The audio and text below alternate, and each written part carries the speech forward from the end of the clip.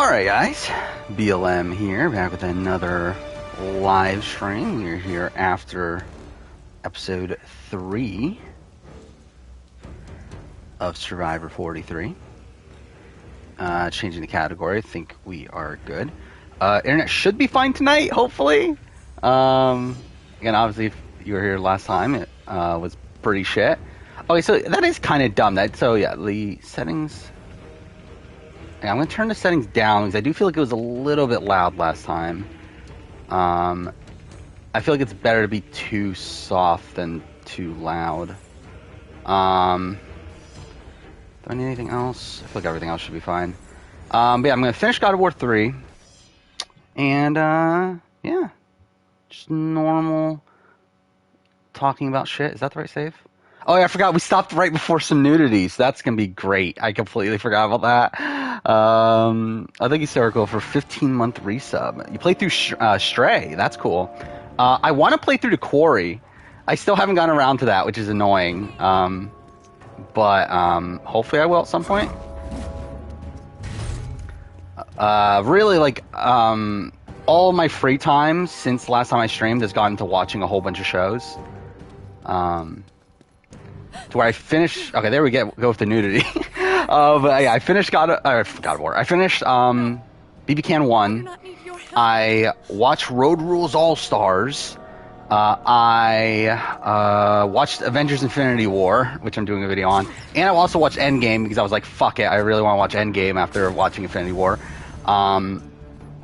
And I started The Genius, Season 1. So, got through it before Bryce is here. I'm pretty sure there's way more. We'll see. I know this is a puzzle section here, but yeah, not a great episode. I thought this was actually a pretty boring episode of both shows, both Amazing Race and Survivor. I thought they were both pretty bad, but whatever. Again, like I think that with Survivor, at least, I think it's the consequence of having 3 tribes. I just feel like there wasn't much actual intrigue in the vote.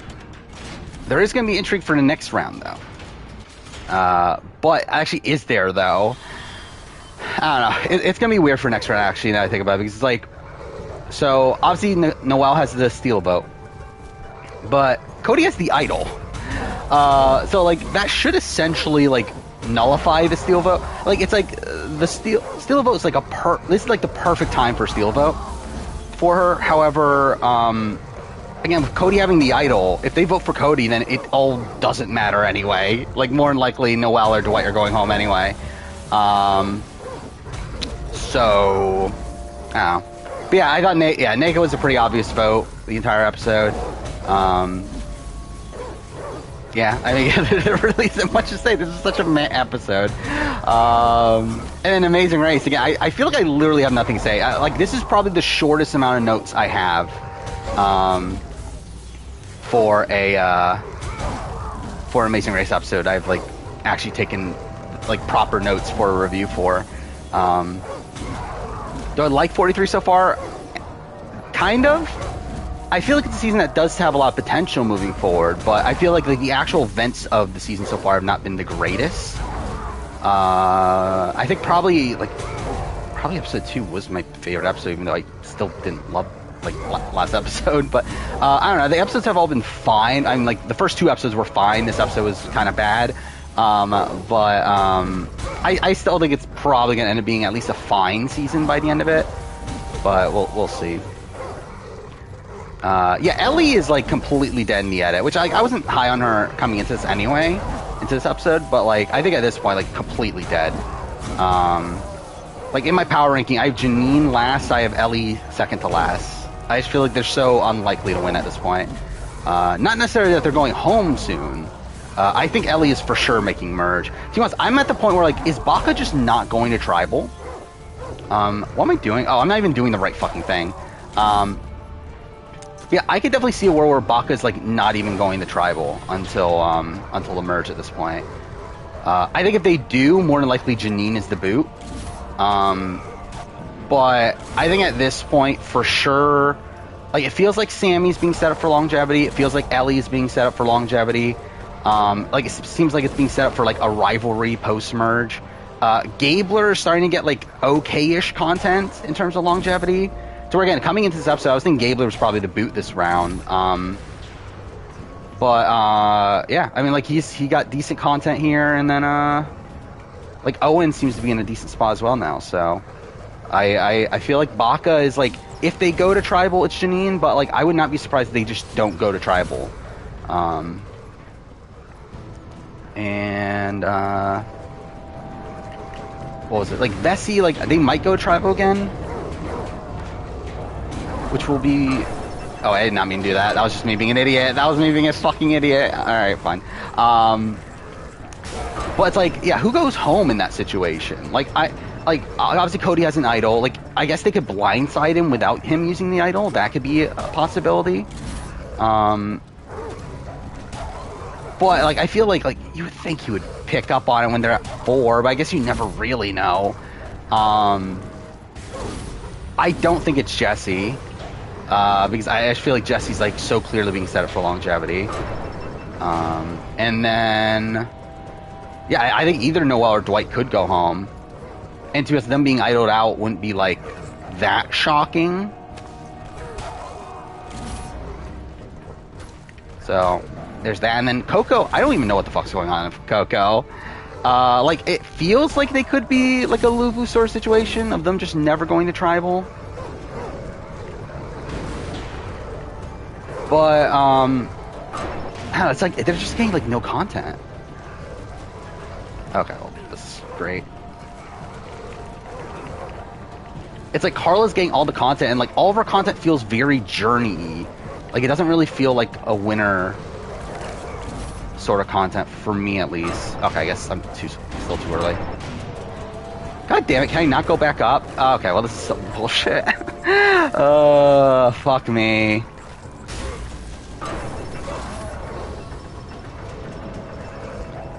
Yeah, I don't get, like, so the preview, like, they mentioned, like, some sort of thing of, like, you get to steal stuff from the opposite tribe.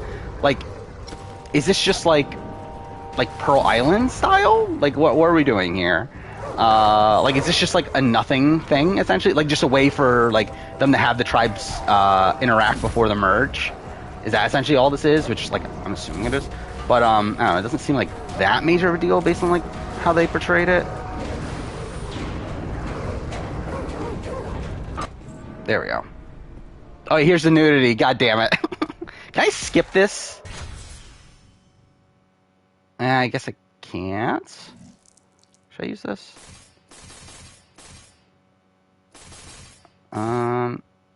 It's those, right? That's the weapon I'm using. Is Nagato competing in 40? I didn't know. Again, I haven't like been paying attention to the 40 news, but that's interesting. It won't go well, but it'll be interesting. Alright, whatever. Alright. So yeah, there's nudity here. No. I can't skip it.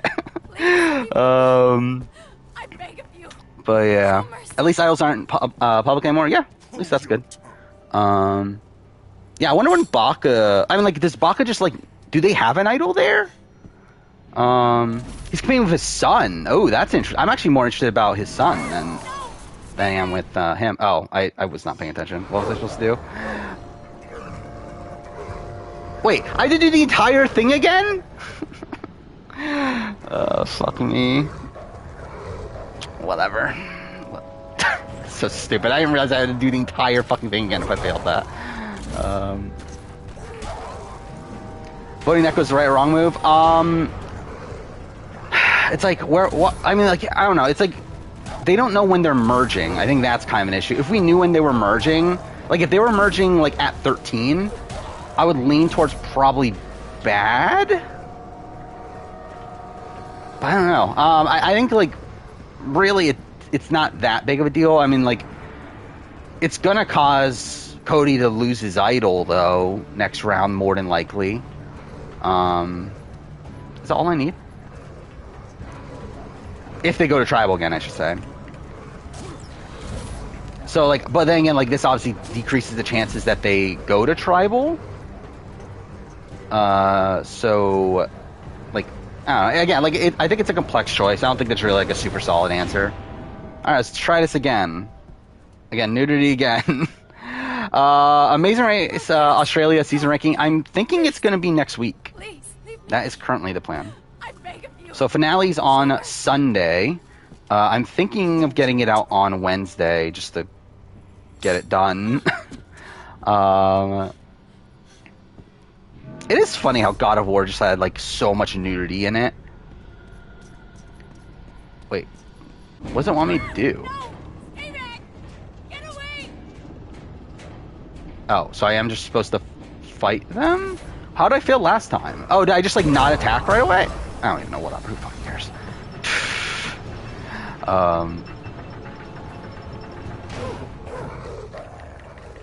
You think it's the right choice? I mean, like, I think it's like I would go. Like, I think you could go either way.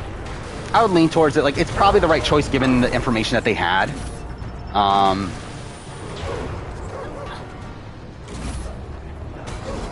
Because at least this way you can also like try to build like tribe unity and that sort of thing. Where I do think if they kept around NECA and then like got to the merge with like Dwight, then more likely like Dwight's probably going to flip at that point. So I feel like this at least like makes them a little bit more solid.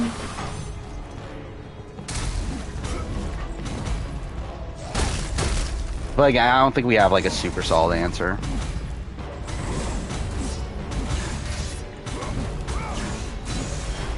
Did it get better the last few episodes? It's been fine. Like, I mean, like, it's been this, like, to me, it's been the same. Like, Amazing Race Australia. Then, like, I think I'm, like, completely checked out on this season. I really don't care. And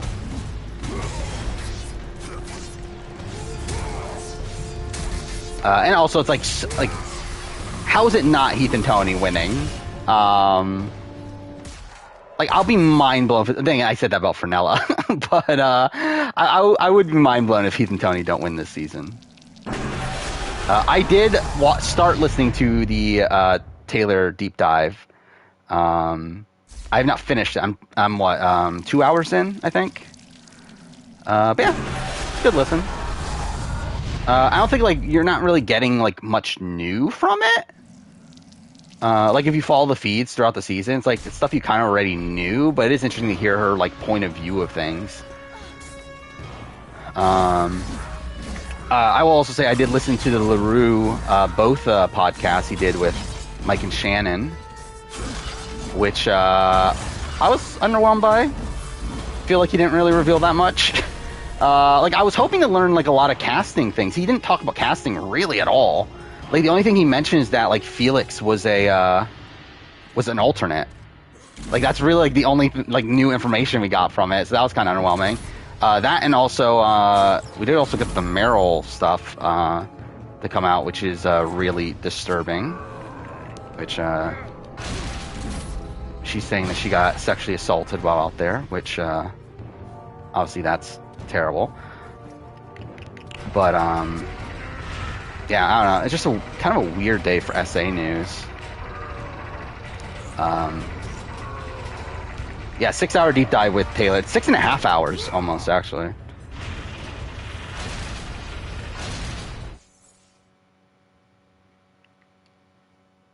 But I mean, again, like if the like the Meryl stuff, it's like it sounds kind of fucked based on what we've heard. Like hopefully things get sorted out, but again, not a great look so far. I've seen that Taylor and Joseph have been like posting their reactions, but I haven't actually watched any of them yet. And to be honest, I probably won't end up doing it either. What am I doing here? Did I just like completely backtrack? Joint went up this episode. He went up a bit. I mean, like he's still not like a top contender. I think at this point, I'm willing to give Sammy the top contender spot. Or again, like I was like kind of on him after the premiere, but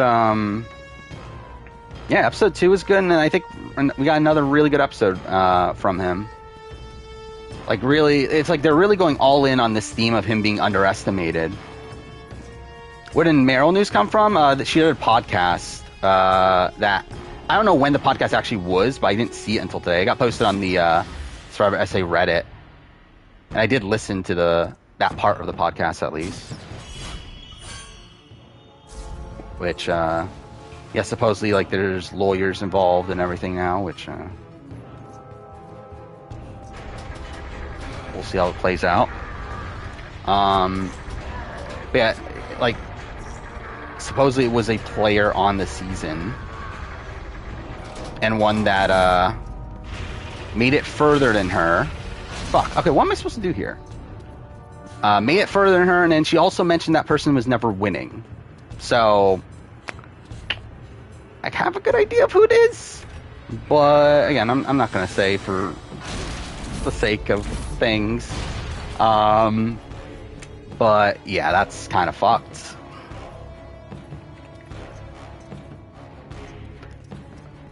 Okay, what am I actually doing here? Where'd she go?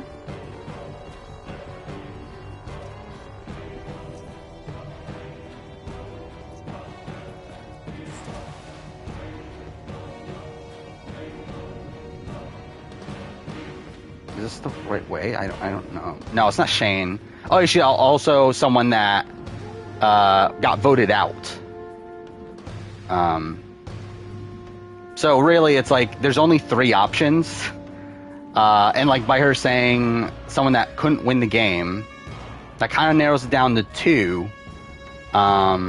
And like based on like who she was friends with postseason, I feel like you can take it down to 1.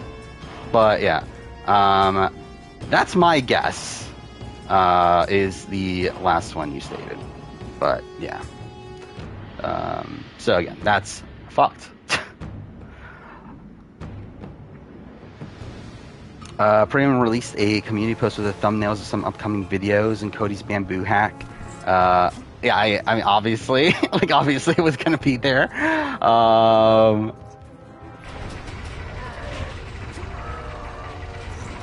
I feel like it's the type of thing that like when you just like see it happen on the show, you're like, oh yeah, Premium's definitely making a video on that.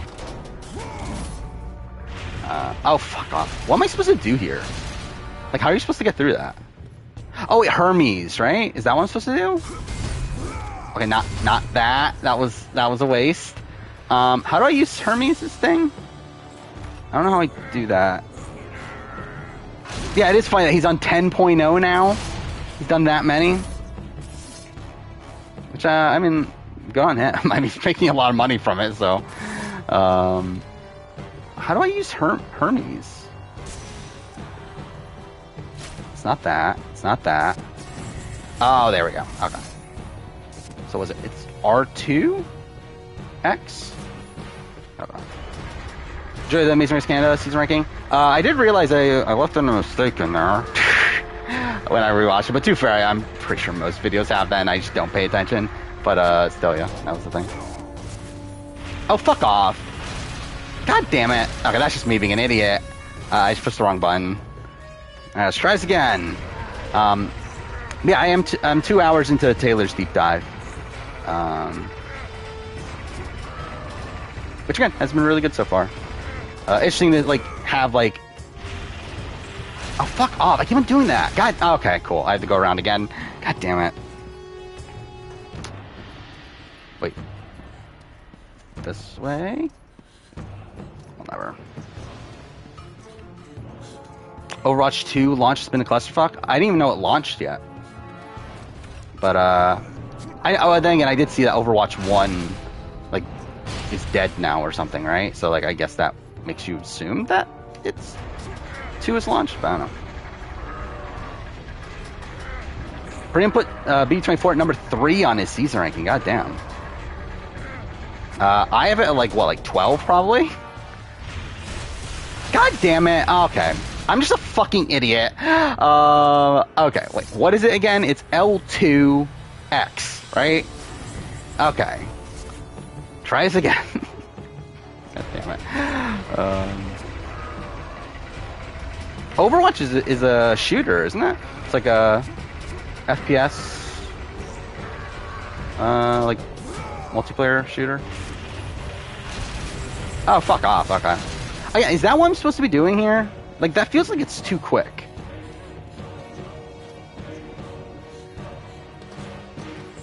Thoughts on NECA? Eh. Kind of what I expected. Just made it, like, around further than I expected. I assumed she would be voted out for being a physical liability. Got that this time.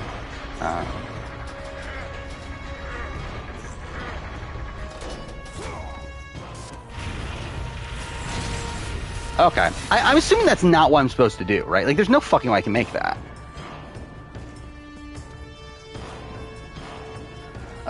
Consider doing a top 10 players vote at the first opportunity? Maybe, but, like... I don't know. Probably at some point. Alright, let's look up what I'm supposed to do here. Should I just look at my old playthrough, I guess? Let's see.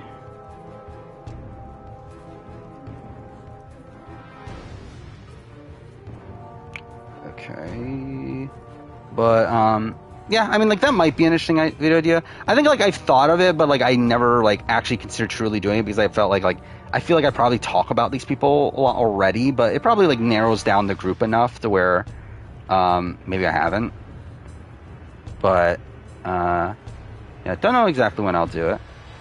I have been working a lot on the newest batch of videos.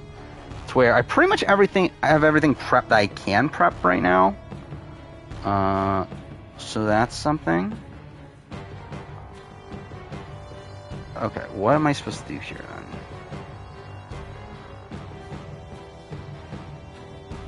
Wait, what? Oh, where is she? I need to bring her here. And she ties the door open. Fuck off.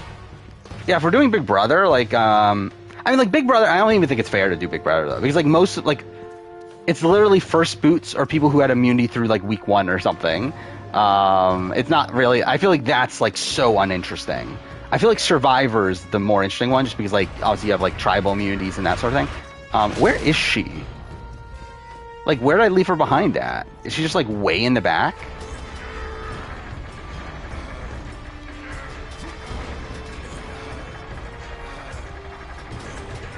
Predictions for Sasuke 40? I mean, it matters what the course is. If it's the same, then probably Morimoto total victory again.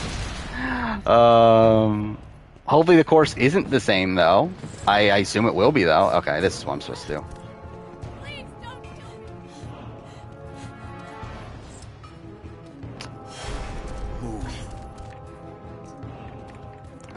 Funny how the only good seasons of modern BBUS have had a female winner, or Vanessa.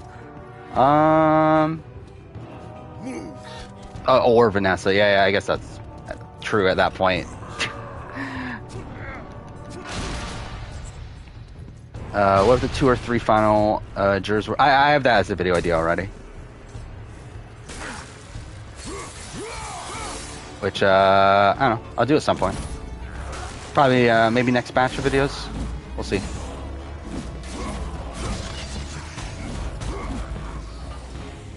Update power ranking. Right now I have Sammy at 1. Then, I think I still have Jesse at 2.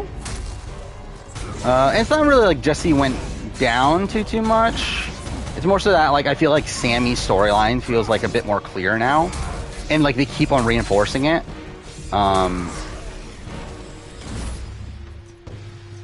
And then Carla's 3, which, again, my issue with Carla is that it's, like, it's very much a, feels like a journey edit. But, again, like, still can win. Outside of that, it's like, I don't even remember. I think Owen was 4. And then, again, nudity again. What was it? Owen 4.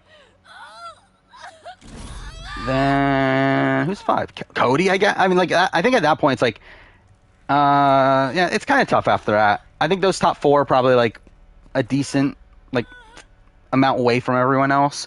Like, the problem, like, Lindsay and James would be high. It's just that, like, they're still getting nothing after the premiere. Pandora. And again, they could recover. Like, if they get more, like, good content moving forward, then I think they could rebound. But, like, it's it's like they're still not really He's close. getting too much The labyrinth. too much of substance after the premiere. Help! Help! Yeah, I'm like underwhelming, like 43, like to a degree, but we're still so early on. That's like whatever. Like if I still feel the way I do now about it, like by the time of like episode after a merge or so, then yeah, I think at that point it's pretty underwhelming. I mean, stage 2 like needs to be completely new. Like stage 2 is the most boring fucking course they could possibly have. And like the rolling log has made it like slightly better, but still like kind of shit. Oh fuck, I'm about to get Aphrodite too, aren't I? So even more nudity. I did watch Real Love Boat to a degree. I mean, like I didn't like fully pay attention to it the entire time, but it was on while I worked on things. Too far, I was watching like the last half of a Genius episode when that was going on. But yeah, it's a show. It's fucking weird. It's like they for some reason brought back like a guy that was on the original show, like the actual like original like scripted show, to be like a bartender on this show, which is really weird. Yeah, I don't know what the fuck this show is. It's essentially Love Island, but then they like actually why didn't they just keep Love Island? Like I don't get what, like, because this is essentially just Love Island.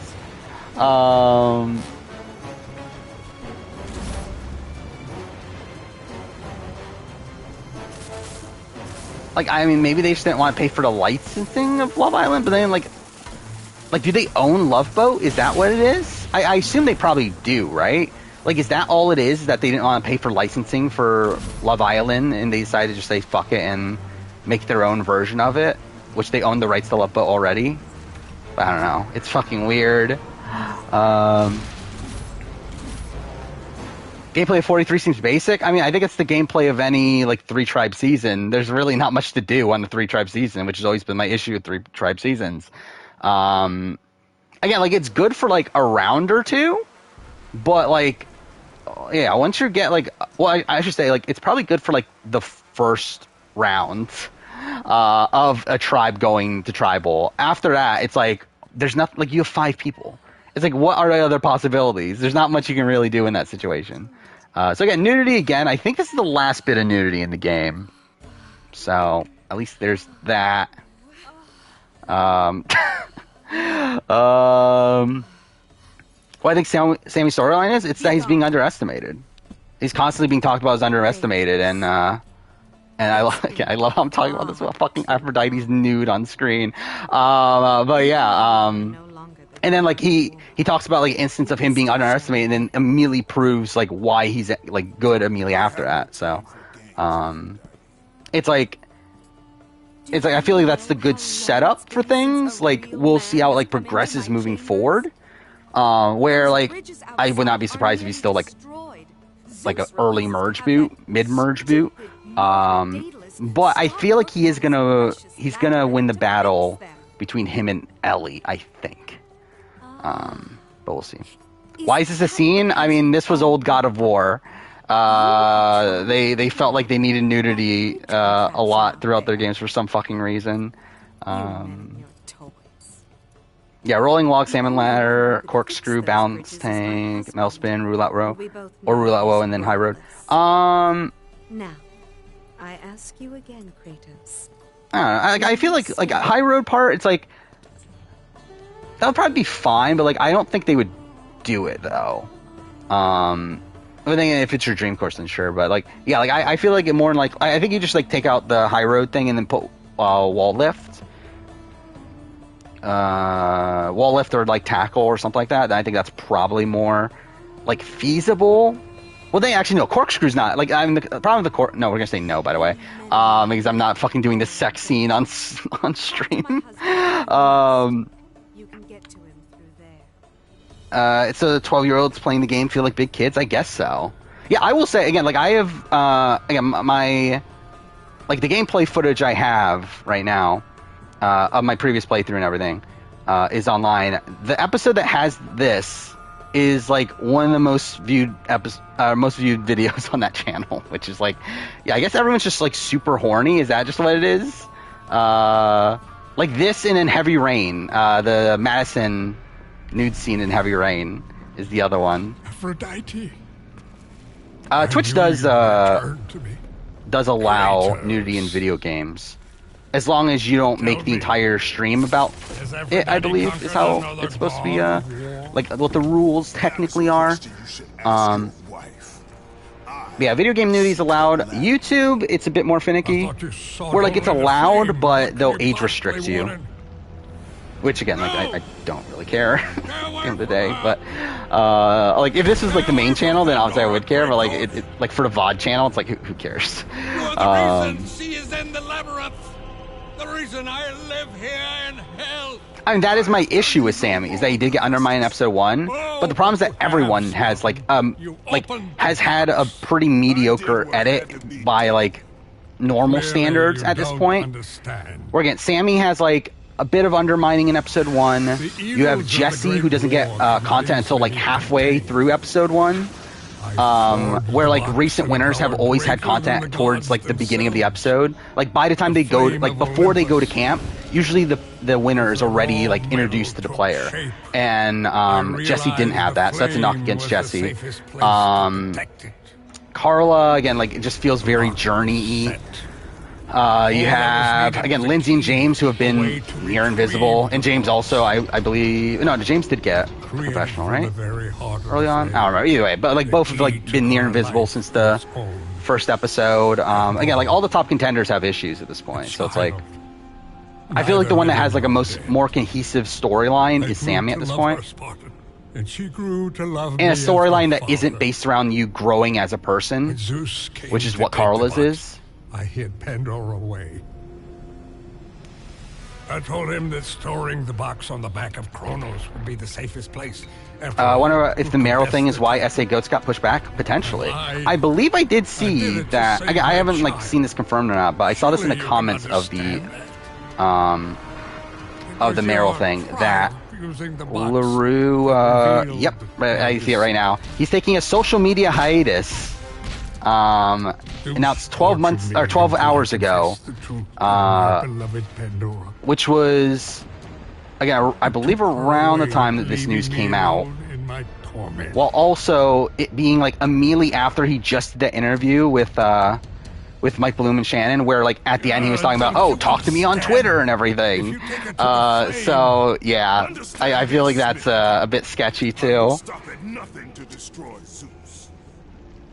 This is giving you Millennium vs. Jax pre-merch. All PLC women so far? Yeah, it is. The death of Zeus, I'd be happy to help. That's a shame. Perhaps.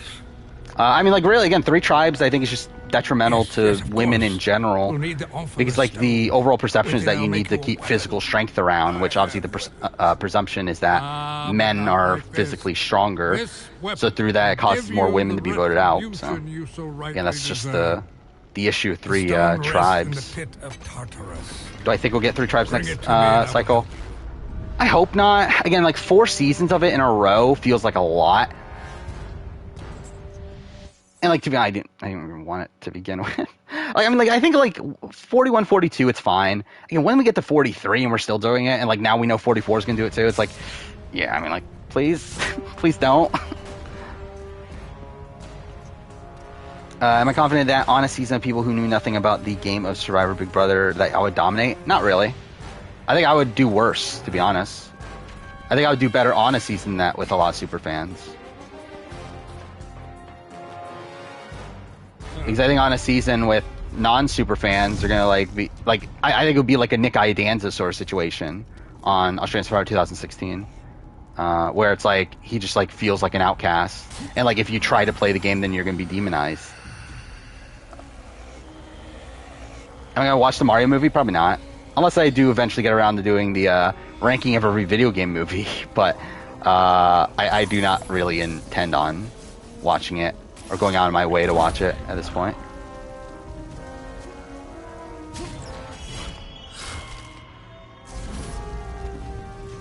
But yeah, I would prefer 2 tribes. I think the problem is that they want 18 people, and if you have 2 tribes of 18 people, it's an odd number, which means that you're going to have a uneven gender distribution. But, again, like, it would be cool if they went to 20. And maybe at least like 29 days or something. But I don't know. Yeah, that's the issue, is that like I worry that this is like, and again, like really at the end of the day, the priority is like Meryl. But like I do also worry that this like might be a big thing for SA, to where like if we get to the point where like they're getting sued and all that stuff, then like that might be it for SA, considering like it's doing well at this point. And like LaRue talked about in the interview that that supposedly Network was like pleasantly surprised with how it did. So like that's good, but again, like this isn't good. To where maybe they think it's like too much of a liability to continue.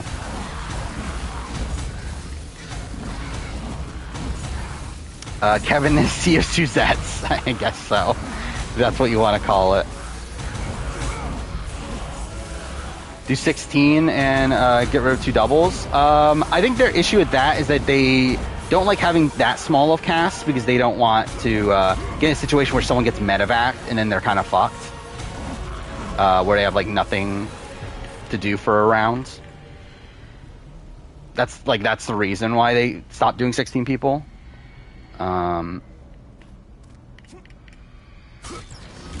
Where, yeah, like if they keep the current episode count and everything, I think they'll probably still stick with more than 16.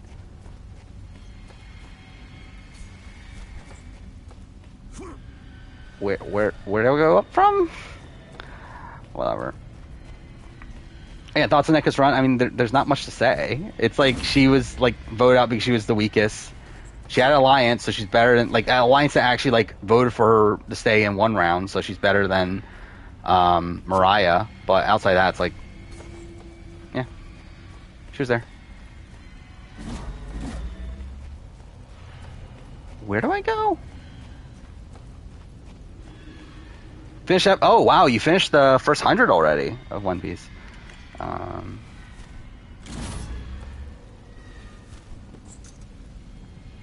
But yeah, I think you get like if you get to, you finish that's after Arlong Park, right? That's after Logtown. So, oh, I just climbed this. I'm a fucking idiot. Yeah, you've gotten to the good part, like some of the good parts at least by now. It gets better, obviously, but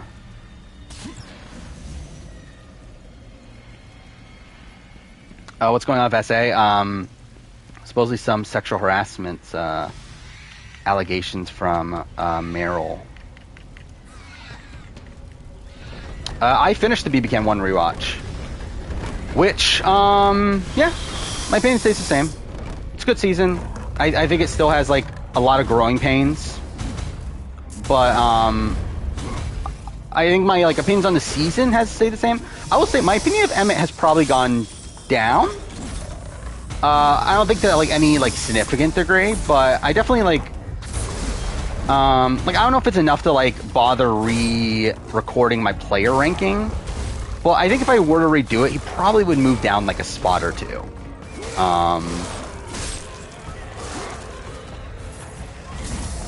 Where actually something I found so funny on the rewatch though, like Emmett is just such a dick, and it's so funny to me like how much of an asshole he is. Yeah, like people are still like fine with him for most of it, or like take it as a joke or like something like that. But like Emmett is like such an asshole on that season, and it's like people just don't seem to care. And like I think at this point, like that's something I'll mention in the retrospect whenever that happens. Is I think at this point, I think Emmett is essentially the Big Brother version of Sarah Lucina. Like I think that's essentially the way I look at Emmett at this point. Is that he is essentially Sarah Lucina in Game Changers, but on Big Brother. But also I guess had a showmance, which probably changes things too. But I think they're like very similar style of players.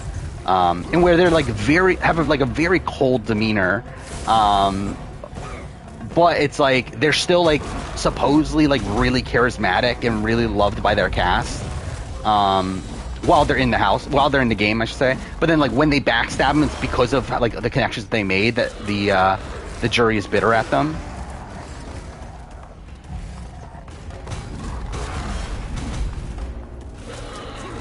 Let's try this again.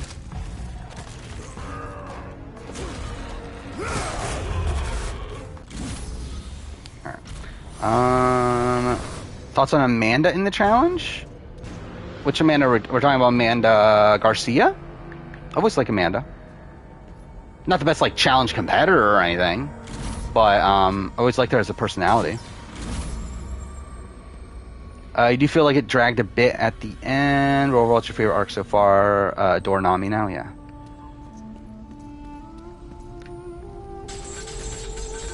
Yeah, again, like I think Arlong Park's like kind of the starting point of like where like One Piece, like Arlong Park is like kind of like,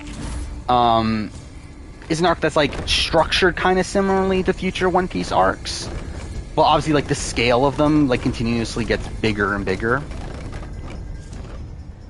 Does Morania have a large criminal underworld? I would say the Moranian system does. I would say the planet of Morania does. Because I feel like if they did, they would just be murdered. Okay, I guess not here. Do you think Cassie has an Erica winner at it? No, I don't. I really don't. I think Cassie... Like, I think Cassie's, like, more so in, like, the Tori, maybe, molds. Where I feel like that's her trajectory, is, like, maybe, like, mid to late... or mid to early merge boot. Like, I think, like, the interesting thing is that all of her content is based around how they're eventually going to slit each other's throats. But it's like, we still have, like, almost, like, no real content from Cassidy.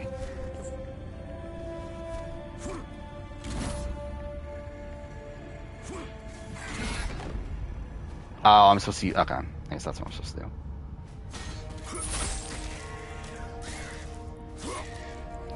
But yeah, I'm not expecting Cassidy to win. And again, I feel like the Eric winner edit is still very different from Cassidy's.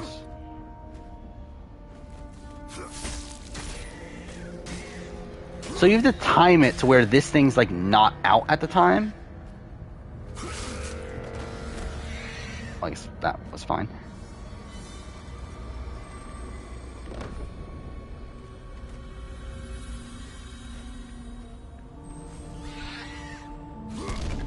I feel like BB Can 1 cast is very beneficial to Emmett. Cannot see him fitting into something like BB Can 6 or 9. I agree with that. But it's like I also feel like we'll never really know. I think that's more so like speculative than, because like at the end of the day, it's again like we see this with like Sarah Lucina, where like Sarah Lucina, like you would think the same thing, but she's been on 3 seasons now, and all of her casts like. I guess like Winners at War is like debatable, but like she's been in positions to win. I mean, she won Game Changers, then she was in a position to win Winners at War, and still had like a decent stranglehold on the game. And then like even in Kageon, like the entire cast loved her on Kageon. So like I don't know. I feel like it's something that like we'll never truly know unless he plays again. Obviously.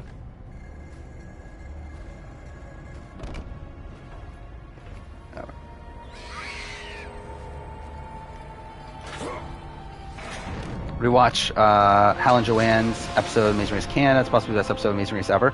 I think it's definitely up there. Like, there's so much going on in that episode.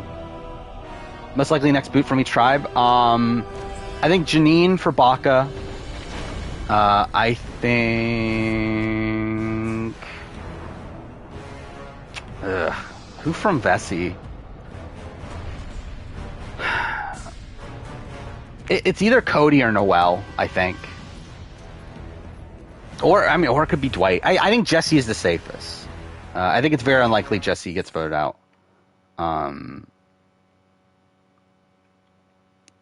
Like not even like from an in-game position, he can definitely go home. But like from an edit perspective, I'll be very surprised. But yeah, I think it's between probably Cody and Noelle, realistically. But I think there's still a world where Dwight could go home. If I were to really get, like, my 100% pick is probably Noelle. I think more than likely, Noelle probably has the extra vote, thinks she's gonna win out with that, and then Cody just plays the idol and idles her out of the game. I think it's probably what happens. And what's the other tribe? Coco? Still think it's Gio. Again, like, I think it's Gio or Cassidy, I should say. But I think more likely Gio. I did find it interesting how in this episode, when I think it was Lindsay talking about how, what was the comment again? How I'm surprised no one has already found the idol or something. We get this like really long shot on Cassidy, and that just goes nowhere. Where like I was assuming at that point, like, oh, I guess Cassidy's gonna find the idol, and then like it just cuts to Carla, and Carla like ends up going on idol hunt and everything. So I don't know why they like lingered so long on Cassidy after that. I don't know if that means that she eventually finds an idol, or I don't know. It doesn't really make sense. I'm not gonna bother doing Amazing Race Canada retrospectives. I am doing Big Brother Canada though, obviously. By the way, Amazing Race Canada video did not perform the greatest.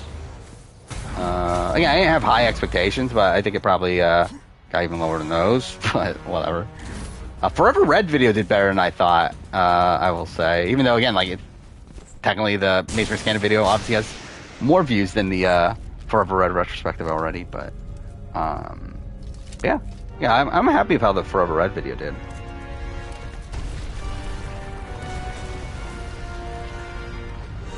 Where, what is it? It's at like, 440 views. That's not too bad for what it is.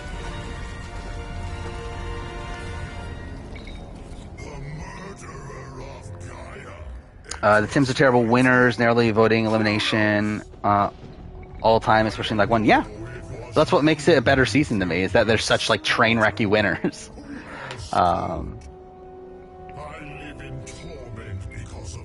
I think production did not like this season 4-3. I think there's like rumblings that that's the case, right? But oh,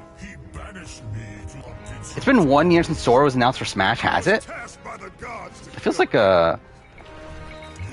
What did they announce it at? What did they announce it in October? Was it TGS? Oh, was it the? Well, no, it wasn't the Kingdom Hearts thing. I don't even remember.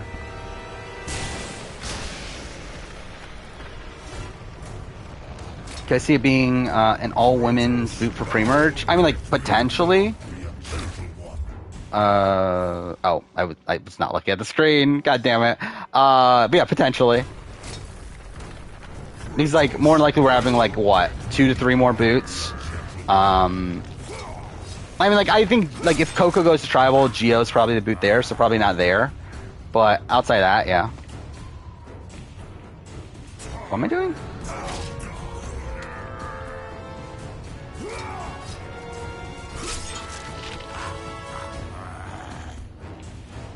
What's the game want me to do? By the way, I haven't talked about Genius Netherlands started, which I watched, which was like very meh. Oh, okay. Like in Genius standards, it's really bad or like really mediocre, but like in terms of like general reality TV, it was fine. But yeah, definitely not as good as the original, but it's like I didn't expect it to be.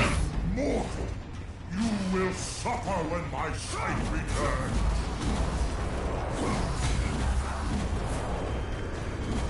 Am I the biggest? I'm the biggest Love Boat super fan. I guess so.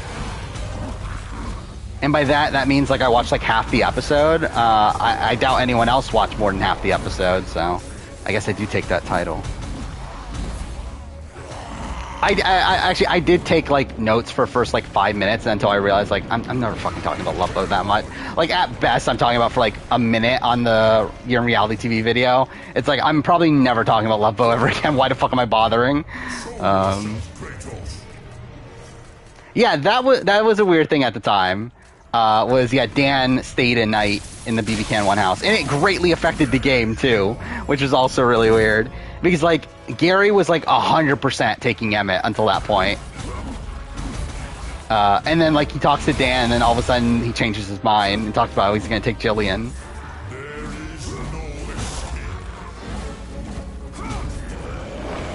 So yeah, Dan Gheesling screwed Emmett over. To be fair, it's like Emmett would have lost anyway. It doesn't really matter. Like Emmett would have lost against Gary, so it's like whatever. But it is funny though. And Emmett would have lost against Gary like by even more. Because at that point, Tala's not even voting for him. Yeah, actually, he actually like kind of screwed over Gary. Like accidentally. That's actually kind of funny too. I didn't even think about that part of it. Who I think is dead in the edit. Well, I always said NECA, but she's gone. Who else was there? Janine, Ellie. Well, like Ellie's not like dead, but like I think Janine's pretty dead. Really, I think she's the only one that's like truly dead though. Like I think everyone else, like there's a sliver of a chance. But realistically, it's like, yeah, like Ellie's not winning, Gio's not winning. Who else is there at the bottom?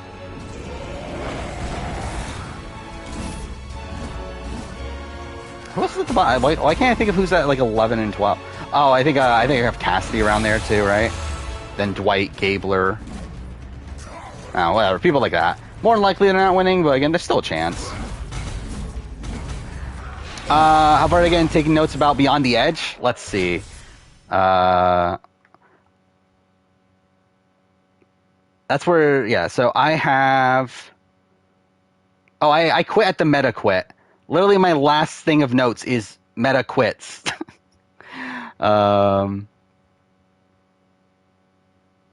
Also, why 9 celebrities? That's certainly a question. It is funny that. So yeah, I have this like little notepad document that I've been keeping notes for like the shows that I'm not doing like formal reviews of. Oh my god, that's actually pretty long. I never actually like I just copied it into a Word document to see how long it is. Actually, I have like a paragraph or so of notes for Beyond the Edge. I have a lot for Claim to Fame. I didn't realize I had that many for Claim to Fame. This is like almost a page worth from Claim to Fame.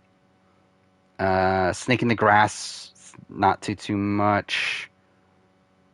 I mean, like Two Fairs around the same as Beyond the Edge. Wow, Genius Netherlands. I didn't realize I took that much. I took like almost 200 words of notes for just that one episode, despite not even trying. That's something. Real Love Boat. This is what I got for Real Love Boat. Real Love Boat is just weird, and redoing characters from show. I don't care. Guy from OG show is bartender. Emily is hot. New men come out. Eliza picks Nathan. That was the notes I took. I don't know what. Probably never using those, but that is what I wrote down.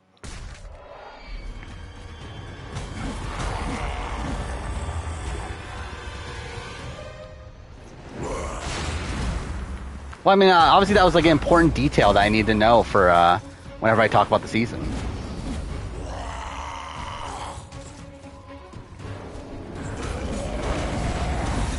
Kid for a day that we no longer have to see anymore. So help me. Todd ads? I don't know what that means. Just look up Emily's, right? I mean, yeah. I mean, that would be my pick from this season. But then, obviously they're adding more women, so I mean, you never know. But, it's so fucking, like, it literally is just fucking Love Island. Like, it's so weird how, like, it's literally just Love Island on a boat, themed after an old TV show. It's like, why is this even a thing that exists? And, like, why is it on immediately after Survivor when The Amazing Race is on, like, after that? Which, again, I know it's because they wanted to boost Real Love Boat ratings, but still, it's funny. Oh no, I'm not even talking about Ezra. I'm talking about there's like a older black guy that like supposedly was on the original show, and he's like 60 or 70. That he was just randomly there for some reason.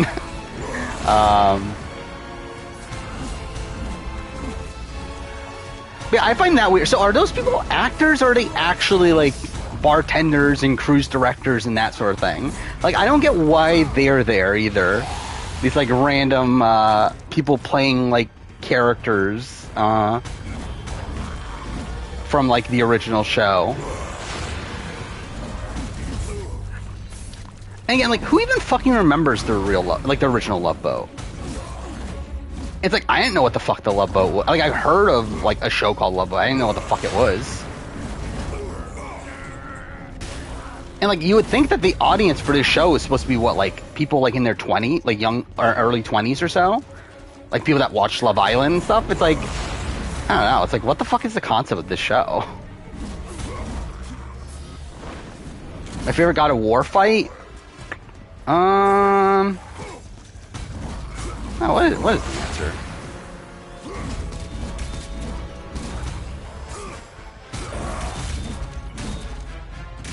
To be honest, I don't even know. What is my favorite God of War fight?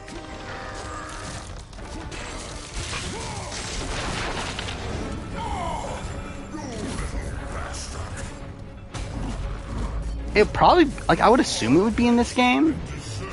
Considering I feel like God of War 2018 is like really great, but like I don't remember it for like the fights and for like sections like this, which is like on like a massive scale and everything. I guess like you have the fight with the dragon and everything, but like I don't know, it's not like that memorable for me in the grand scheme of things. And like the Valkyrie fights are things that I've only done a couple, so it's like and like I'm not good at them and I hate them. Hate playing them, I should say. So I don't know. Maybe when I replay 2018 after this, maybe I'll find one there. 60-year-old audience members are probably losing their shit. I mean, yeah, like I'm sure there's people out there that are like, "Oh my god, I always wish the Love Boat was real, like with real people." Oh fuck! Oh fuck off! Of course I missed that. Well, that's great.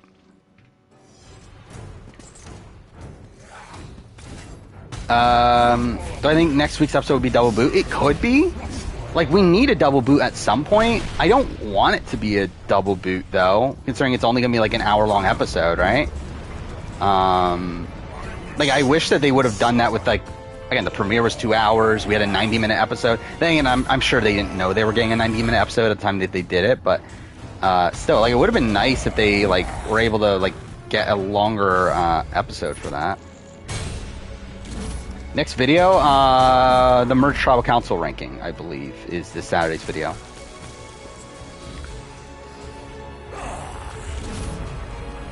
Should do a why you shouldn't watch Real Love Boat. I don't care enough to do a video on Real Love Boat.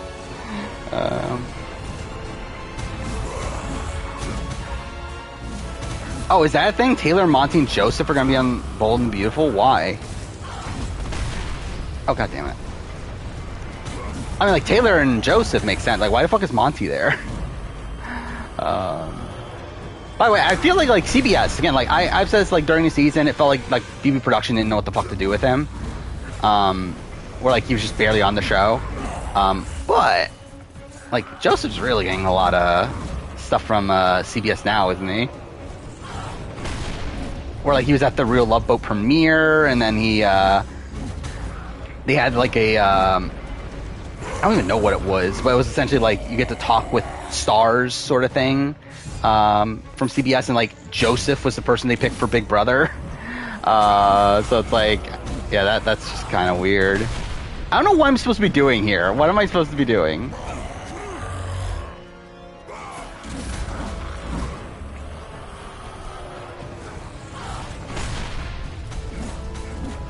Like, am I supposed to be hitting him? No, that is nothing. Am I supposed to be climbing him? I don't know. And he's on Australian Survivor? Not for a while, right?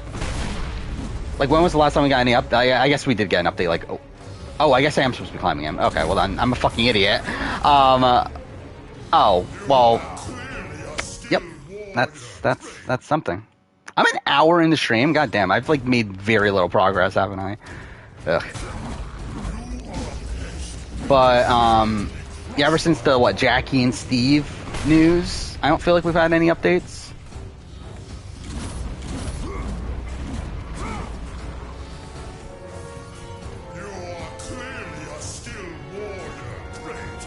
Oh wait, I'm supposed to...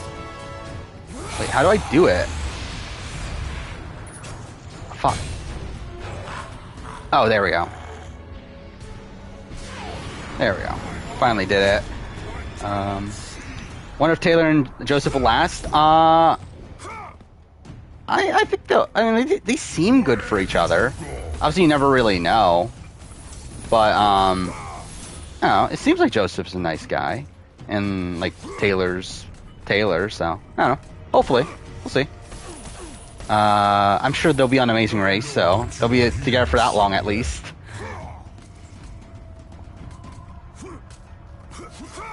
Thoughts on Survivor Spencer's, oh, fuck off. Did I really just miss that? Cool. Thoughts on Survivor Spencer's thumbnail of Cody? I haven't seen it yet. Let's see. What's Survivor Spencer doing? Yeah, I really have not been focusing at all on really anything outside of the rewatches of things I've been doing. This man will save Survivor. Living. Okay. Okay, yeah, whatever. Sure, fine. I love he's using the same thumbnail, fucking Cody and Jesse, over and over again, but whatever. Oh, fuck off. Cool. But again, like, BB Can, like, that took me until, what was it? It was, Tuesday morning, I believe? Is that when I finished it? Oh, fuck, of course I messed that up. And then Tuesday night, I watched, Road Rules All-Stars, there we go, which, that exists. I don't know. I don't know how I want to do the review for that, or the retrospective for that. We're like, should I still go episode by episode, or do I just, like, just talk about more generally? Because, like, realistically, like, there's not that much to talk about on an episode-to-episode basis. It's like, they're doing a whole bunch of tasks. It's like, yeah, I mean, that's the thing they're doing. There's some drama here and there, and that's, like, kind of interesting, but, like, I don't know. I don't know if it's worth going the episode-by-episode route, but I don't know, I probably still will, though. And there's only, like, fucking 5 episodes. It's not even like it'll take that long anyway. Is Ellie a dumb player, but smart for overplaying? I think neither. Honestly, I think she's overplaying. I think she's just, like, a bit too cocky or confident.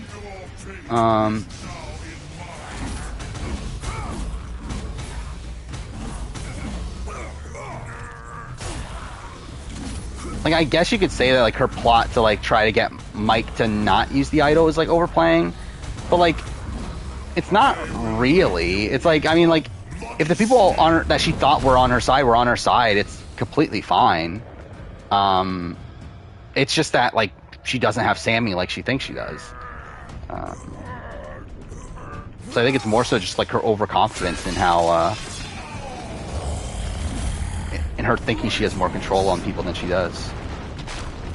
Do a quick retrospective? But, like, at the end of the day, like, it's a quick retrospective anyway. So, I don't know. Does Moraine have a rebellion? Yes, it does.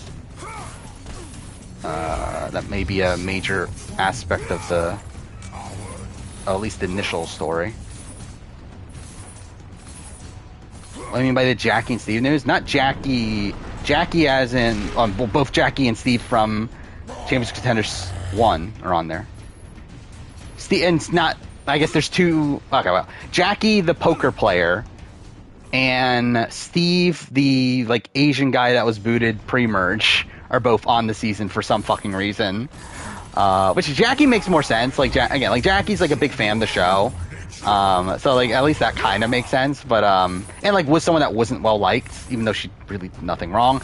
But, again, like, it makes sense that, like, because, like, there's no real villains for Australian Survivor. So,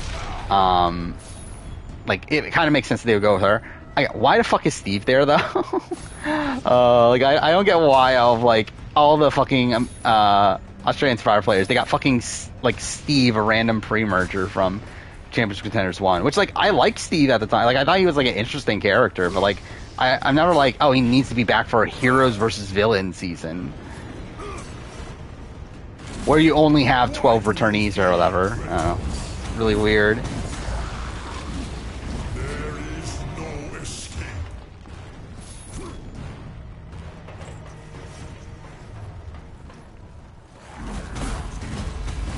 Are we gonna have an all-male final 9? What, in Survivor? Probably not. I know that you are here somewhere.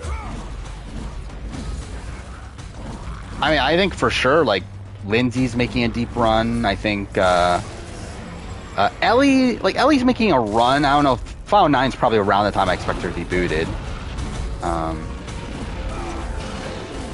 And who else? Carla's obviously making a run. I mean, that's probably it, actually, now I think about it. Yeah, I guess this isn't the greatest season for women. Which is weird, because, like, I feel like the women have gotten, like, a lot of, like, screen time.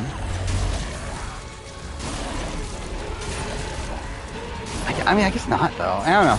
I always, just, like, I was assuming that, oh, the women of this season were strong, but I guess now that I think about it, yeah, like, a lot, like, I mean, 3 of them are gone already, which means there's only 6 left, and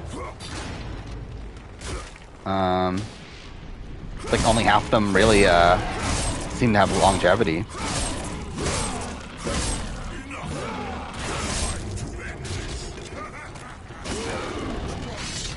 Do I think Suzette boot week is the most boring week in BB Can history? It's up there. There's really nothing going on.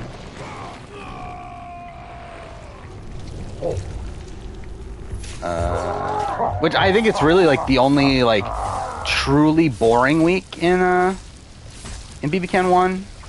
Where I think every other week, like while like the gameplay may be like a bit stagnant, it's like there's at least like stuff going on every week.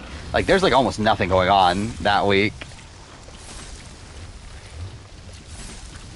The fact that Craig might have been dropped for Steve is ridiculous. Yeah, it is funny. Steve reminds you of Tarzan? I disagree. Like, Tarzan to me, like, coming out of Season 2, like, pretty much locked for All-Stars. Like, I would have been very surprised if he was not on All-Stars. Like, even though he's such, like, an early boot, it's like, he made, like, such a massive, like, presence there.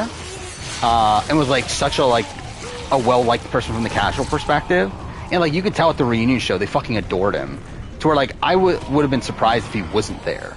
Like, Steve is, like, who the fuck is Steve? Like, even by the end of that season, I feel like you forget who Steve is. So, I don't know. Wait, where am I going, then? Oh. Yep, that's the thing I just did. Yeah, again, I expect Lindsay for sure to make a deep run here. The question is she going to win, though, at this point, with the that she's getting?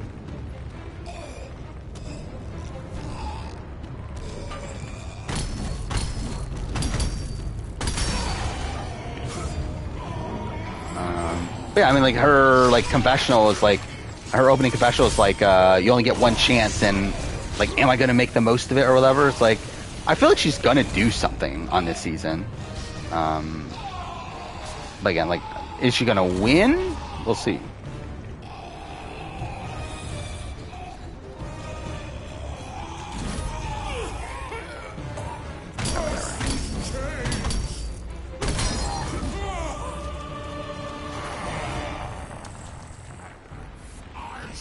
The scale of this game is really ridiculous, though. Like, considering this was in, this was released in 2011 or whatever. Like, that's actually kind of insane. Wait, is it this? Oh, no, I guess that's not what I'm doing.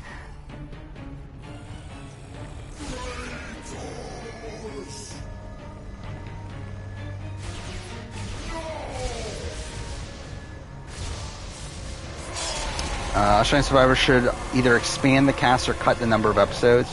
None of them so ridiculous. I agree. They're not going to, but I agree. Or, like, I think really they should just have Redemption Islands.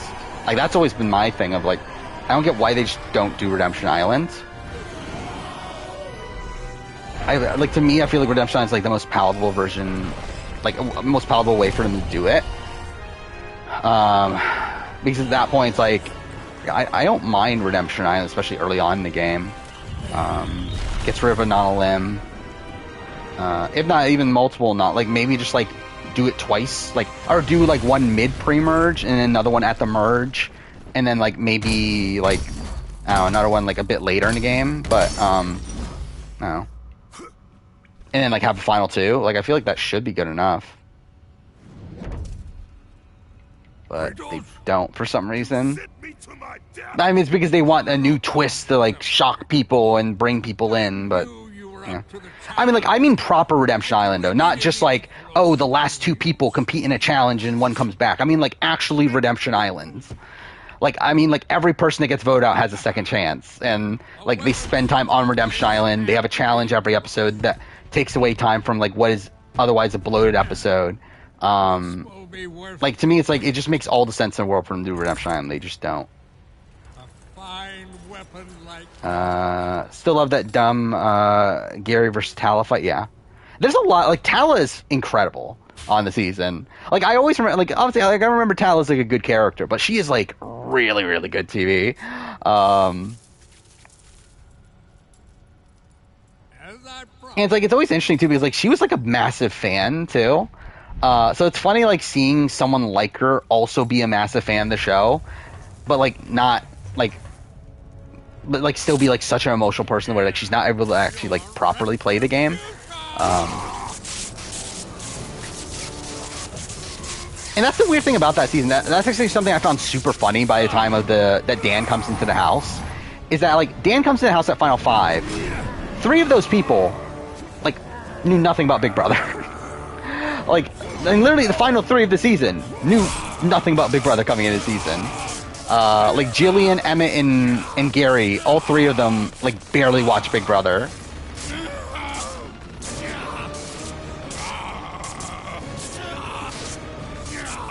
Wait, what? Oh, am I just supposed to hit it? Okay.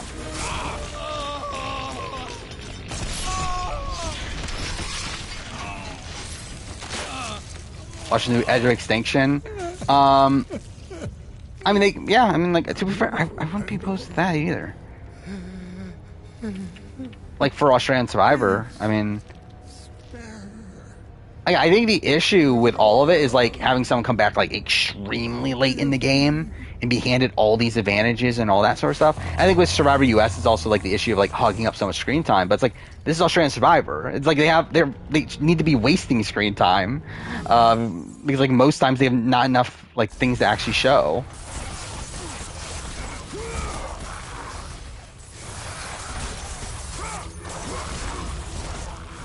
Like, I feel like if, like, any version of the show is going to use Redemption Island or Edge of Extinction, it's, like, it should be Australian Survivor.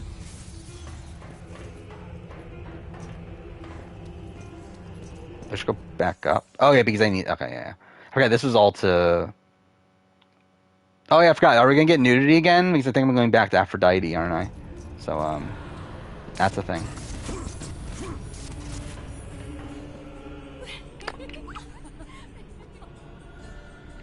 Who's the best Jackie in reality TV strategically? Well, how many Jackies are there? I guess there's not much nudity there.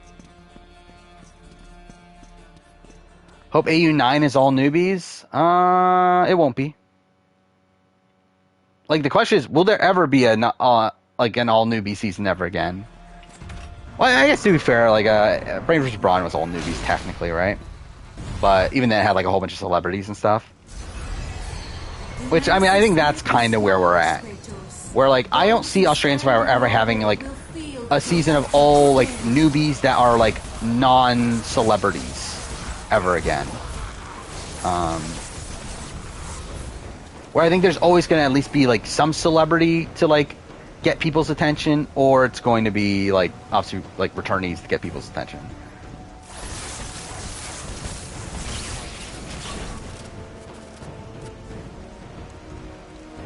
Yeah, the 1919 thing's great. I will say also, like, I feel like Gary, like, Gary's also like really incredible TV too. That I don't think I really like had appreciation for at the time. Maybe because like I was like one of these people that was like, oh, Gary shouldn't win. Like he got voted out, came back in the game, all that stuff. But like rewatching his season, like he really is the star of the season. And like if he did win the season, like while it's not necessarily the direction that I want BB Can to go in, like I don't think it's not like that bad of a result, really. Especially for like the first season ever of BB Can. And like really, I guess that leads to the Peter and Alec jury stuff of it all, but that's gonna be fun to talk about. I don't feel like I've ever like properly like said my opinions on that, the Peter and Alec stuff, because it's not just that they were bitter, and like they were bitter 100%, but it's also that they wanted to like essentially form like what BB Can is, and they thought that like by awarding Gary, that would essentially like make BB Can like more of an entertainment-based show than like this like comp-based like I don't know, more like not so strategy focused because they were strategic, but like they didn't want like a Jillian type to represent the season. But again, that also stems from their bitterness.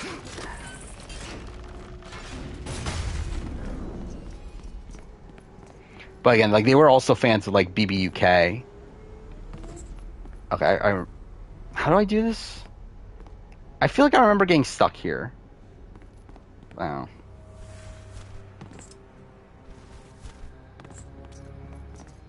Jin's a boring winner. To a degree, yeah. Again, like it's fun. Like she's way more entertaining on Amazing Race Canada. I will say I did get some humor from like the way that Jillian talks in Confessional is really funny to me.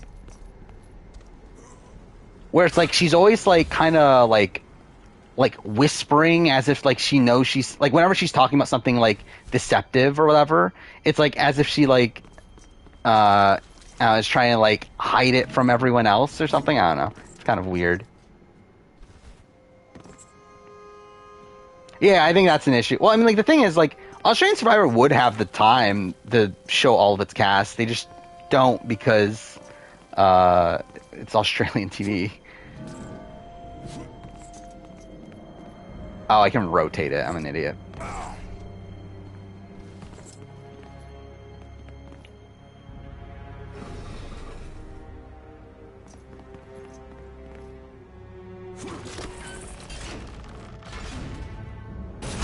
I mean, like, again, they're like in terms of the bitterness aspect of Peter and Alec, 100%. Because like I don't think they ever like properly admitted that they're bitter. Like, again, they have every right to be bitter. I think the issue is that they don't admit that they're bitter, and instead like 100% like lean into this. Oh, this is Big Brother Canada. This isn't Big Brother US. We don't have to reward whatever. Which is like again fair, but like just admit that you're bitter. Like it's fine. Like again, yes, you were bitter. Just admit it.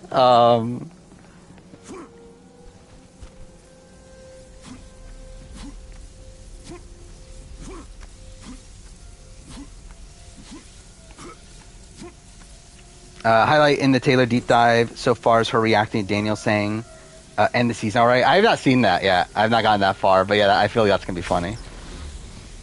Yeah, where am I at? I'm at week. I think I'm at the leftovers, the leftover formation.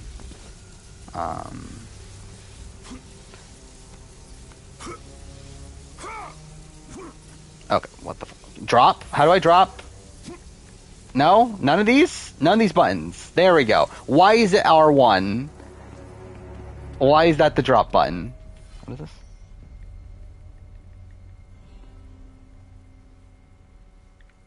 Oh, can I not? Okay, it's R1 again. There we go. Didn't Jillian promise both Alec and Topaz safety and put them up? Yes, she did. Yeah, again, Jillian has like really terrible jury management.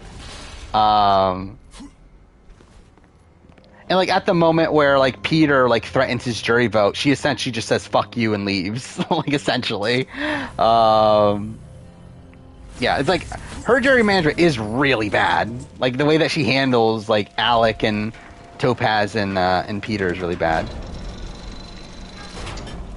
Which like, again, like to me, it makes sense why they would not vote for her. But it, like to me, it's like also like admit that you're bitter at least. Okay, what am I actually doing here? Oh wait, do I just shoot? Is that what I'm doing?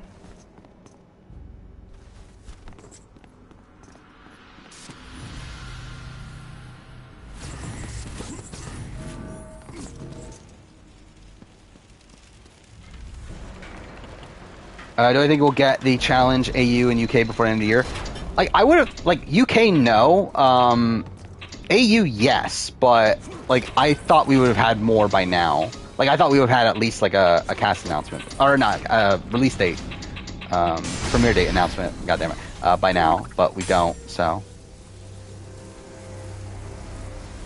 okay, that's not. I guess that's not what I wanted. But oh, am I supposed to go here and then wait?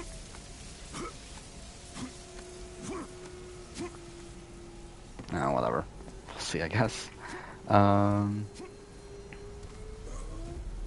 Still don't get what Peter's poem meant. I'll be honest, me neither. I don't know what that was about. But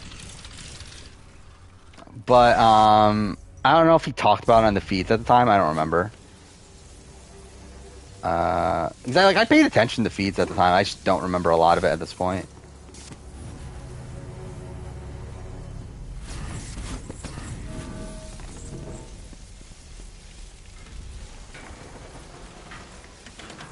I should have aired Challenge AU instead of Real Upvote. Yeah, I think that would have been smart, but they didn't.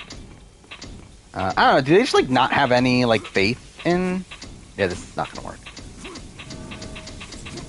Like they just like not have any faith in Challenge AU, maybe.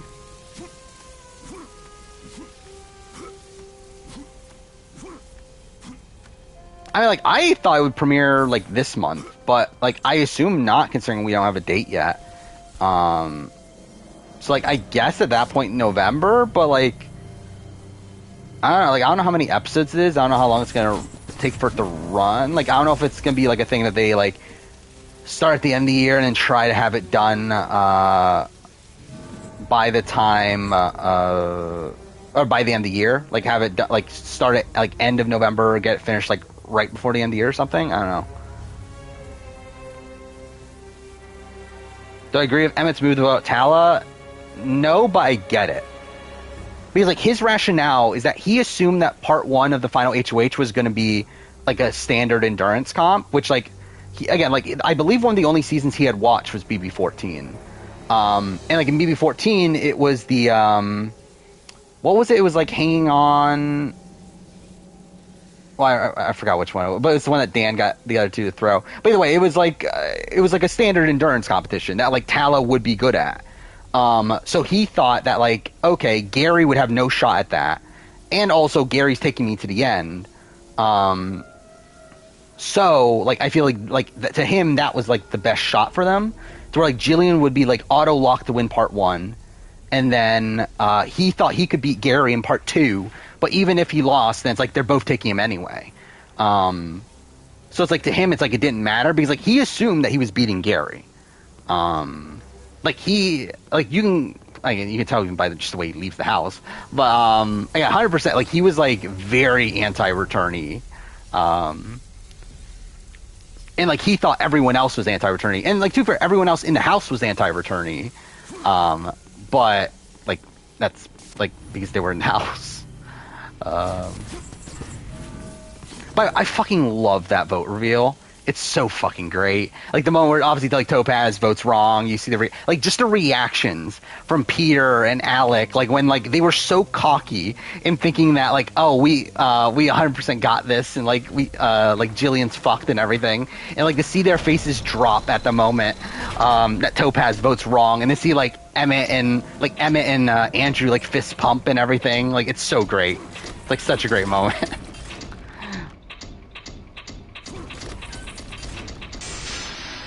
What? Why isn't this shooting? Alright, I'm gonna try this one more time. If it doesn't work, then I'll probably look it up. So again, what happened with Alec at the bridge video? He threw it because he thought that there was a bigger chance of... Like, one, it's like he felt bad that Peter was on the block because of him. So he wanted to get Peter off the block for sure. Like, he didn't want Peter to go home because of his mistake, essentially. But also, he wanted to, like, put fate into his own hands. To where, like, if he... Like, essentially, like, the... like, I think the way that they were looking at it at that point is that they looked at it as the Shield as, like, a group. More so than, like, playing as individuals. At least Alec did. To where I feel like Alec, for him... he wanted both the Shield there, or else it's like, what's the point, to a degree. So I feel like to him, it's like he would rather put like the Shield's fate in like his hands than put it in Peter's.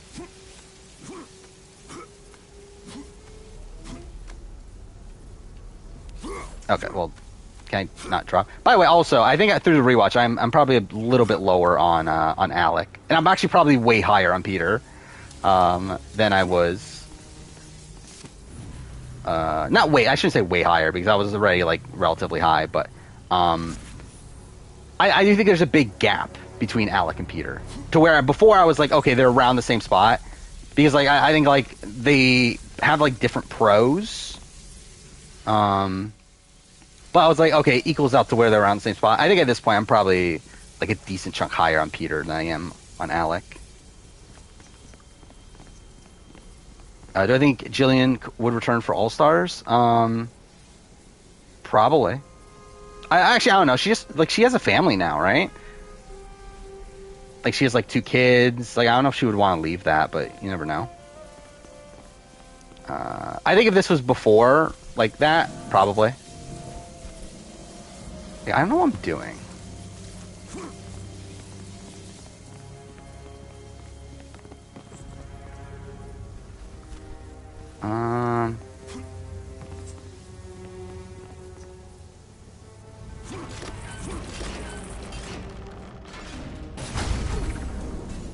Okay, I really don't know what I'm doing. But yeah, like, that's the reason why she was on BB-Can 5 was because of the contract. Same thing with Emmett. Well, I mean, for Emmett was probably the bigger one. That's why he's not on BB-Can 5. It's because of the contract from Amazing Race. Okay, I did not waste this much time last time. Wait, how far behind? I think I'm, like, really far behind. Let's see. How do I do this?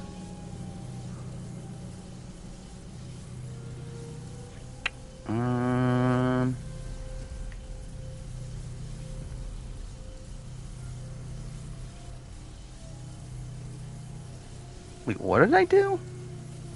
Oh wait, there's a switch here. What does the switch do? Wait, no, I did that part, right? Oh, it's just shooting this at the thing. Oh, I'm a fucking idiot. So actually, I did think of that. I just didn't like actually do it. Okay, so turn this. Yeah, and then shoot this here, I believe. Which that's like super fucking easy. It's just that I'm again a fucking idiot. Yep, there we go. That's cool. Oh, I did not mean to close it. I'm an idiot. But yeah, I believe. Where are we at in stream? An hour? Okay, I guess we're kind of on pace still. We have about 2.5 hours-ish. Actually, no, a little bit more than that, actually. 2:45. Okay, I guess we are kind of behind. But whatever.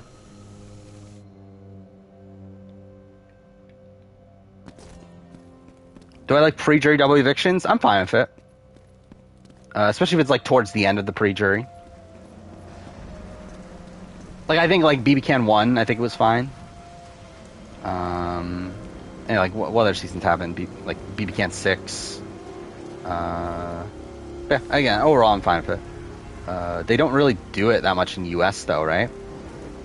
Actually, has there ever been a pre-jury? double eviction BBUS, now I think about it? I think it's always been at the beginning of the jury, hasn't it? Yeah, I don't think there is one in BBUS. Huh.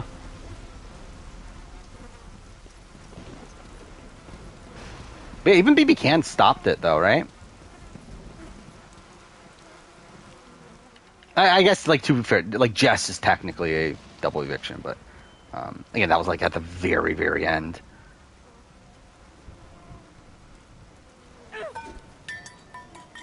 Biggest superfan flop? I mean, like, probably, like, Jacob Derwin, right? Ryan Shoulders. Is he a superfan? Actually, not. Is he a superfan now I think about it? I don't think he is he? I think he just, like, I think you just assume he is. But,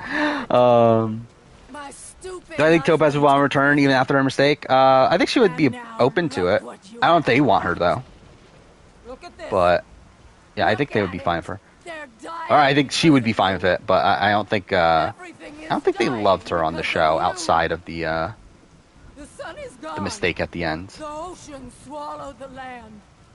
I see the Amazing Race 34 cast forced to promote Real Upbo. I saw that, like, wasn't Derek and Claire at the premiere or something? I did see that, but I haven't seen much else. Ruthless murdering of the gods has caused all of this. You think this garden is? Oh yeah, that Colin Jamar. I love that Colin Jamar double eviction. Your brute strength may have bested her. It's definitely my favorite.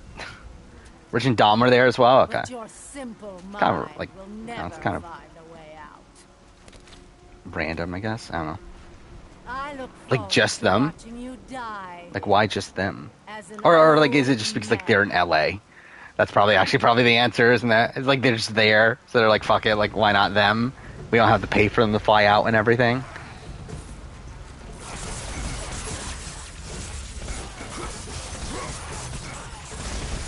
Big Brother, I would say Daniel's like up. I'm Frenchie.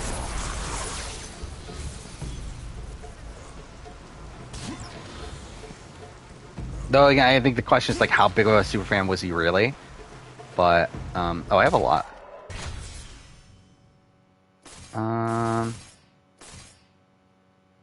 Is this the one I'm using? That is, right? How Kyle from the challenge do on Survivor? Probably not that well. Probably not well at all, realistically. I think he's too schemy. Really, I think most people from the challenge like wouldn't do that well in Survivor. I think Big Brother maybe, but like I think most of them are like kind of too dumb for Survivor. Okay, that's already maxed. Really?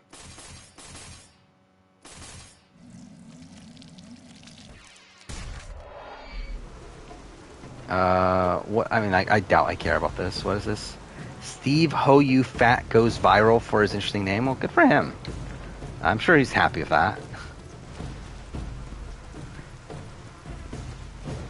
He'll probably be on Survivor UK. I mean, like, is he?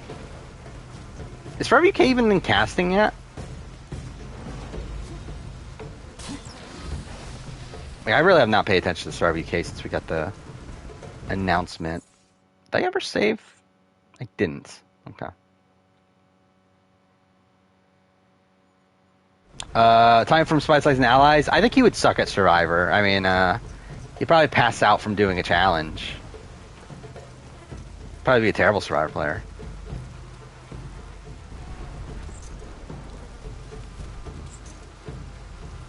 It is funny though, like I do think like when you see like Tommy on the challenge, like it just feels like so different from like most other challenge people.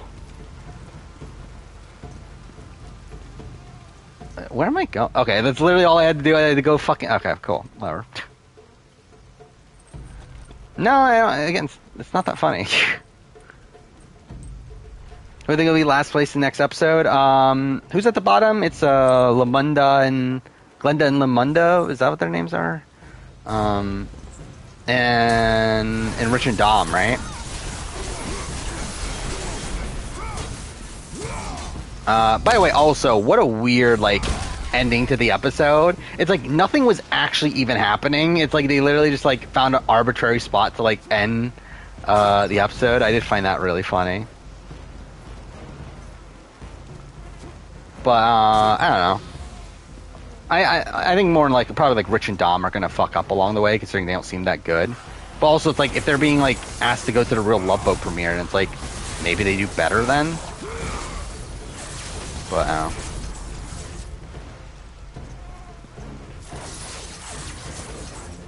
I was caught off guard when he saw Tommy was on Spy Size Now. Me too. And what's funny is that like I think I was even more caught off guard though when like he was in the casting for 38. Considering like he literally left Spies, Eyes, and Allies saying, "I'm never doing reality TV ever again," only for him to be in the casting pool for next season. It turns out that Lauren turned it down and not him. I do find that funny.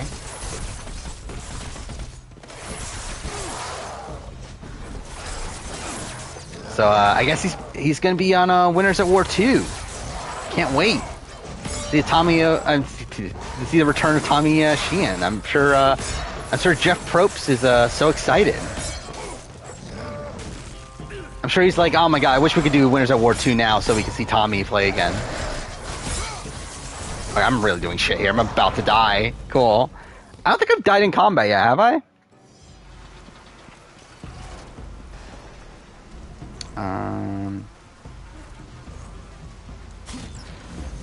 Screen Jillian, is it just Maggie, Sarah, and Tyler didn't play in part 3 and 1? I believe, did I say Tyler? Taylor. With US for sure, I know it's only Maggie and Taylor. In Can, it probably is only Jillian and Sarah. To be honest, I completely forgot about that stat. Yeah, they did actually get to. They did win after not winning part 3 or not playing in part 3. But yeah, obviously John won. Pax Bros were there.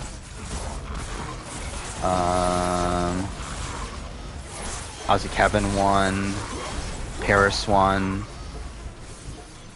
Dane won. Oh, I just realized they put me decently far back, didn't they?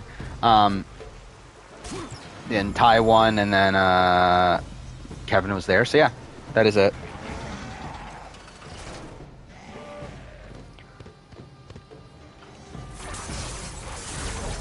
Okay, well that's great.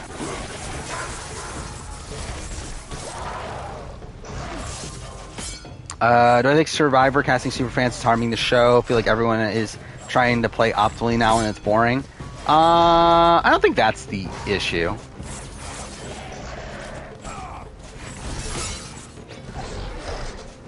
Like, I mean, I think realistically, it's like everyone tries to play optimally. It's just that people don't know what they're doing most of the time. However, I feel like with the way that Survivor is run now, I feel like having people that don't know what they're doing, I feel like they'll just be like too overwhelmed by the game. Okay, this is bullshit. Like, what the fuck is this? Like, can they just like not hit me? Like, what is that?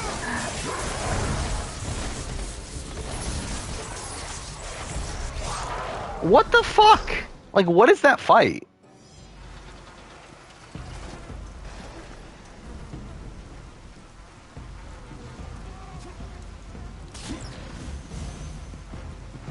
Realistically, will any IOI people ever return again? I think so.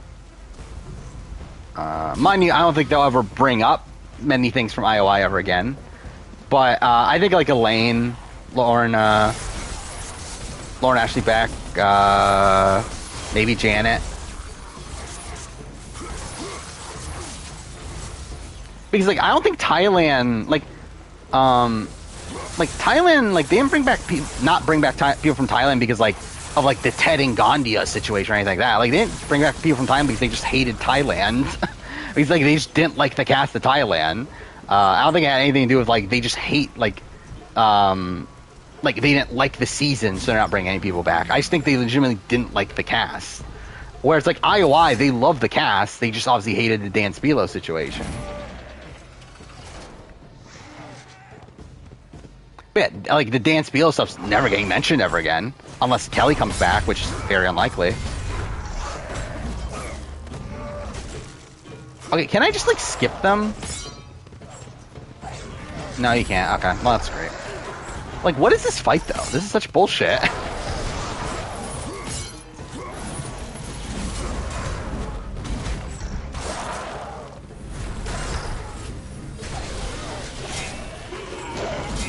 I don't even know what the fuck I'm doing, right? I'm literally just button mashing.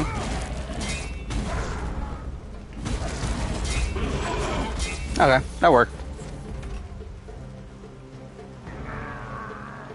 PAX Pros were there is the perfectly summary of BB Can 4. I mean, that's the way you want to take that. Watch Mojo made a top 10 banned reality shows. Big Brother Africa was number 6. What happened on Big Brother Africa? Is BB7 the only good season called All Stars? Probably. Because, I mean, every other, like, at least of the big shows are not good.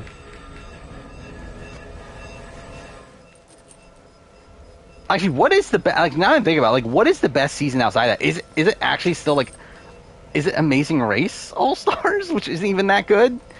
I don't know. Yeah, it is kind of a shit show after that, isn't it? You got Survivor All Stars, which is obviously shit. You have BB All Stars 2, which is shit. You have what else? Australian Survivor All Stars, which is like very meh. Oh yeah, I guess Challenge All Stars. Yeah, I guess that's fine.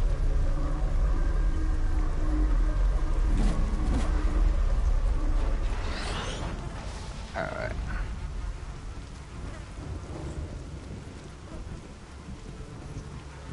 What do I need to do here again?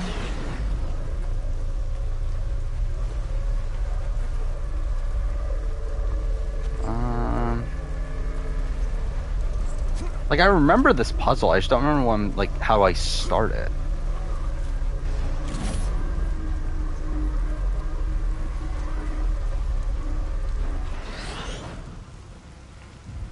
But yeah, like, so I did do the prep for my pre-jury, post-jury ranking for Big Brother. And I will say, I'm pretty surprised at how low BB7 is on both of them. So, where, like, again, like, BB7 is, like, still top-tier season of the show for Big Brother US for me. It's, like, number 2, number 3, probably. But, yeah, it doesn't really reflect that on the,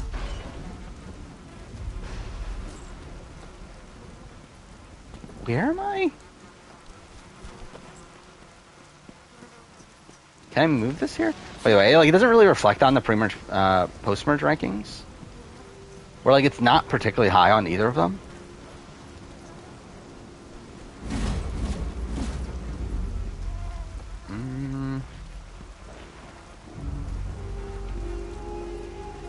Yeah, how do I start this? I don't remember.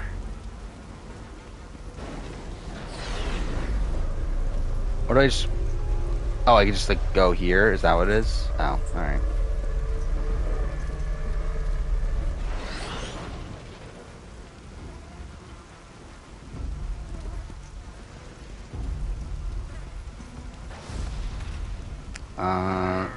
Yeah, it's also kind of weird, like, the pre-jury of it all, because, like, I kind of forgot that, like, BB4's pre-jury is, like, 3 weeks, which is, like, barely anything.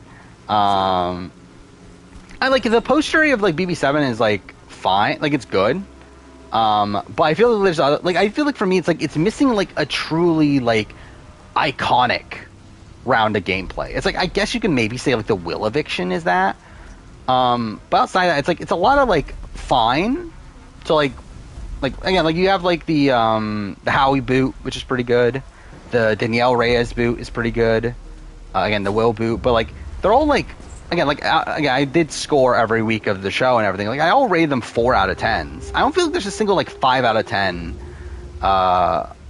week. It really, like, in all of, like, BB All-Stars, I don't think there's a single 5 out of 10.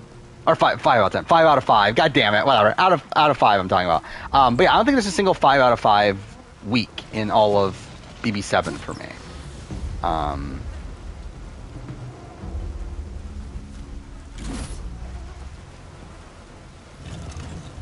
here we go.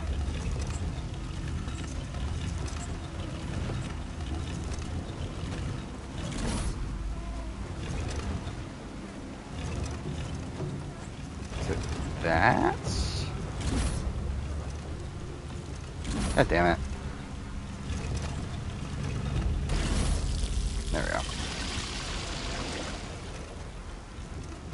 Malawi banned Big Brother Africa mainly because the Malay, lawmakers. Just because they found it immoral. It's like, what does that even mean?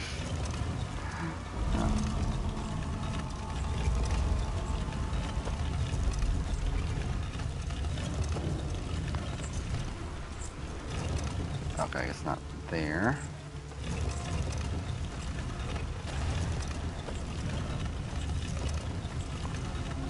But yeah, there were some like seasons that I was kind of surprised at where they landed on the. I thought that was such a drastic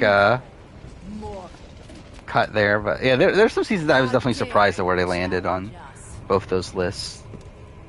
You think you can just walk away? We aren't. Oh yeah, Marcellus Boot is one. Yeah, I rated that like a 3 out of 5 though. It's like it's good in the sense that obviously like Will like tricks Janelle into using him as a pawn, and they send him out. But it's like, I don't know, it's still just fine. What have you done to me? Again, like I like this season as a whole. It's just I think when you like break it up, like week to week, and like look at it in that way, like it's just like fine.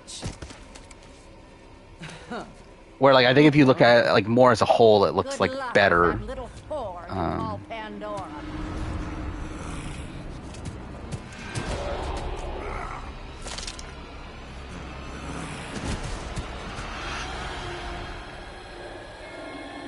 Did I say I didn't hate the bad Amazing Race Canada seasons?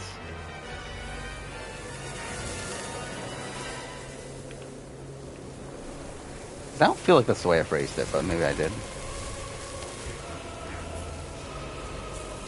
And like, I mean, I think in comparison to the other international seasons, then, yeah, I think that's true. I mean, like, I think Amazing Race Canada 6 is still better than like, what, half of the Amazing Race Australia seasons and like most of the Asia and China Rush seasons, so like it's more so an indictment on like how shit international Amazing Race is in my eyes, but yeah.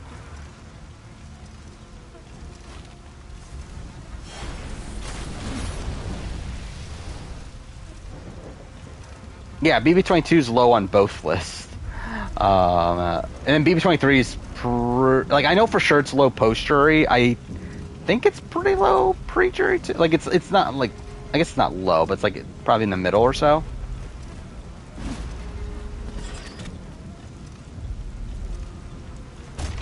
Favorite classic God of War game? I mean, like if we're talking about this as a classic, then this. Like I think 2 and 3. Like if I were to rank like every game outside of 2018, that's probably 3, 2. I don't know how do you rate the PSP ones? I don't even remember anymore. One's probably my least favorite, I think. I don't know. Maybe it would be the PSP ones. I don't know. But either way, like 3, it would be 3 would be my favorite. But I think 2 probably is like 3 is the bigger spectacle. While I feel like 2 is probably the one that has like the better like narrative technically.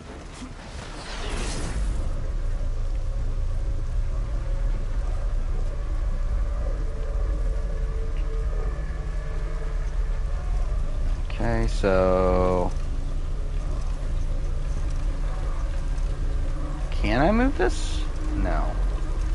Oh, I just put the stair thing there, don't I? Okay. Wait, where'd the stairs go? Oh, there they are. I'm a fucking idiot. But yeah, I was also like kind of interested in how high BB11 and BB13 were for me. Which, like, I mean, I always liked BB11, 13 more than most people, but I had both of them pretty high on both the pre-jury and post-jury rankings. And same thing if, I mean, like, I guess BB9's not high, but, like, BB9's probably higher than most people would think it is.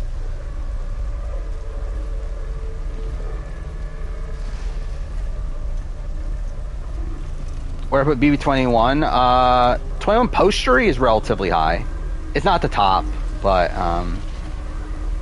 yeah, it's decently high. Pre-jury's towards the bottom.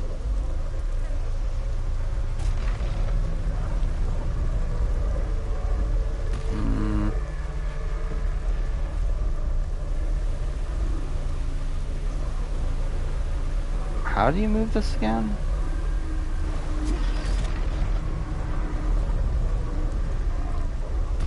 Oh, I think it's just this, right? Oh, fuck, I need the stairs. God damn it.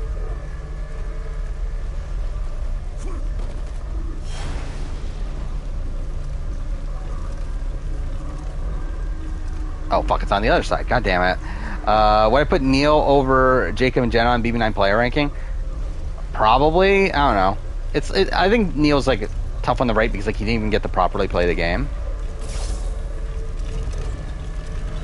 But just for the sake of argument and everything, and, like, I probably would. Just because, like, obviously, like, I think Jen and Neil are two of the worst, or Jen and Jacob are two of the worst players ever. So it's, like, just by, like, just to keep in line with that, I guess that he would be if I were to even bother ranking him.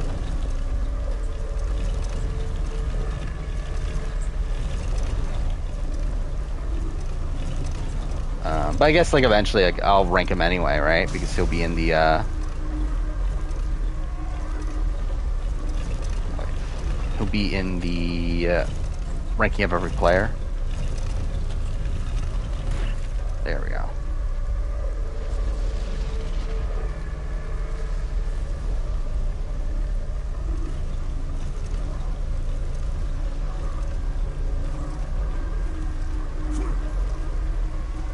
Yeah, Neil never even got a DR or anything, too, which is funny.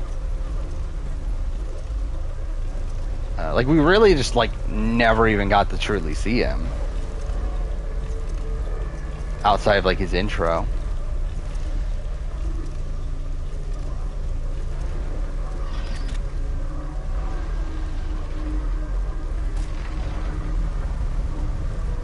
Okay. Let's go there first.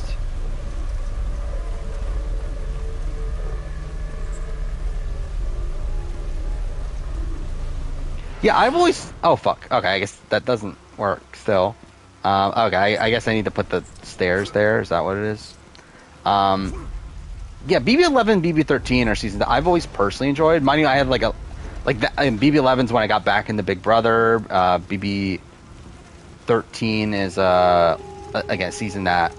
I guess, for that, that's probably the first season I watched any true live feeds for, so I guess that's a level of nostalgia. But yeah, I was pretty invested in BB13. So I don't know. It's like I've always liked those two seasons more than most people, it feels like, considering I feel like a lot of the superfan community is really low on them. And like same thing goes with BB9 as well. Though again, like I don't know how BB9 actually ranks for me nowadays. I really don't like. I like obviously I made the season ranking. What was that? 3 years ago now. I have not like touched it since that. Like I do not even like truly know my modern season ranking because I do feel like I probably would bump stuff like that up now, but I haven't bothered to actually like properly do it yet.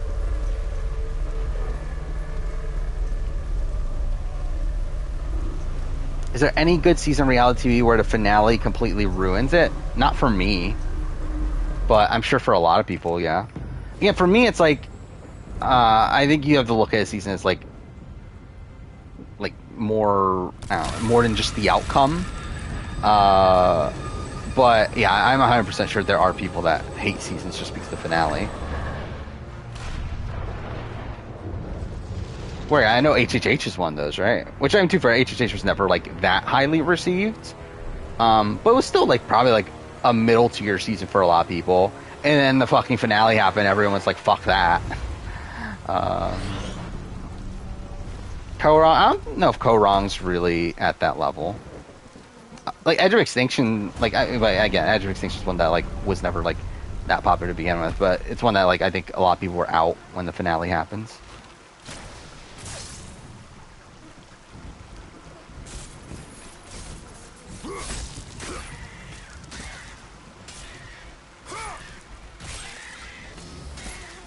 Although, like, all the harpies just, like, randomly appear out of nowhere, but fine.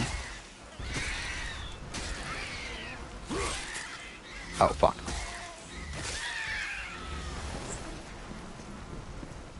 Where do I stand on, Michelle and Aubrey thing in what? I mean, Michelle like deserved to win because she won. And were Jason Scott bitter? To a degree, yeah. Do I care really? Not really. Like, again, do I think Aubrey played the better game, the game that I would vote for? Yeah, but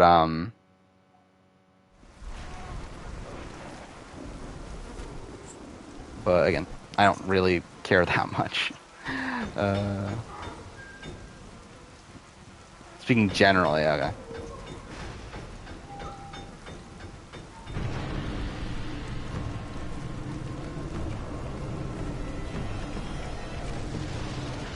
But yeah, like, I never looked at the finale as, like, bad.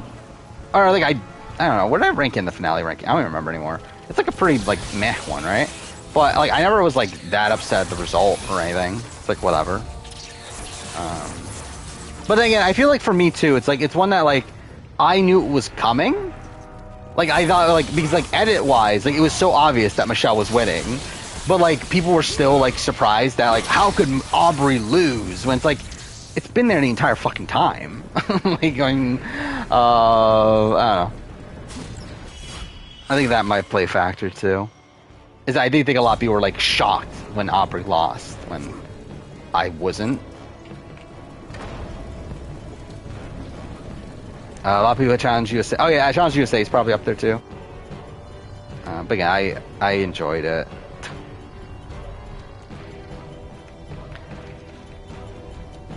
Ben Wayne takes the win out, says, yeah. Again, like, I don't think it's the best outcome for the season. But I don't think it ruins the season for me. Okay, well.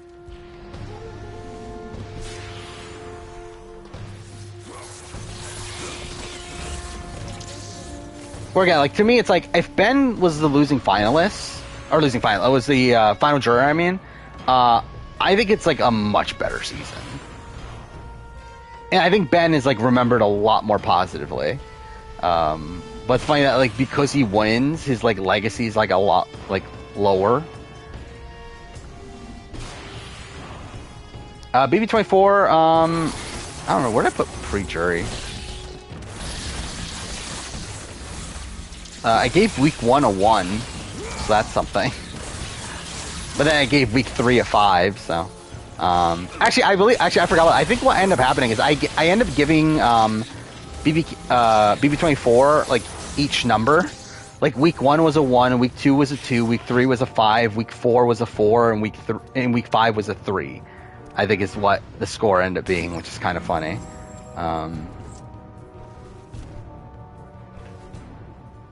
But yeah, I don't actually. I don't remember anymore. I think it was around the middle, maybe. And then post-jury, I'm pretty sure it was like pretty much right in the middle. Okay, Aubrey exists to play way too many times in a short period. Yeah, that's definitely a thing. I think she's like, and also like the fact that she's like so discommunicated from the franchise at this point. I think it definitely plays a factor. I did see this article. I haven't actually like watched the video, or like I don't remember most of the answers of like who's an underrated player, but I did see that was the thing. How many BB20 2 weeks got a 1? I don't think that many. A lot of 2s though. Where for me, like a 1 has to also have like, it either is like so straightforward to where there's like literally no intrigue. Oh, fuck off. How am I missing like every one of these? Or it's like has like ickiness to it. So I feel like BB22, a lot of it ended up being like 2s. But not that many 1s. 16 actually had more 1s, I believe, than 22. By the way, I did not realize this also. BB16 has the longest post-jury.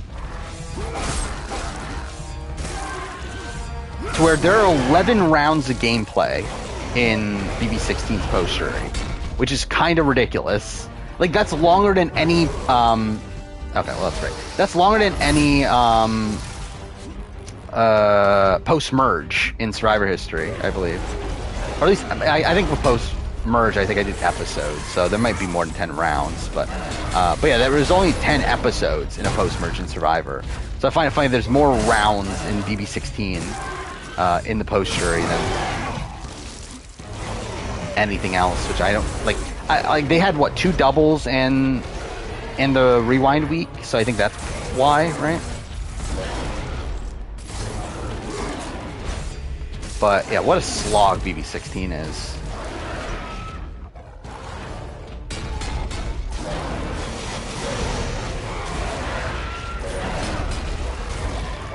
I think I still give the Bailey week a 2 because I feel like there was still like intrigue during that week.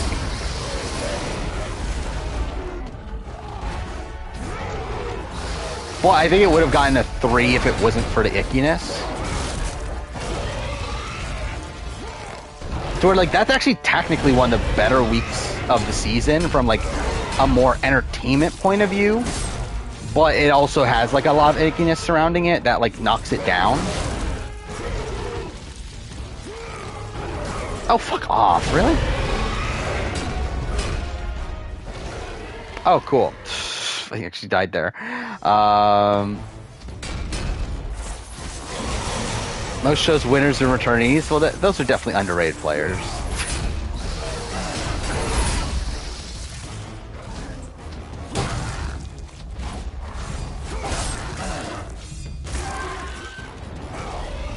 Wait, what? I missed that last one? Okay, cool.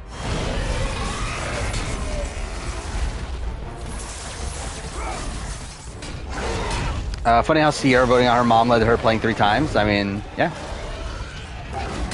It's funny how Laura Moret being cast for Survivor Samoa led to Sierra playing 3 times.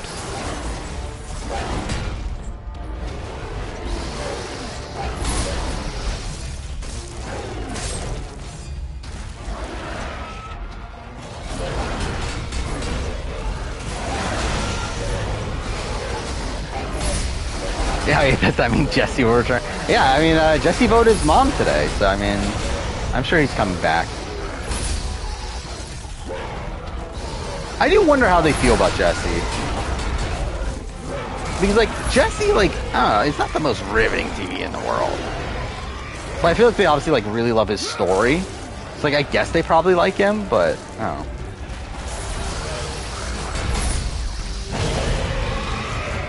Okay, why are there so many?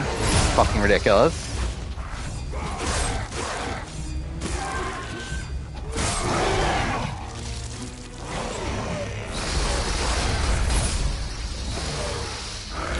Okay, this fight's bullshit.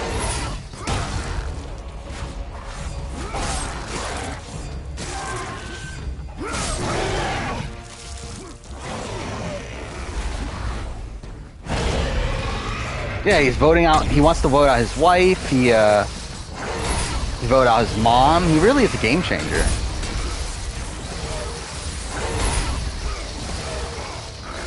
Even Boston Rob wouldn't do that.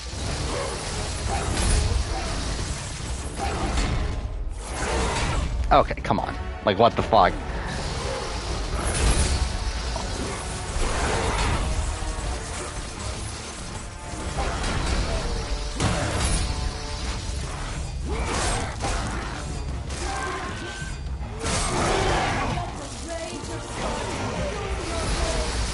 Oh, I keep on forgetting I have the special attack. There we go. Again, fuck all the quick time events in this game. It's like, obviously that's like what God of War like became known for. As for its like addition to quick time events, but like still, it's like, what the fuck, dude? It's like they're really just like not fun to play. Like, thank God they got rid of these. I feel like the endgame of BB22 is even worse than most retro seasons in terms of filler. Yeah. I think it's definitely up there. Again, there's like really nothing going on in those last few weeks.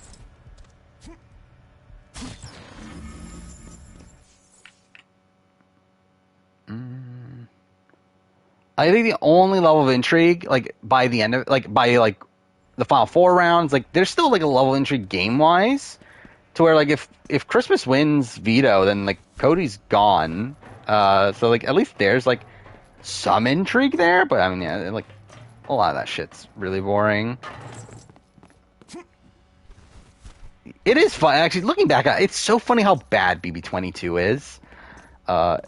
It's funny like how they actually made a season that shit this recently. Like it's not even been 2 years since the end of BB22, or at least it's probably around 2 years right now, isn't it? Oh, actually no, I don't think it has been 22. Okay, well that's great. Because it ended like end of October, right? Are you fucking serious? Wait, is this before the fight? Okay, no, it's after. Okay. I was gonna say, if it was before the fight, then fuck that. Where am I going now?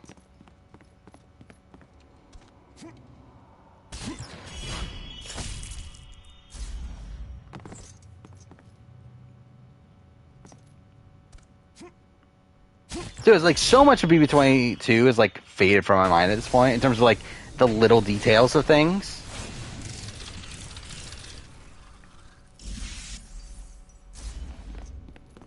And I really have like no interest in rewatching BB22 really ever again. Like I don't know, like would there ever be a point that I bother rewatching BB22? Like maybe if I just do a full series rewatch. But like again, like in terms of like a video, it's like I think I've said all I really have to say about 22 in the review. I feel content with that. And like yeah, I really just do not see myself talking about 22 extensively ever again. Oh yeah, I remember more of 21 than 22 for sure. And like 22 is really just like, I don't know, it's so blah by the end of it. Yeah, BB4's endgame's pretty shit. I'll have to watch that soon, which is gonna be interesting. Actually, I just realized I'm actually not that far away from watching Total Drama Island. To where, like right now I'm watching The Genius. I believe after The Genius is Total Drama Island, so that's something. We'll see how that goes. We'll see if I still decide to make the video after that.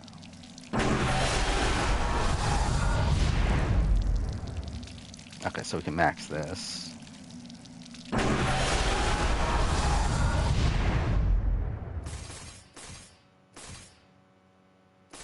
The rest of it doesn't matter, right? I guess we'll go for this. I could not even tell you what the theme song, Total Drama Island, was. Where am I going? Do I just jump in the water? Okay, I guess so. I have no memory of this part of the game.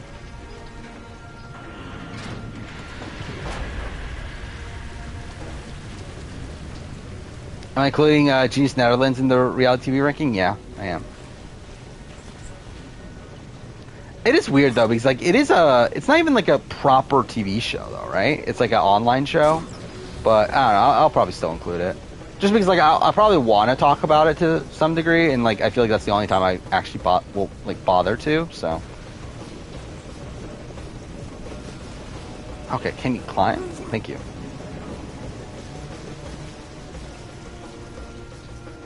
Didn't enjoy BB4 until the G boot. Yeah, it's probably again like BB4 is like not. It's not. Like, I used to have it like at the bottom of my season ranking. It's definitely not there anymore. Like there's a lot of like interesting gameplay stuff that happens on the season, but yeah, like that end game stretch is pretty rough.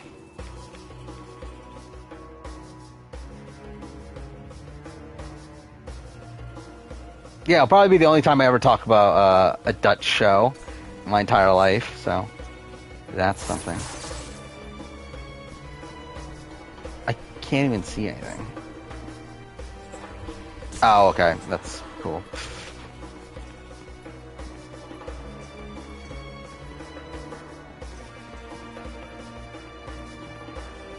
What's the best theme song in TV history? My Babysitter's a Teenager. I've never even... I don't even think I've even heard of that show.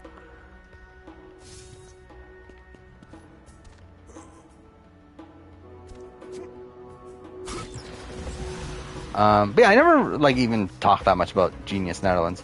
Like it's fine. It's like it's not as good as the original Genius, and like there's a lot of things that you can tell are stripped away from it. To where like the format is the same in terms of like the actual game is the same. With the exception of Garnets, there's no Garnets, which is like, I think that's a loss. But outside that, it's like it's technically the same format. It's just that I feel like a lot of the charm of it is gone. It's like the cast like barely got to know any of the cast throughout the premiere. Like really, only the boot. I feel like the only person that I knew that much about. And then what else was it? The the editing tricks that made it a lot of fun in the original just aren't there. Like there's no flash forwards, flashbacks. Okay, well that's great.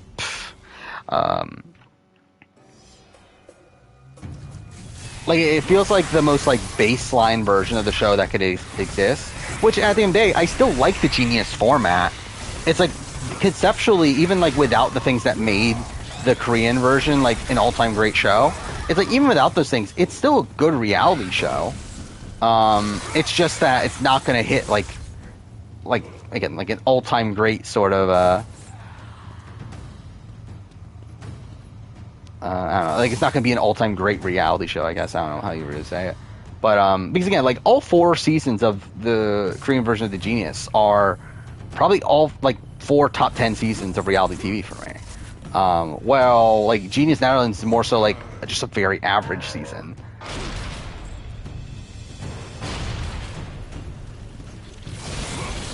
Okay, this game's really starting to drag at this point. It's like what are we even doing right now in this game? Oh, it's not a teenage vampire, it's just a regular vampire? Oh.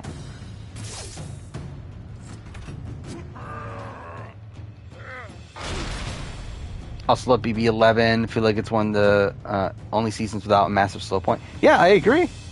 Again, like when running through the pre-merge post-merge ranking, it's like I don't think there's a single like bad week of the show. Like even at the end, it's like even at the Final Four round where like you would think it would be boring, it's like at least there you have Natalie getting like HOH-itis at the Final Four, and you have her like lie about that she can't win the game and like all that stuff. Like there's really like something going on. And then like even in the Final 3 round, you have like Kevin changing his mind and deciding to take Jordan to the end, and you have Jordan cutting Kevin. It's like there's still stuff going on. Yeah, like early on, it's like again the Brayden week's like a really interesting week. You have Laura going home, which like the Laura boot is like kind of like foreshown, but you still have like all the. Okay, did I just fuck that up? Okay, I guess not. You still have all the stuff with Ronnie and like exposing him as a rat and all that stuff. Then you have the Casey backdoor. Which is again probably like another like not the greatest week in the world, but at least there's like that. There's something to it. And then obviously you have the coup d'etat. You have the Ronnie eviction week. You have Shima getting expelled. You have Lydia going crazy on her way out. Then you have the Russell and Jeff eviction. So again, you got a lot going on in BB11. To be honest, I never got why the Super Fan community doesn't like BB11. Like, is it just because like Jesse gets screwed by the coup d'etat, and like the coup d'etat has like a major influence on things? Is that why? Like BB13, I can get a bit more. But like I never got like why BB11 was so disliked.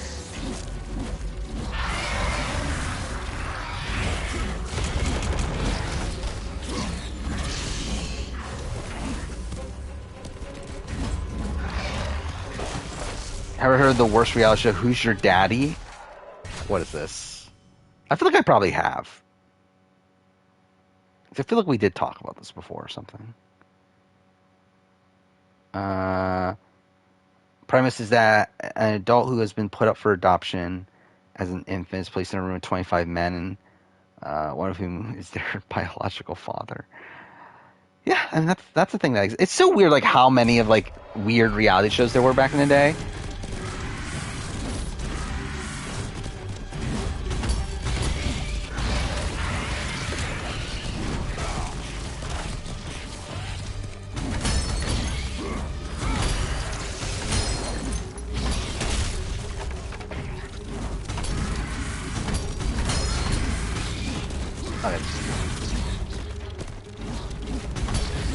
Can I not hit them anymore?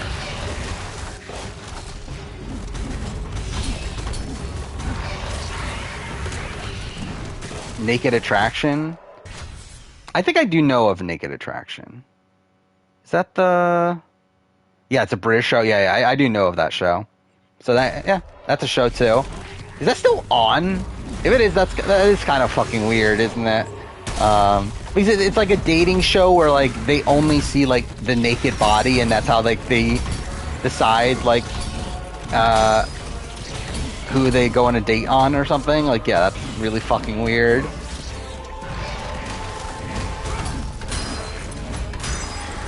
Oh, there we go.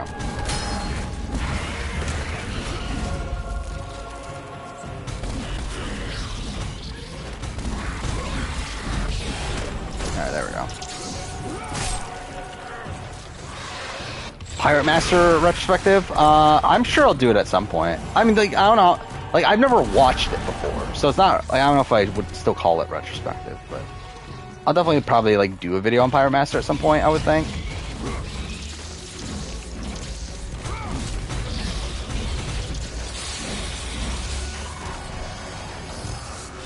Yeah, you gotta see the show that Russell Hantz was supposed to be on. Kid Nation, same thing. I never watched Kid Nation, but maybe at some point.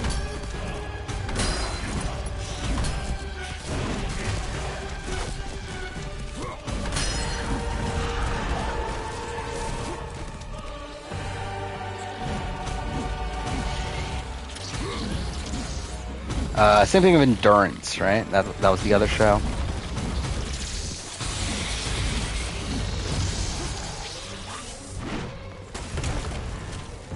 Yeah, I'll probably watch them at some point. Okay, well, that's great.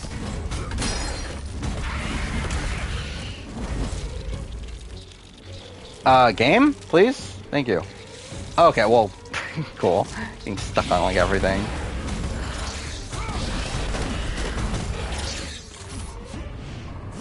Oh, fuck off, I missed that.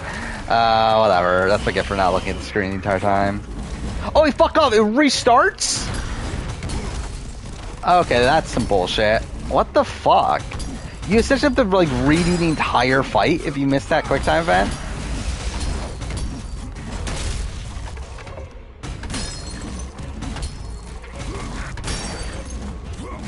Yeah, that sounds like a dumb show, Survivor. I can't believe anyone, like, makes content about that show. Like, what a shit show.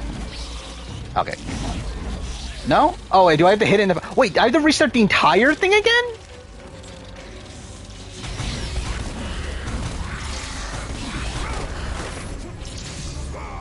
Or maybe not.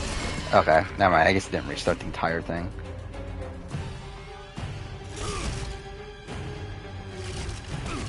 Oh, fuck off. Of course, I died there. What the fuck? Ugh. Oh, at least that was a checkpoint. I thought it would make me restart the entire thing. Oh, and I still died there again, though. What the fuck? Ugh.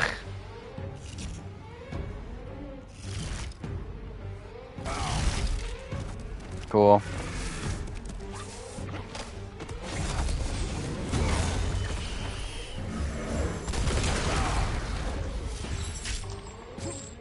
Oh, fuck. Okay, that was me pushing the wrong button. This didn't kill me.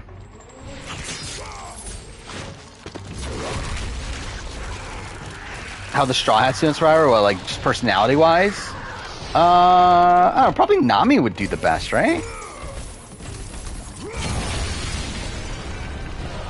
Or at least, like, Luffy, I feel like would just be, like, too big of a loudmouth. I guess he does have like charisma though, so I don't know. Maybe he would do well, but then like he wouldn't have any like real strategy, right? Zoro. Like Zoro maybe could do well. Like he would be like, I guess like how strategic is Zoro in terms of like a survivor situation? Oh, yeah, he would be hungry too. Yeah, that'll be a thing too.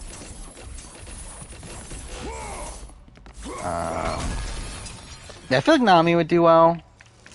Again, like potential for like early boot, but I think outside that Nami would do well. Usopp would do shit, you would think. Like Usopp's like the Jacob Derwin, right? Yeah, Zoro's just Gino, I guess. Ice storm. It is the key to unlocking the labyrinth.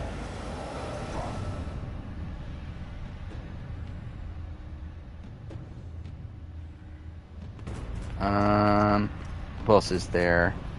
Sanji, like I feel like Sanji would just be like following around whatever like girl gives him attention, right?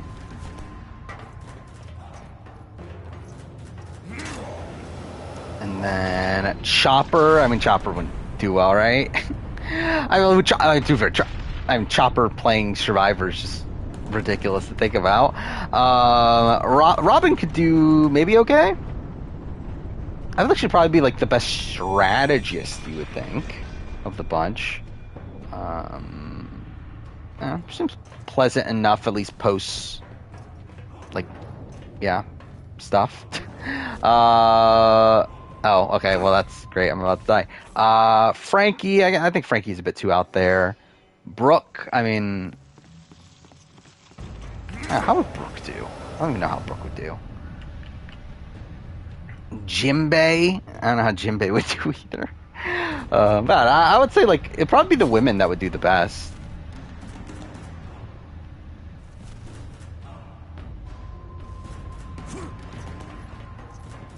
I feel like Jinbei would be like too blindly loyal, right? And too fair though, I guess he does like turn against the world government and all that stuff, so I guess it wouldn't be blind loyalty.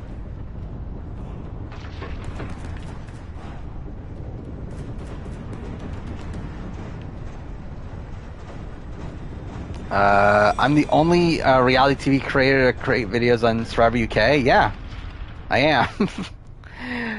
That's not a good thing, though. I don't feel like, but yeah, I am. We'll see if any. I wonder if anyone's going to show up for the new Survivor UK.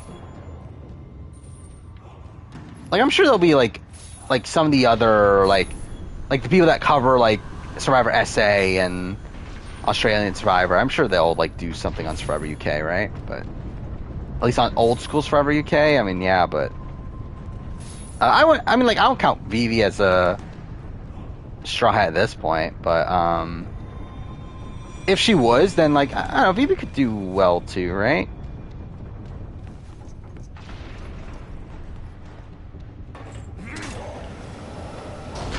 Like, I don't know if she has like a killer instinct necessarily, but I mean, like RGP will definitely, yeah, they'll definitely do podcasts and stuff.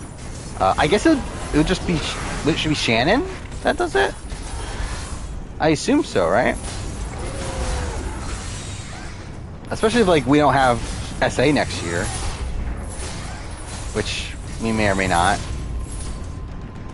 Yeah, I assume Shannon's going to be the one that cover it.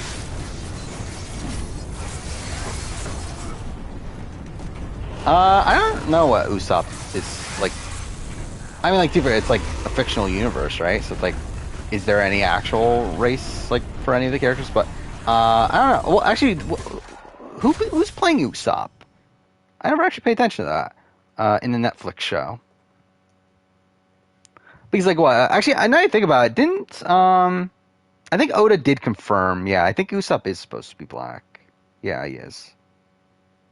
But I forgot about that, yeah, Oda did confirm that, like, that Luffy's like Brazilian, right? And then like obviously Zoro's Japanese and like that sort of thing.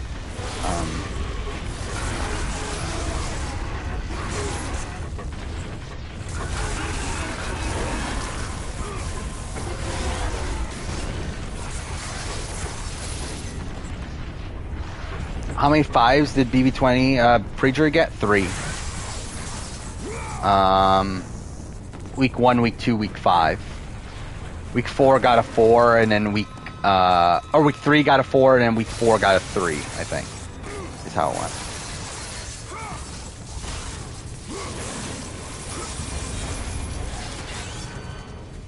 Oh, I actually died from that? Okay, cool. That's great. What the fuck? Probably UK guest hosts. I mean, like, will they? I don't know if they're gonna bother. I mean, I guess we'll see, but like, they don't for SA. So I don't know.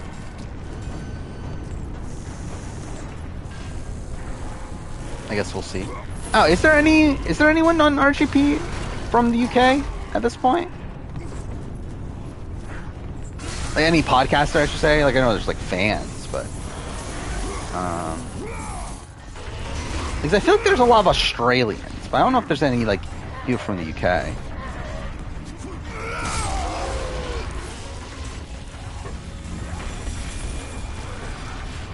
Oh, fuck off. Really? I guess I need to kill the Medusa right away.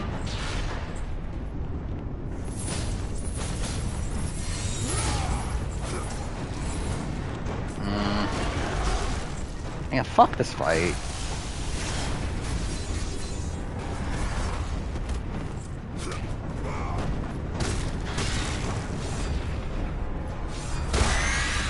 There we go.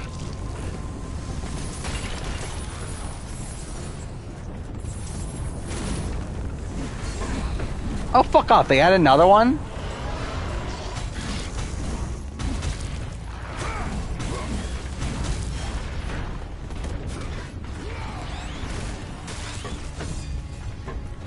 Oh, fuck. Okay, I hit the wrong button. No, please, no. Oh, fuck off. Again, fuck this fight. Who the fuck thought that was a fun idea? Of like, oh, Medusa turns you to stone and then you just get instantly killed by any hit you get hit after that.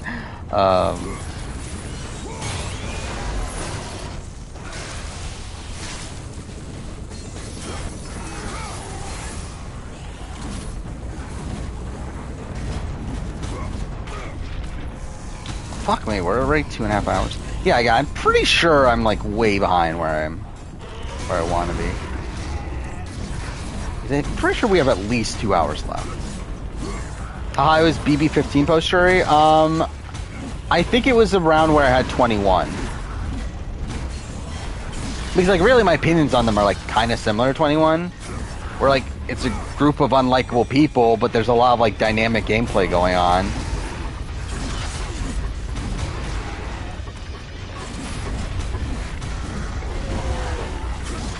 Pre-jury's pretty low, though. So, I mean, to be fair, same thing with 21. And it's like, it sucks, because, like, again, the first 2 weeks of BB15 are, like, 2 of the best weeks in the history of the show. The problem is that, even then, like, you have the racism stuff, but, like, obviously it gets, like, really, really focused on in week 3. And then from that point on, like, it is a bit of a slog, too.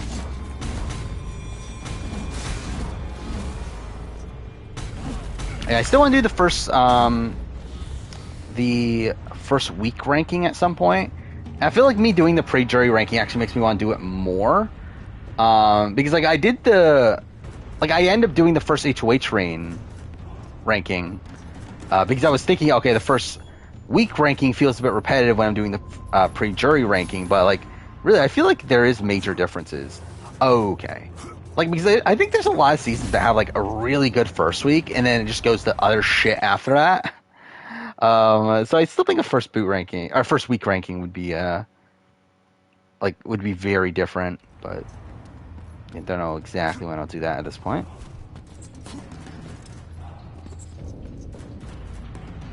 Oh, yeah, Shannon, what's her last name? Starts with a C, right? Not Shannon, Sarah, I mean. Sarah, what was her last? But yeah, I know that, yeah, she's been on a few podcasts that I've listened to.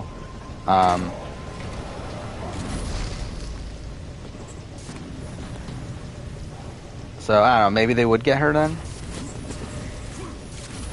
Because I believe, didn't she do, was it BBAU podcast? I don't remember. Yeah, I don't know how, like, BB9, it's like, what do I consider the first week? Like, I guess I would do everything up until the the Parker and Jen eviction? Because, like, that's technically the first week of gameplay. And, like, the first HOH isn't until then, too. Because, like, I mean, like, because even if you're just doing the Jacob Hurd eviction, that's like pretty good. But like, yeah, like if you're going beyond that, it's like that's a just insane first week with like so much shit going on there. But yeah, like you have what was the other one? There were like okay, let's look up my list real quick. Did RHP cover BBUK? No, but then again, like RHP was much smaller when BBUK was like a big thing. But again, they did cover BBAU, so I don't know. Maybe they would do BBUK, but we'll see.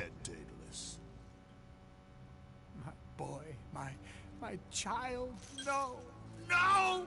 Yeah, 14 is like a really great week. Well, I mean, too fair, the entire pre-merge for 14 is like pretty solid. Now, what's one that like just goes to shit afterwards? Well, I mean, 19 is a big one. The king of the gods has forsaken me. He said that if I built the labyrinth, I would see the return of my son. He said that if I took the actually, did I include? Okay, in this pre-jury ranking, now I'm looking at it. I think I included Jacob. I think I had the Jacob week rated as its own separate week. Even though it's only like 2 episodes, and it's like 2 days or whatever, but whatever. What's for most forgettable BB season? Probably 5 is up there, modern day. I mean, not realistic. The answer is 9, right? Because like outside of it being looked at as like, oh, that's the shit season. Like I feel like no one talks about 9 in any like deep way. It's like, oh, that's the shit season that the drug addict won the show. I think that's like mostly what people remember BB9 as.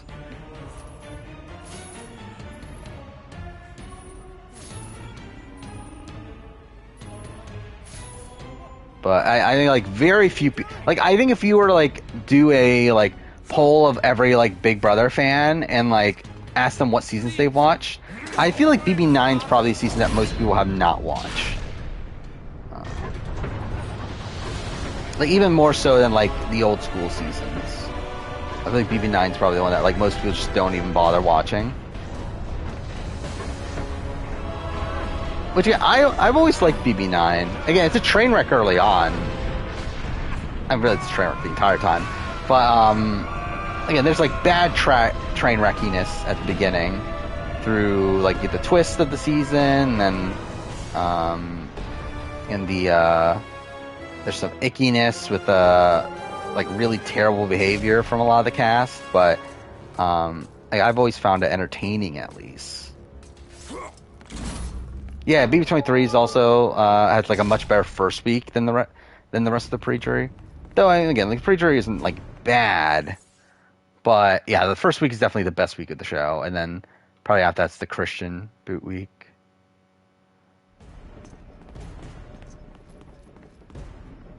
Wait, where is this in my other playthrough? Okay, so this is part 12. So we have about 2 hours from now. Okay, yeah. So we're definitely behind where I want to be, but whatever.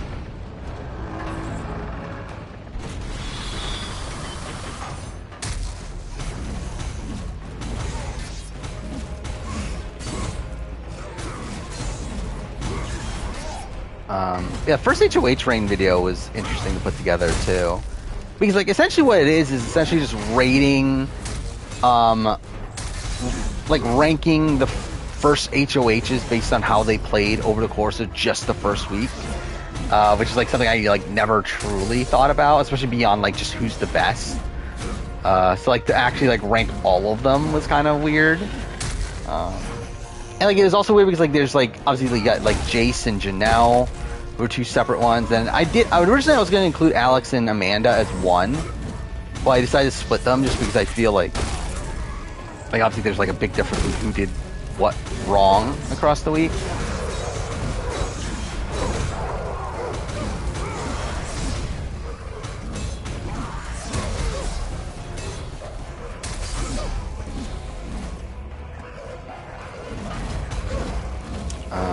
But yeah, like really, like and surprisingly out of all of it is that Frenchie's not actually at the very bottom.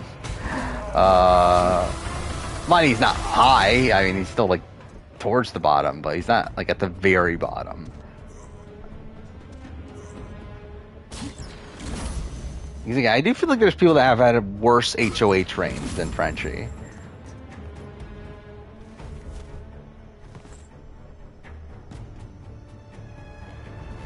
Yeah, if I do a first week ranking, I think 24 would be at the bottom because it's like really like mediocre, and it also has the ickiness of the Taylor like mistreatment. So it's like even without the Taylor mistreatment, it would already be like probably a 2.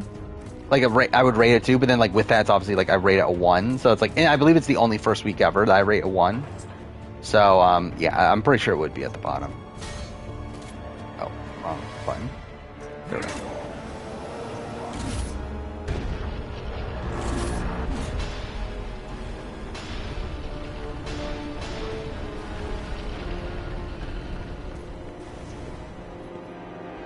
Oh fuck, I'm about to die. Cool. That's great. Didn't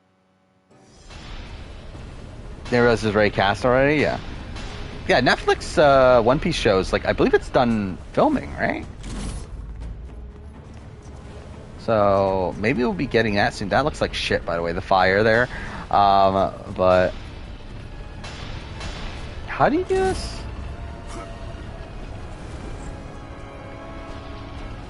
Oh, you don't climb that?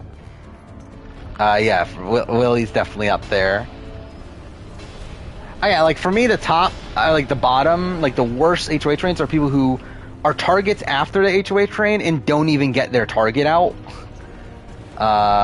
So yeah, Willie's in that. What was it? It's Willie, Cody, and Boogie, I believe, are the 3 that have that distinction. But like, to be fair, Boogie wasn't the number 1 target, so. At least like Will was going to be targeted before Boogie, so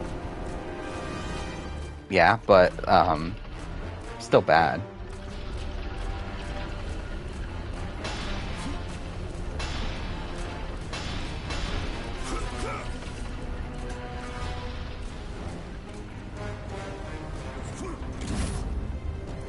Yeah, I never even bothered looking at much of the casting beyond just the main people. Oh, fuck off. Cool.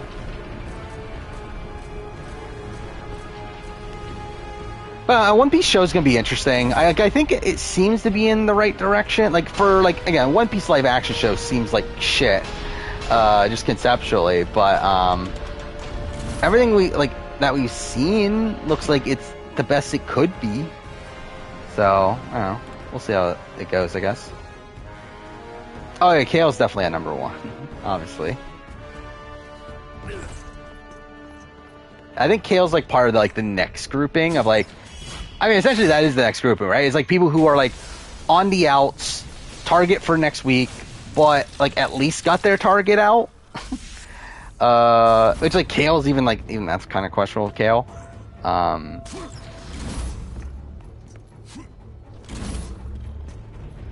She lands.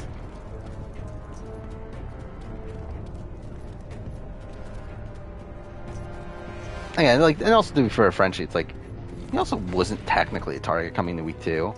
It's just that he played week 2 so poorly that he became the target. But what is this?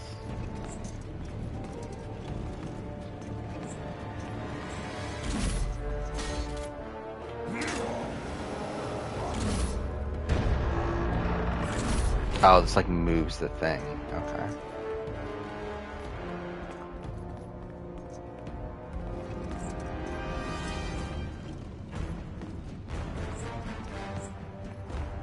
Assume they're going an arc a season. I believe they're going the entire East Blue for season 1. I believe.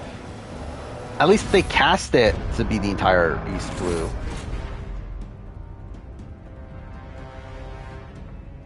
To where, like, I know Arlong is cast, right? So yeah, it's gonna be, I believe, the entire East Blue saga, which, we'll see. I mean, like, how many episodes are there? Do we know that yet? Like, I don't know how, if it's only like a 10-episode season, I don't know how the fuck they're gonna fit that in 10 episodes. Like, that seems like a lot. But I mean, like, realistically, again, it's probably gonna be shit anyway, but didn't I do this rundown before of like how many seasons it would take from even like bother like doing the rest of the series? Again, like the weird thing about all of this is that 100% they're never finishing the actual series. Like I don't even know why they're even bothering to do it. Like, it just feels kind of weird they're even bothering to do a live action series that, again, like, will never be finished. It's like, I don't even know how far they're gonna get. Like, where are they gonna end it at? Because, like, Netflix is for sure not having the show on for, like, 15 seasons. That it would probably take.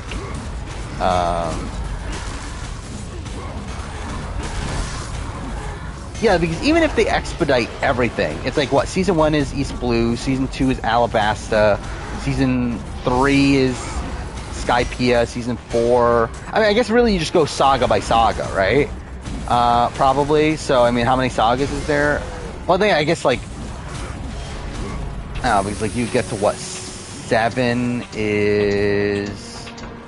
Oh, god damn it. Of course I fucked that up. 7 would be Fishman, 8 would be Dressrosa, 9... Yeah, because, like, the Yonko saga you would have to break up, right? Well, I mean, I guess you would do, like, Whole Cake and then Wano. And, yeah, so it would take, like, around 10 seasons or so to even in expedited fashion to catch up to where we are now, which is, like, never happening. It's like, I really don't get, like, what the point of this show is, in terms of, like, why, like, where are they gonna go with it? But, I don't know, it'll be interesting to see. It's gonna be shit, though. I think it is gonna be shit, even though things are, like, looking up for it, but, again, it'll be cool to see it at least tried, I guess.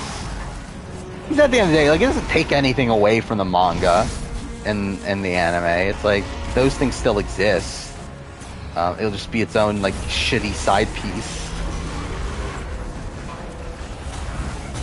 Oh, yeah, I forgot about, Ring of Longland. I mean, would they just skip it? Like, I feel like for Netflix show, like, I don't know, like, do you need it? Oh, fuck. No, fuck! I fucking missed it by, like, a second. God damn it. Whatever. I literally had fucking Square pushed at that point. Alright, so we're doing this again.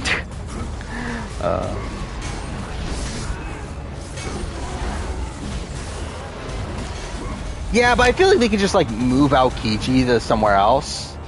Like, they could just move him to, like, he's at Water 7 when they arrive or something. Oh. Like, I mean, I think they're gonna have to skip over a lot if they're gonna want to fit it into, like, these proper seasons. There we go. Oh, it's Circle anyway. I pushed the wrong button anyway. So that's probably a factor.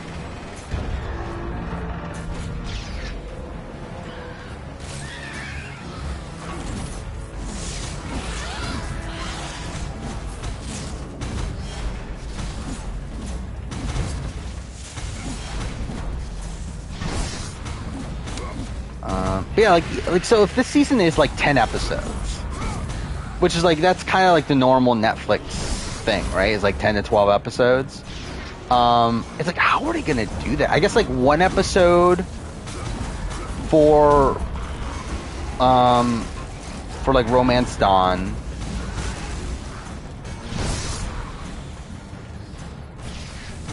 Yeah, how do you do that? Okay, one episode for Romance Dawn, one episode for Well, no, can you do that all in one episode? Like, can you do, like, Luffy's backstory and then also meeting Zoro and all that stuff? Can you do that all in one episode? I guess you probably could.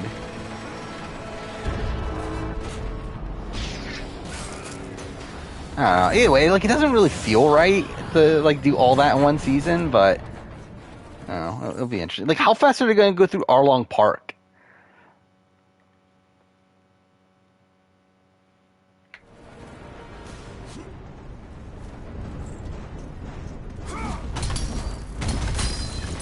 "50-minute episodes might be bad." I mean, yeah, that's what I assume that they're gonna be, right? Considering it's Netflix, it's gonna probably be like 50 minutes to an hour. Pandora! What has he done?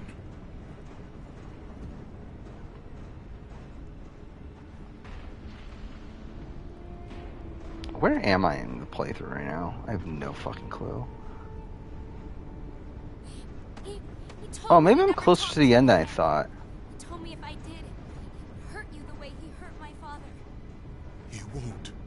He told me he would. Oh, no, I'm not. Never mind, I'm not. He can't. We must leave this place.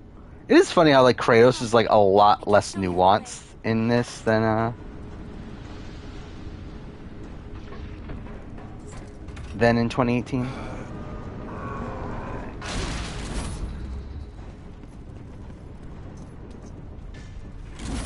Oh, I have to pick her up. God fucking damn it. Kratos, help me up. This way.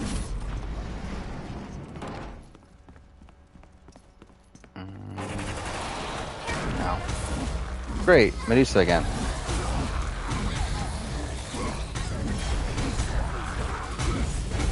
Yeah, it's like also like, are they just gonna go through all of like Syrup Village in one episode? And like Orange Town all in one episode? I guess they could.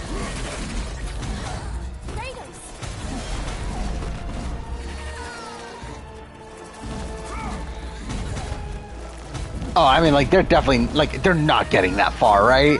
Like, that's what, Thriller Bark? They're not getting the fucking Thriller Bark. I think at best they get to Water 7. And even then, I don't think that's likely.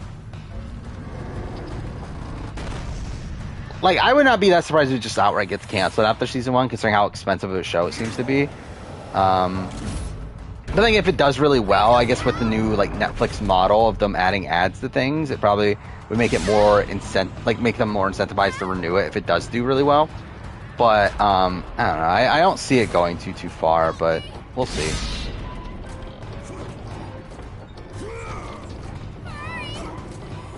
What's my favorite anime? I mean, just like not just the manga. I don't know. Is it like Death Note, maybe? I don't know. Because, like, obviously, like, most manga, or most anime ends up having, like, a lot of filler. So it's like One Piece, again, it's, like, incredible, but the anime is, like, kind of shit. And the same thing goes for, like, Dragon Ball. What am I doing right now? Oh, do I throw her up? Is that what it is? But, yeah, I don't know. I'll probably go, like, Death Note or something. But yeah, like I'm not like an expert on anime by any means. Kratos, I think I can open a cage. Especially recently. Yes, I can bring us some. Wait, I see something. I'm not sure what it is. Maybe I can. Dubbed or subbed? I think I watched dubbed. I think I got it. Yeah, I'm pretty sure I watched dubbed. It's on Netflix, right? I'm pretty sure. Yeah, I think I must have watched it dubbed. 'Cause I'm pretty sure that's where I watched it, and I don't think I would have turned on sub for if I watched it on Netflix. Kratos, hurry! Yeah, and I know Naruto is like ridiculous, which I never gotten into Naruto, but I always wanted to, but just I never did.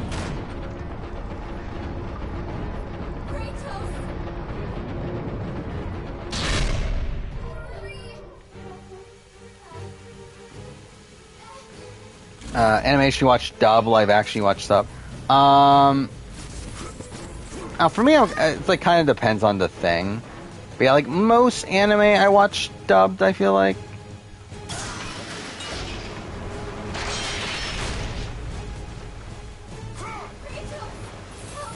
I did watch Squid Game dubbed the first time, so that's something.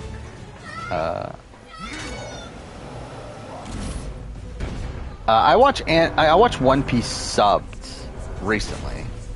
I like the newer episodes I've watched subbed. Though I did originally watch it dubbed. The Funimation dub, though, not the one that doesn't exist anymore. The really shit 4Kids dub, which is like really funny in retrospect. Because again, that's what I originally grew up on One Piece with. Was the fucking 4Kids dub, which like what an atrocity that is.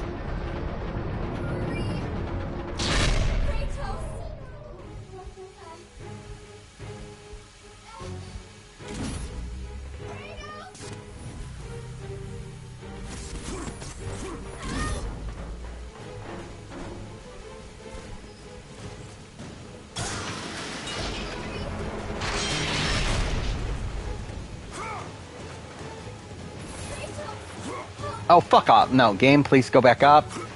Thank you. Yeah, this is not gonna end well.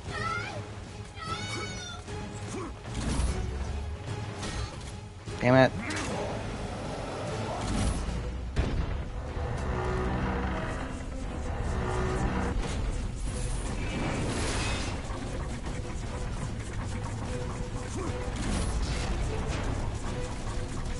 Where did I die here again? I don't remember anymore. Oh, I guess it's right there. God damn it. What am I supposed to do there? Oh, do I just wait for it to drop and then... Okay, that probably makes sense. Mob Psycho early recast.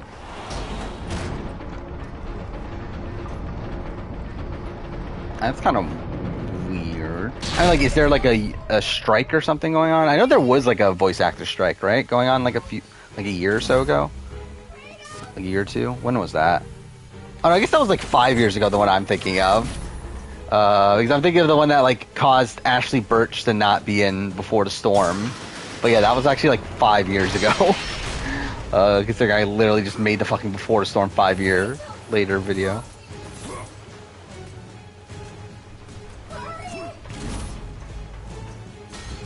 Oh, fuck off. I watched both when I was younger. Both 4Kids and Jetix.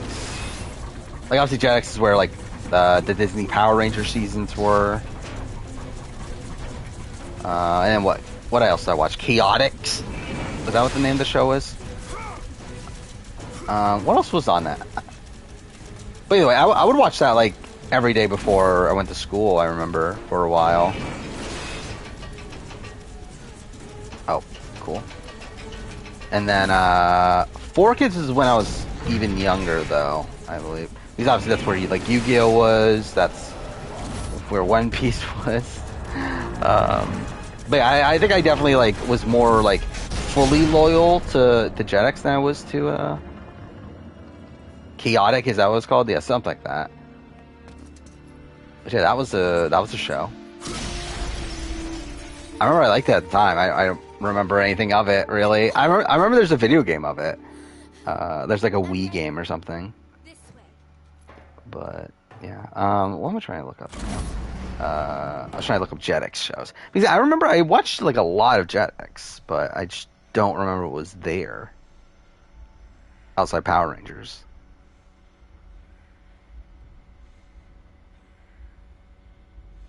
Alright, this is the programs. United States. Fuck off. It makes you go to another page.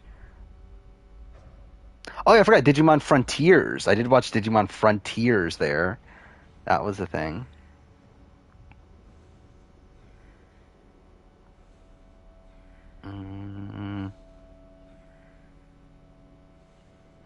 Yin Yang Yo was a show. Digimon Frontiers was on there, right? I guess all Digimon was on there.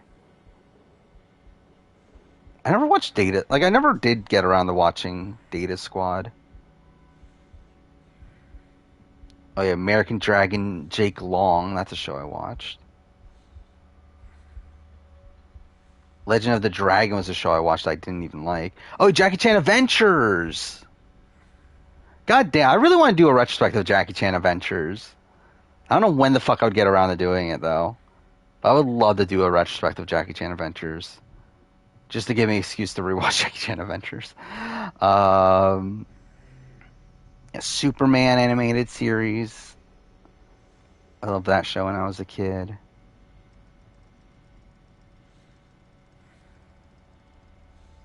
Wait, was Chaotic was a 4-kid show? That ended up being syndicated on Jetix? That's really fucking weird. But whatever.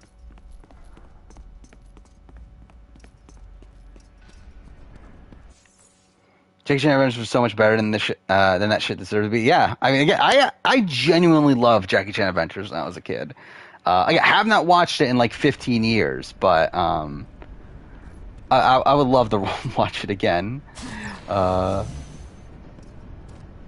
many episodes are there? There's like 5 seasons, right? So there's probably like, what, like 100 something episodes? That's kind of a bit of time. Dang it, it's only 30-minute episodes, so probably wouldn't be that bad. Oh, it's only 95 episodes. Yeah, that would only take like, 47 hour? No, not even that, because it's really like 20-minute episodes. Our journey is far from over, So it's like 30, a little bit over 30 hours. That's not too bad. Maybe I will. I don't know when I'll bother watching it, but I would like to. I would like to. Jackie Chan is one of my favorite actors. I mean, I watched a lot of Jackie Chan movies when I was a kid. Yeah, I fucking adored Rush Hour. Rush Hour 2 in particular. But Hephaestus did what every father should do. Protect his child. No. Yeah, like I don't think. Oh, has he done? Like, I don't think I've watched much of like what he's done recently. I just don't know what he's done recently. I think his best character in reality TV was in 2022. Words mean nothing. Perhaps. I don't know, like, In their words, I don't know, like Big Brother. Who do you have? Not really anybody, right? I mean, like Taylor's a great story, but I don't know if like as a character, I don't know. Like Marianne, but I feel like Marianne like wasn't shown as much as I would like her to be as a character. Where I feel like we got like a lot more like super serious Marianne content than what I would want her to do. Want her to get. I mean,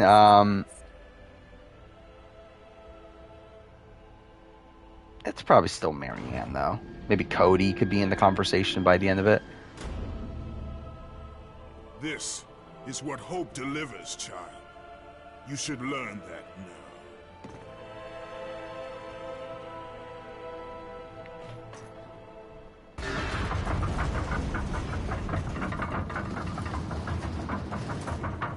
Like I said, I have about an hour and 27-ish minutes left. No, that's not right. Hour 22 minutes. Either way, whatever. So probably go like a little bit long here, but whatever.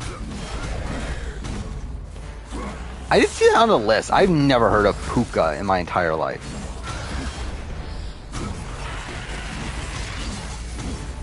It's a Korean show?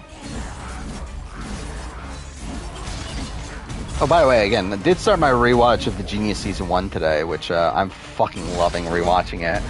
It's been like 3 years since I've watched The Genius, I believe.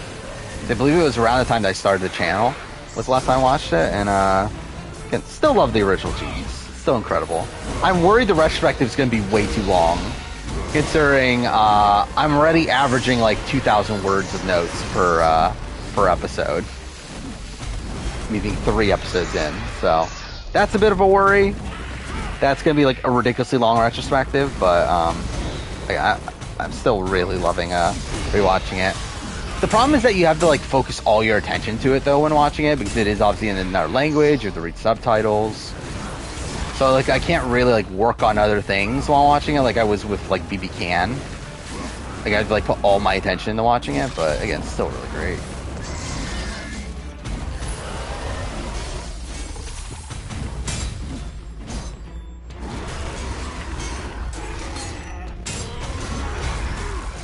Okay, well that's great.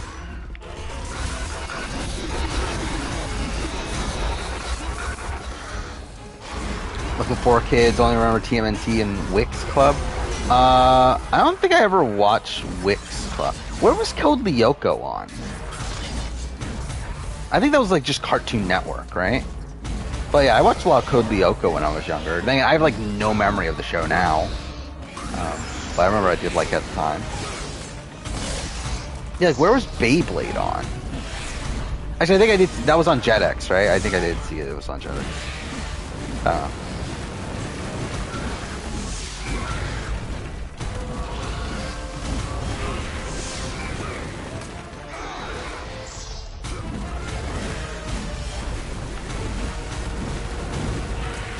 But yeah, like Power Rangers, Yu-Gi-Oh, Digimon were like my three like main shows. I feel like when I was a kid.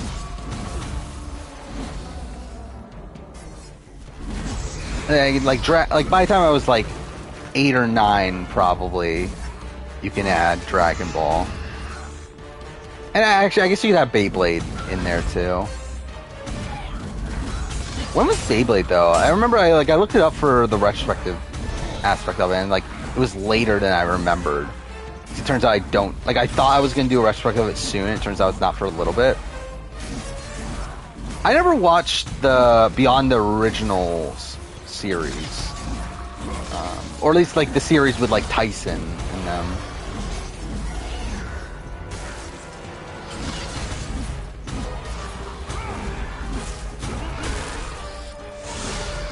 And like outside of doing like some sort of like season ranking or something, I really don't have much like I really don't care to.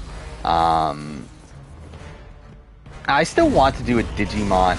I did put on my like list of like for videos of 2024 like to do a Digimon adventure retrospective, which I would like to do. However, I don't know. Should I just do like a Digimon season rank or series? I guess it would be season ranking instead. But then again, like I feel like I don't know, that means I have to watch like fucking what was it called? Digimon Fusion and stuff like that, which is like I don't know if I want to do that. I'm not bothering fucking doing Metal Saga for Beyblade. Again, I never watched it. I will do the original series.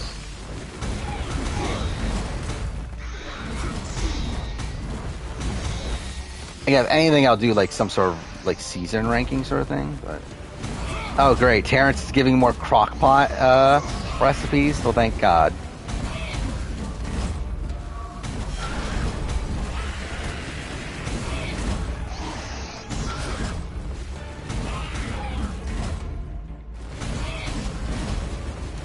Can this one die already? Like, what the fuck? How many times did I hit him? There we go.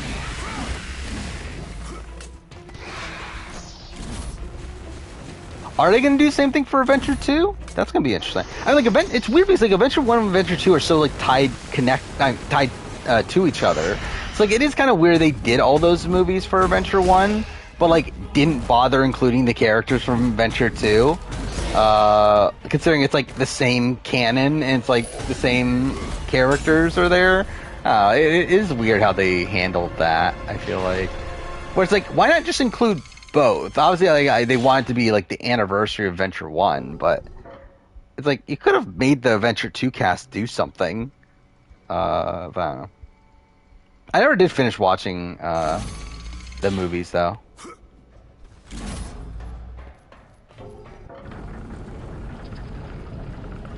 But they were fine. I didn't think they were like... Man, they weren't the greatest thing in the world or anything, but they were fine. But I would love Tamers. I love them to bring back Tamers. Tamers is my favorite series of Digimon. Again, it's kind of like the way that these shows used to go is that they would get progressively more mature as the series went along. And then, like, for some reason now it's like they retreat back to being very kid-friendly. It's like that's the way that all my favorite shows as a kid have gone. Where, like, you have to have Digimon, where, again, it goes from, again, Adventure 1, Adventure 2, then, like, Tamers is, like, super dark. Frontier's, like, relatively dark. And then, Data Squad, again, I never fully watched it, but, again, it's still, like, relatively dark, right? And then all of a sudden they go back to, like, Fusion and, like, all the other shit, which is just, like, like super kid friendly. And same thing goes with Yu-Gi-Oh! You had the original series, GX gets really dark. Then you have 5Ds, which is like really dark. And then you go to fucking Zexal, which to be fair, Zexal does have some dark stuff by the end of it. But then like you have Arc 5, and then now we're, I guess you have Reigns, but then now we have like Sevens or whatever, which is like super kid friendly. And then Power Rangers, same thing. It's like you had the original series, you went to like In Space, Lost Galaxy got really dark, you got Time Force, SPD, like RPM, like it feels like there's points where it got really dark, and then after RPM it just goes back to being like super kid friendly again, with like Samurai and Megaforce, like all that shit. It's like all like that's pretty much like all of my favorite shows as a kid. Yeah, I never watched this one for sure. I don't even remember how many of the Try movies I finished. Well, I remember I got stuck here last time I played the game. I completely forgot about this. Like, I don't think I ever watched Future. I know I watched it at least until Lost. I don't know if I watched Coexistence. I don't remember. But, yeah, I would like to watch all of them at some point, but yeah, I haven't done it. Ghost Game? That's the thing. I never even heard of that. Should I just let myself die? Considering I already fucked it up so much. Uh-oh. Cool. You can actually get hit quite a bit here. Was I just playing on hard difficulty? Oh, well, I am fucking it up real bad now, though. But yeah, I remember I got stuck here for like 30 minutes last time or so. For some reason.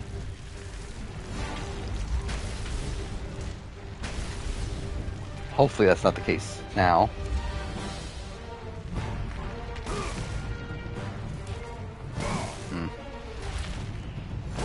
Ah, fuck. Okay, well now I'm really fucking it up.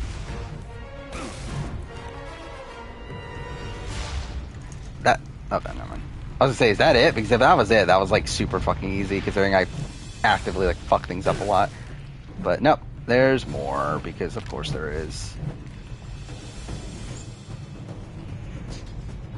Oh my god, how long? This really is a long section though, isn't it? Okay, whatever, I died there. Alright, let's actually take it seriously, I guess. I feel like most franchise media just skews extremely young now. Yeah, I feel like when I was a kid, it's like it felt like the things were like growing up along with the people that were watching it, and then like it got to the point where obviously like a lot of the people that watched it as a kid like grew up, like actually fully grew up. So at that point they were like, okay, let's just reboot it for an entirely like young, like essentially like for the people that like first watched the like for next generation essentially is what I'm trying to say. So it's like go back to being like super kid friendly for. To try to build it anew. But I feel like it stayed in that realm though since then, to where like I don't feel like the show's ever got like more not kid friendly after they started to get kid friendly again. Okay, well now I'm fucking this up still. Really, fuck this section though. Okay, cool.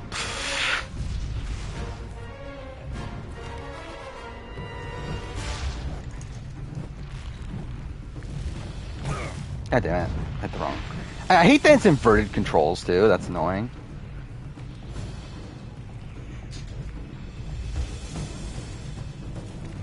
That was kinda good.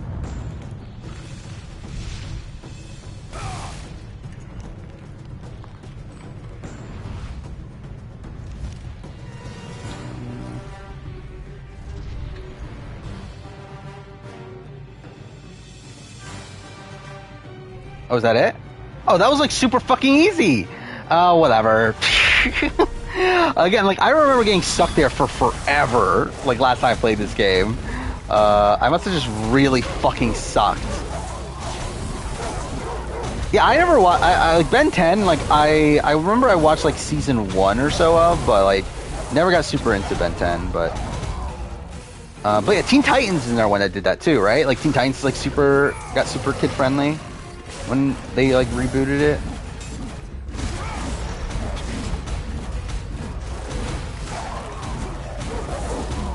I guess it's a thing now for some reason.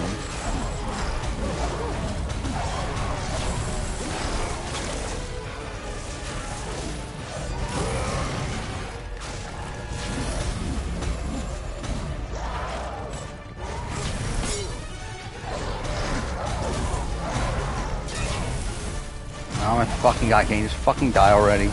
There we go.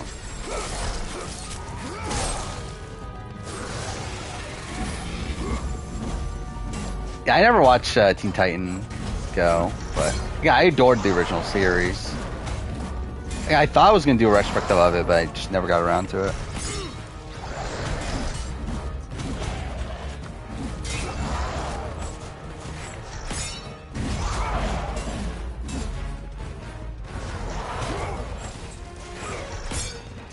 Okay. Oh, these are the bullshit guys, aren't they? They're the ones that, like, I got stuck on for a bit back then. But okay, whatever. Killed them easily there.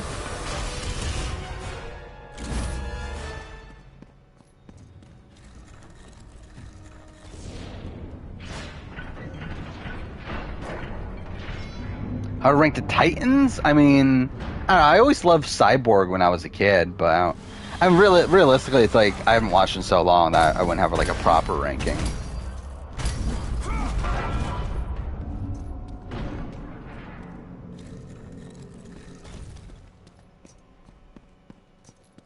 Might as well save, I guess.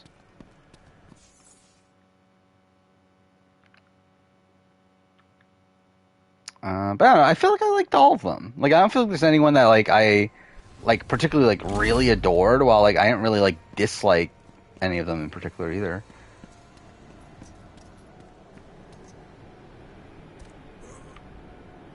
Okay, so... Yeah, I'm looking at this footage. Yeah, I'm looking at my footage from last time. I was literally stuck at that section for... about... Okay, maybe it wasn't as long as I thought, but around 20 minutes. Oh yeah, I mean, like, Raven definitely plays, like, a very integral role, especially by the end of it. Or, like, I don't remember if that was the end, but, like, the storyline for father and all that stuff. And then, yeah, she's good, like, outside that, but, like, I feel like she's probably the one that I, like, connected to the least as a kid, but I probably would like her more now.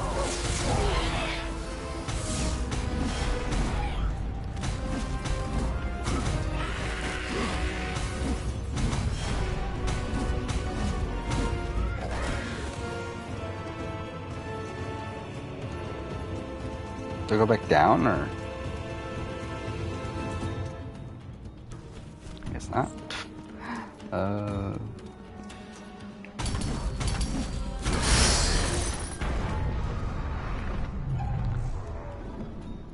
But I wonder when I'm going to get around to doing, like, One Piece videos. Because I definitely want to do One Piece videos at some point, but I just don't know when, like, the time to actually do it would be. Outside just, like, whenever the series is about to end. And I guess for, like, the Netflix show, like, maybe I'll do a video on the Netflix show. I don't know. I thought I was going to do one on The Witcher. I never got around to doing one on The Witcher, so I don't know if I'll actually will get around to it. I wanted to do one on Watchmen, too. I forgot about that. I wanted to do one on Watchmen when that was on at the end of, what, 2019? I never did that either. Oh, I can't go there?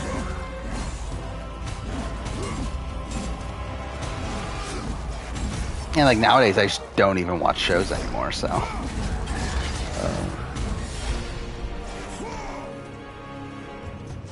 Wait, what?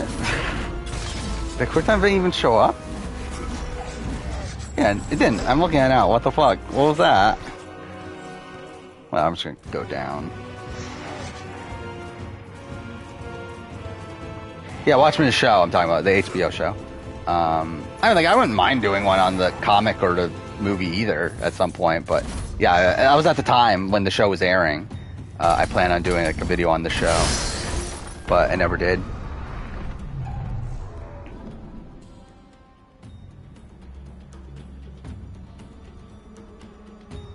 Yeah, Beyblade theme song was pretty good.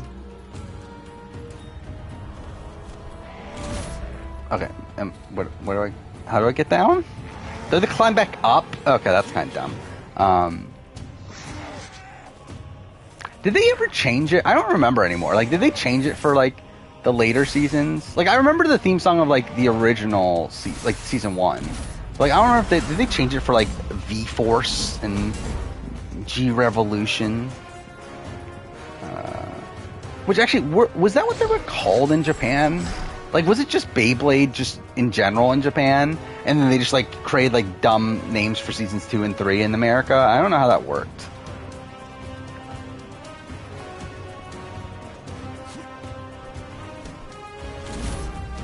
Rank the One Piece main arc antagonist.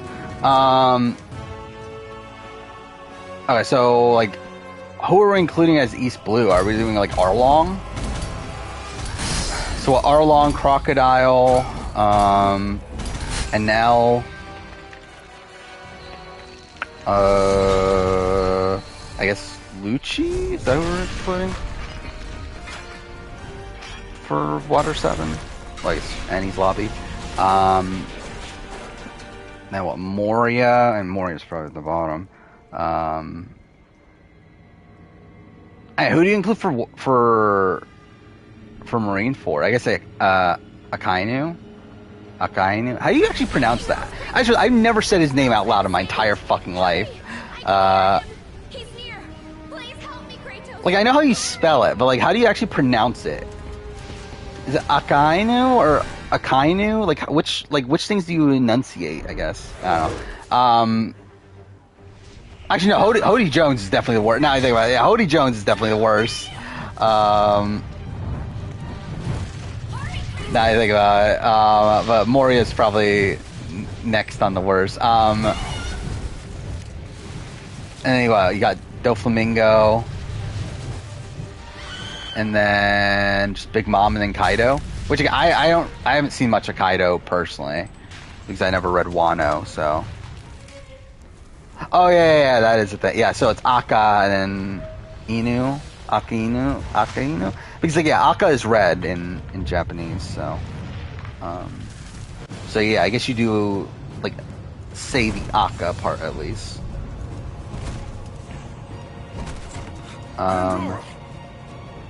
Who would be number 1? I mean, Doflamingo's like a great like menacing villain. Athena. I kind of like It's all right, Kratos. what Akainu Remember your purpose, Spartan. one. I mean, like Lucci's like fine, but it's like I don't know. He's probably not like probably like Crocodile.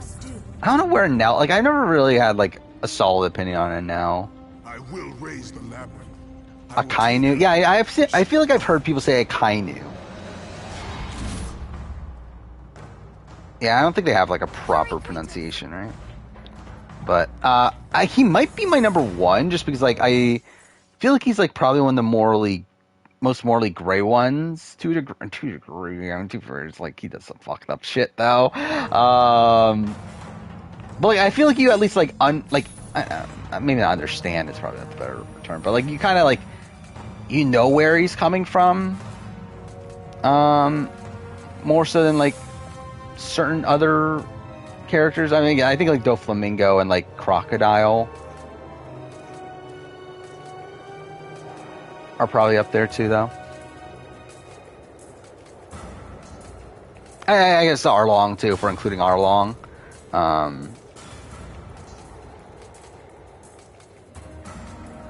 But yeah, like Hody Jones is probably at the bottom, and then like Moria, and then would it be a Nell just by default? I don't know, I never really. Yeah, I don't know how I feel about Nell really.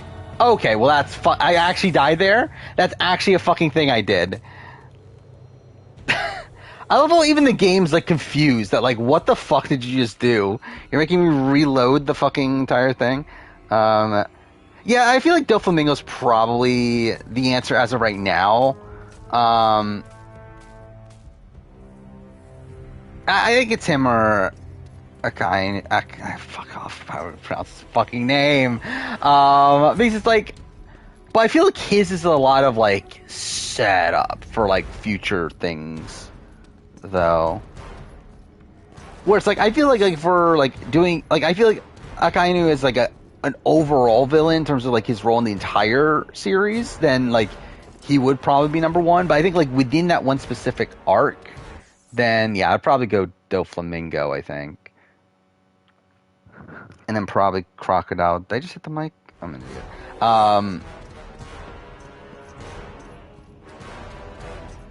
Actually, where's Big Mom land in all of it? I don't even know why I really think of Big Mom either. I mean, Blackbeard, Blackbeard we're not ranking yet, right? But like Blackbeard is like, I feel like Blackbeard's also another one. It's like we'll have to see, really. But like as of right now, I'm expecting him to be very high by the end of it.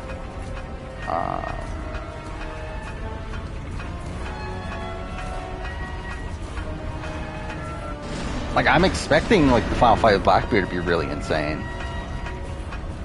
Because, I mean, Blackbeard's essentially, like, the antithesis to Luffy. So, like, I'm assuming that's going to be a... Like, I mean, like, Blackbeard's going to be his, like, final, like, pirate, like, fight, right? It's like, that's his final, like, antagonist, at least from that front. Like, I don't think he's going to be the main antagonist of the entire thing. But I'm assuming that, like, that's his final fight against a pirate crew. I really, like... I mean, we'll see how the final war goes. Like, I'm still, like, obviously, like, they introduced the Seraphims, and it's like, I'm assuming that's, like, for the final war. Like, the entire point of them is, like, these are going to be, like, the foot soldiers sort of things for the final war.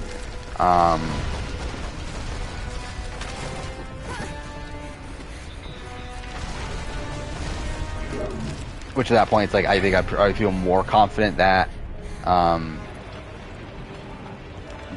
Eam is probably going to be the final antagonist, but... again, like, there's so much, like... It's so weird how, like, we're so close to the end, and there's so many, like, unknowns.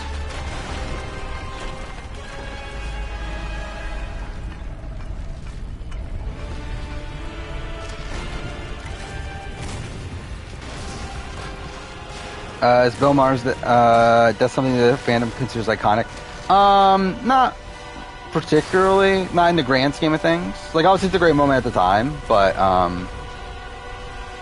yeah, I think as a whole, it's not. I feel like there's like so many other more memorable moments, at least from my point of view.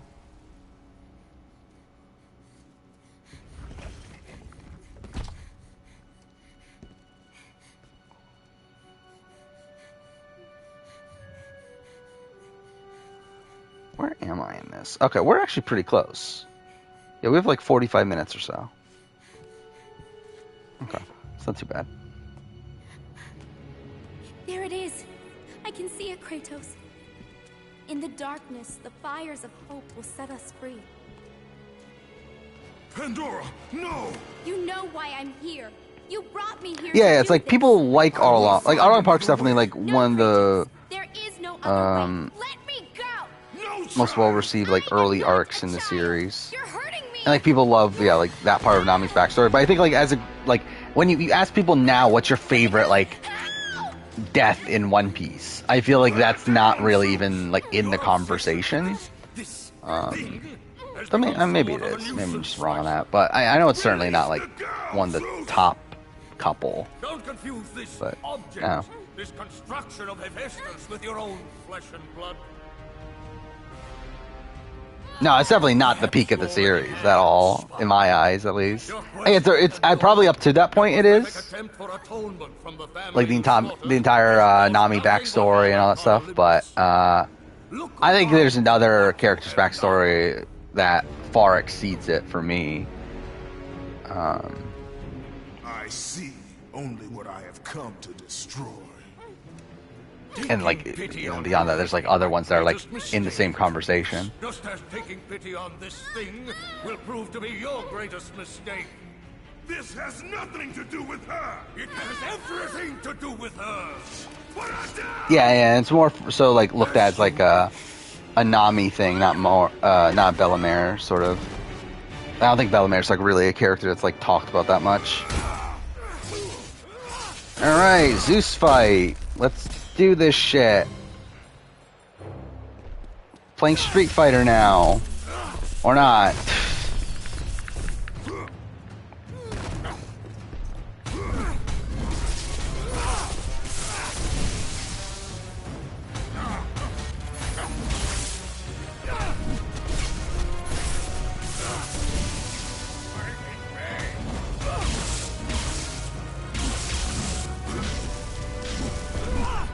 Oh yeah, there's only isn't every single character in One Piece, like every single character that's appeared like at least more than once, like named? That's a thing, right? In One Piece, like Oda's bothered and named every fucking character.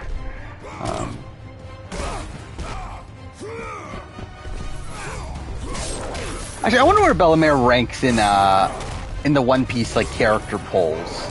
Like, is she even on the list at this point? Actually, I want to look this up actually real quick. Look up the latest. I've not seen any of the latest like character polls. Like, when was the last time they did one? Do they do it every year?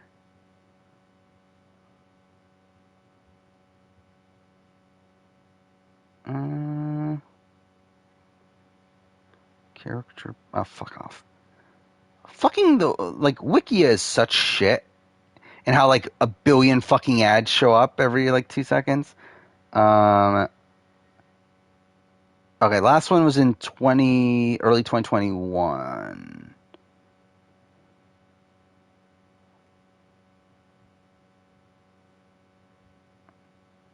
Okay, so yeah, is Bellemere even on here?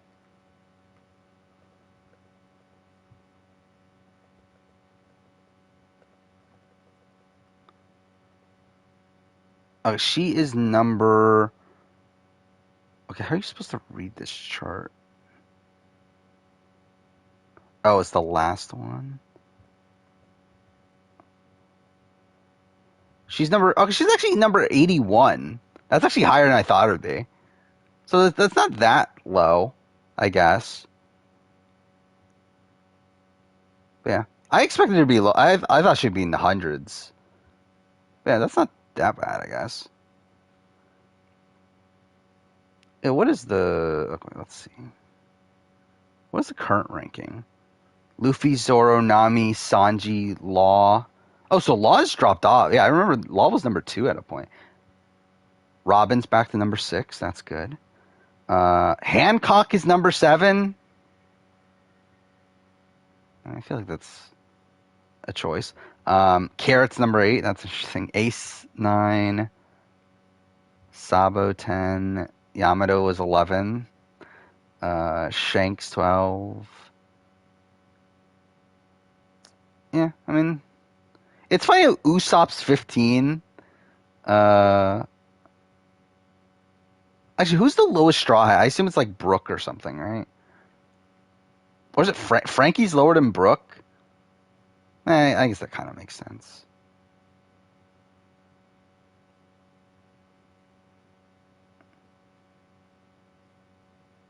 Who the fuck is like rating like X Drake super high?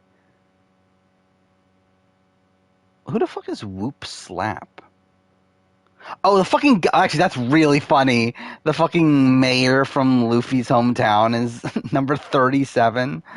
Yeah, there's some really fucking random characters, though. Gary Sherman Shaw, I mean, yeah. And from IC Yamato, too. I don't know what Oda... Like, why is Oda just, like, super, like... conservative with the Straw Hats at this point? Like, is it just... Okay, I did not mean to do that. Is it just because, like, he knows we're, like, towards the end, and he's like, well, what's the point? It's kind of weird, like, yeah, we haven't had... Like, obviously with Jinbei, but, even that was set up since... What, since Fishman Island?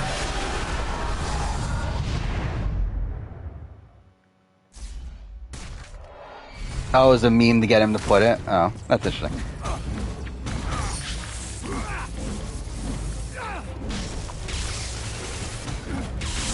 I mean, yeah, like, it's such a random thing to put fucking...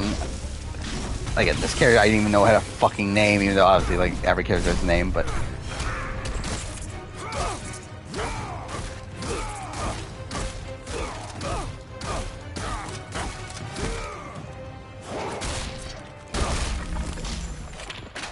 Okay.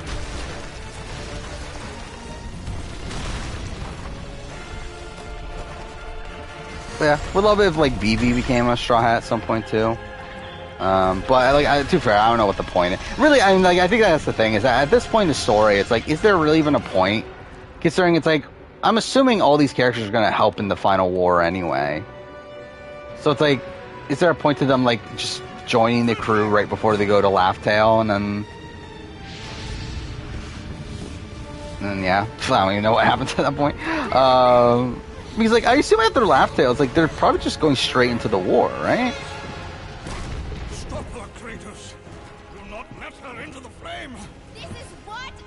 Like, when's the Battle of Blackbeard gonna be, though? Like, is that gonna be on... Like, is that gonna be at Laugh Tale? Or are they gonna go directly to Blackbeard? I don't know. Your pathetic life, don't fail. Don't fail her like you failed your family. I mean, supposedly, Gaimon is, Didn't Oda say that, like, Gaimon's, like, one of his favorite characters? And that, like, again, the assumption is because he plays, I don't know if it's that he plays a role, but more so that he was, like, symbolism for the One Piece and everything. But, yeah, we'll see. Popular poll when One Piece ends is going to be really interesting, yeah.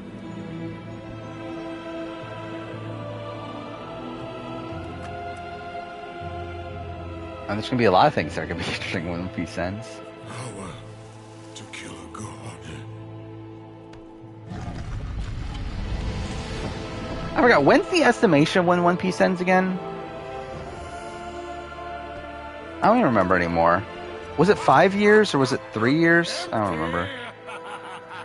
By the way, After all you have sacrificed, it ends in another stunning failure. Chris's face there just looked funny. Yeah, I was looking up, like, so I did say before that, like, maybe I'll do an updated, like, MCU ranking at the time of, like, at the time the end of, like, Phase 6 or whatever, whenever, like, the next Avengers, like, series finished. So I was, like, looking up when is that? That's actually at the end of 2025. That's, like, literally over 3 years from now. So that's something. Maybe I will get to it by then. 2027, yeah, I was thinking somewhere around there. Like 2026, 2027, but I don't remember like what the like estimated guess was.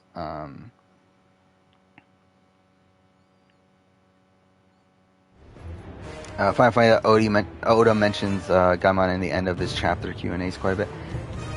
Yeah, again, like I think to him, like Gaimon is this like really important character, and something that is interesting too is that I feel like a lot of like early One Piece probably plays him. Okay, well that's just me being a fucking idiot. What was I even doing there? I'll probably just like randomly let go for like no reason. But yeah, like like a lot of early One Piece is interesting because like initially Oda meant for One Piece to only be like a few years, right?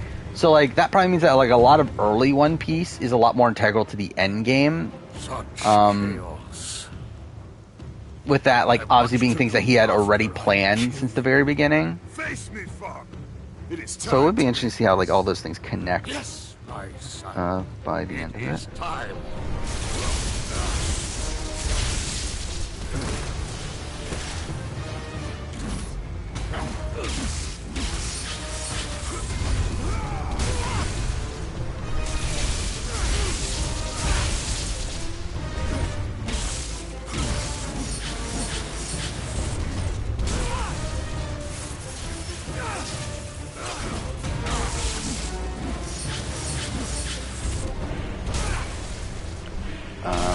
Yeah, like, I also find it weird because like I assumed we would be like pretty much at the end now, considering like the way that Oda was talking about, like the fact that this is the final saga that we're in. Like I assumed that we would be like pretty much like at the end, but it doesn't seem like we're like actually quite there yet. You see, I assumed all we had left was Elbaf and then Laugh Tale and then the final war, but obviously we're adding in what's the name of this new island again? The reign of Olympus ends now. Yeah, Eggland? Is that what? Or Egghead? That's what it is, right? But yeah, still cool though. If any different about Endgame and Infinity War, I will say Infinity War I'm exactly the same. I still fucking love Infinity War. Endgame I am a bit lower on. I think there's a lot of things in Endgame that I'm like, why the fuck are these things happening? Like this makes no fucking sense, but it's whatever. It's still good though. I would still say it's my second favorite MCU film. But I was like just watching it because I watched this last night. I literally like stayed up to 5 o'clock in the morning, over 5 o'clock. I think it was like 5:15, watching fucking Endgame. But yeah, like by the end of it, I was definitely like, I think there's definitely more like question marks I have with Endgame than I did the first time. But I still like it though. Like especially like as this like epic conclusion to the like to pretty much like the entire MCU up to that point. I think it's like a really satisfying conclusion. Okay, can you? No, it's R1, right? It's R. Yeah, who the fuck made it R1? Who was like, you know what? Drop. Yeah, that's definitely R1. That's definitely the button we're gonna fucking choose.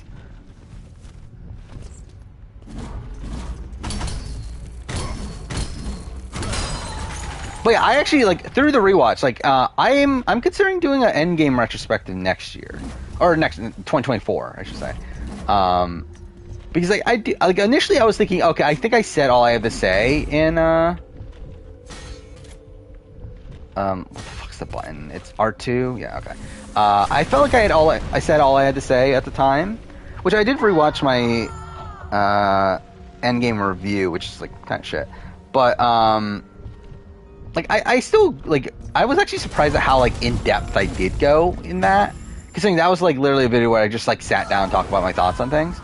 But I feel like there definitely are things to still talk about, to where I would be willing to do another retrospective on it, but I don't know if it like really is that easy to find time to do it on the schedule. But I don't know. Maybe I will, maybe I won't. It's fun, but a very lazy script. Yeah, I agree with that. Like I feel like the entire handling of Hulk across it is so fucking weird to me too. Like I do find it. I mean, too far. It is like 5 years later, but I still find it funny like how radically different of a character fucking Hulk is in Endgame in comparison to like any other fucking movie.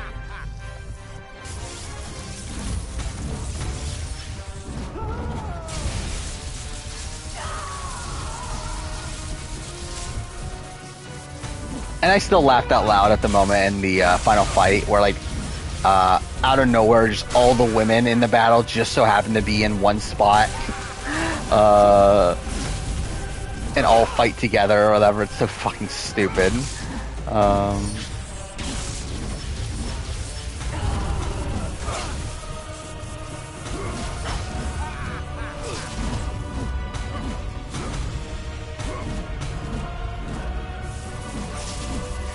Oh my god.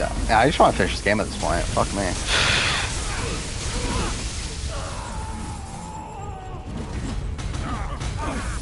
I should be using this, shouldn't I? Oh wait, am I supposed to be killing her? I probably am, aren't I? Yeah, I am. Okay.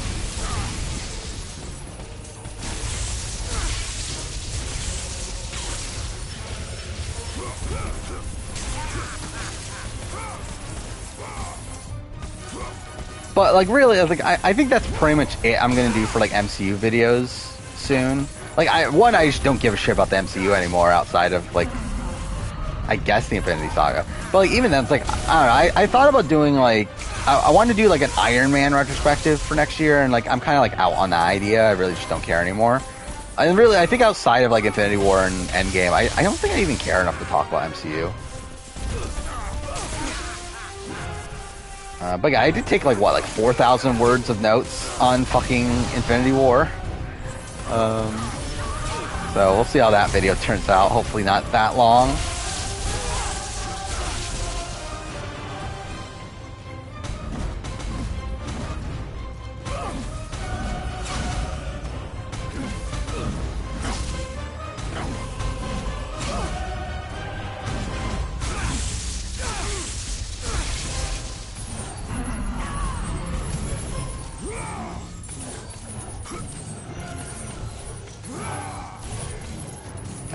This isn't doing anything? Alright, fine. Like, I don't get if I'm supposed to be fighting him or attacking the heart.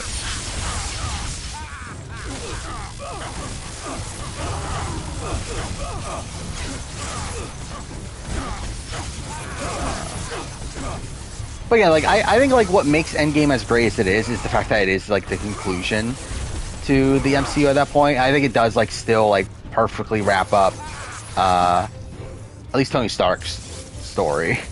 Like, Cap's, it's like, it does, but also it fucks it up at the same time, but, like, it's still, like, it's mostly good. Again, I still fucking hate what they did with time travel. It's so stupid. They went out of their way to create fucking time travel in a way that makes sense, only for them to just say, like, nope, we're gonna fuck that up at the end and make it even more fucking contrived. Oh, fuck off, I fucked that up. God damn it. Oh no, I didn't realize it was fucking giving me another chance. Okay, cool.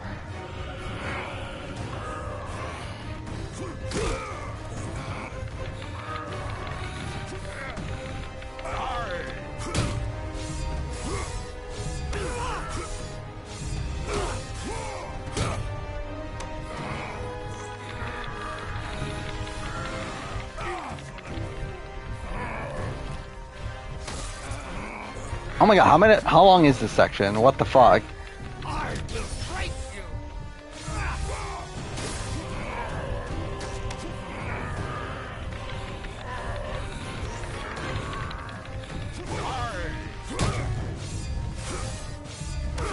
you. How many fucking QuickTime events are there?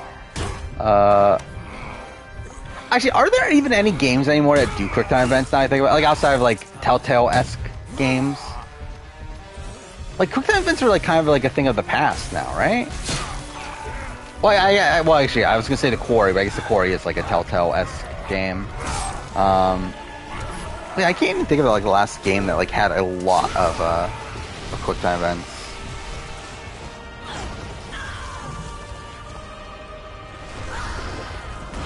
I still have not tried the Marshmallow Coke. It doesn't even sound that appetizing. Oh yeah, I guess Yakuza does still, doesn't it? Actually, I don't remember. Did Like a Dragon do it? But yeah, I guess Lost Judgment at least did it, right?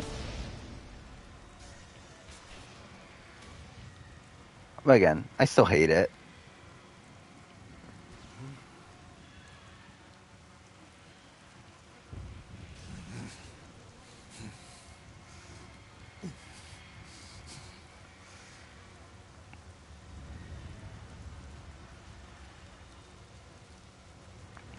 I'm ending whenever the game is done, which I believe we have about like 25-ish minutes left or so.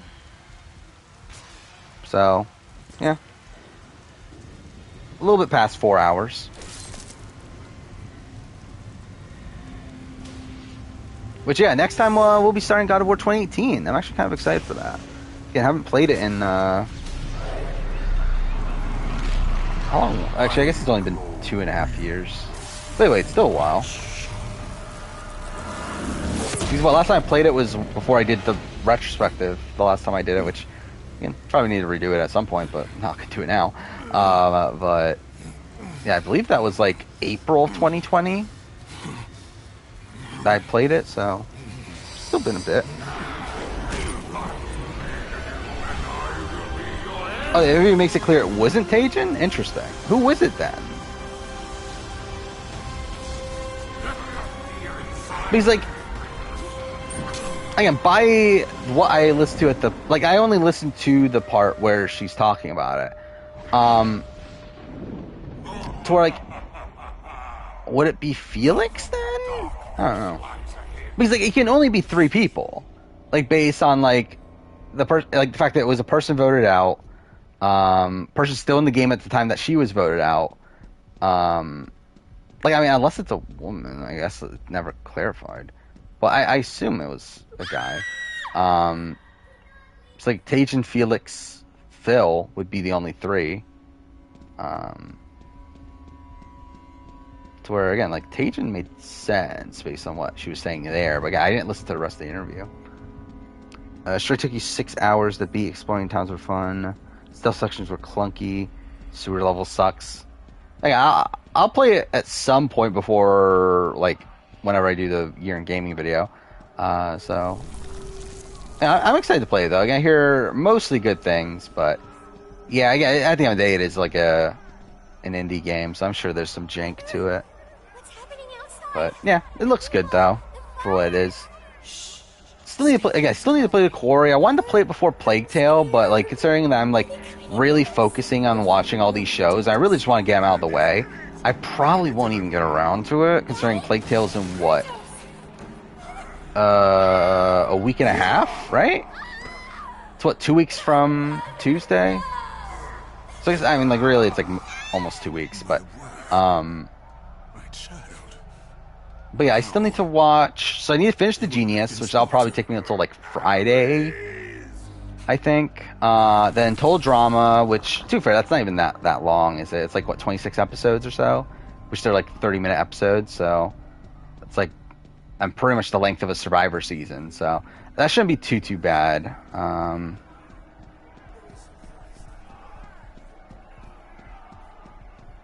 But I mean, it'll still probably take me until like Tuesday, maybe Monday. I don't remember. But then like Big Brother 4 is after that, which that will probably take a while. I assume Steve is a hero, right? It's like, I don't know. I mean, like, did he do anything villainous? I guess he was friends with Zach. Does that make him a villain? I don't know.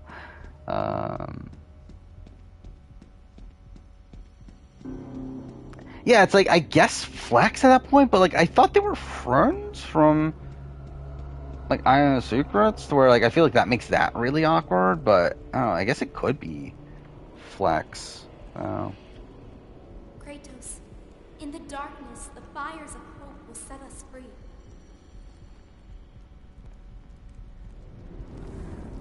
It's most fun when you're being a cat in the city and fucking around. I guess we'll see. Yeah, I'm watching Total Drama Island after The Genius.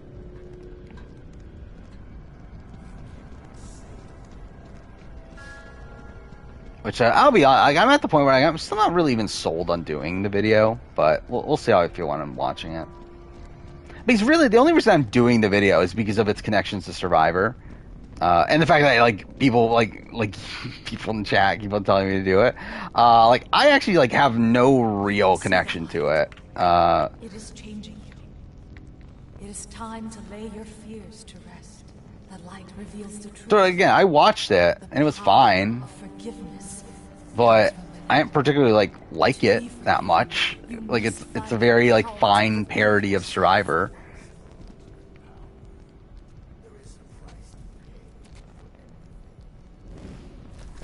But again, we'll see how it is. I'm probably watching it probably after next, like either like I'll probably, yeah, it's either I start it right before next stream or I start it after next stream. Because I'll more than likely finish The Genius. So I'm 3 episodes into The Genius. I have 9 episodes left. Tomorrow I'll probably watch like a couple episodes before, can I watch? I keep on forgetting that the episodes are like over an hour long, so I could probably only watch 1 episode before work, and then probably watch a couple after, and then Friday. I probably won't have time to start it before next stream, Total Drama. But alright, I have to go back. But I'll probably start Total Drama like immediately, like on Monday, essentially, is what I'm thinking. But we'll see. Especially because, oh, I know, I forgot, because the finale of Australia is on Sunday, right? So yeah, that'll be what I watch before work and then stream at night. So yeah, it'll probably be Monday that I start it. Told you I actually introduced you to Survivor. That's a weird way to get introduced to Survivor. Whenever react to videos on stream, if I had a proper setup, but in the current setup, no.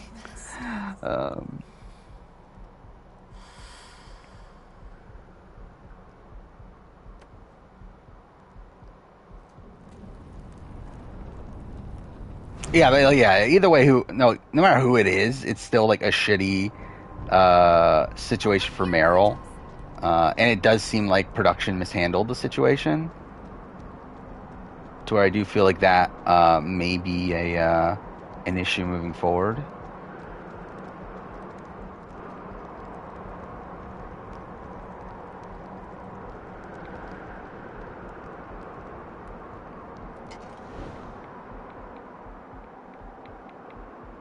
The gods of Olympus have abandoned me. Now there is...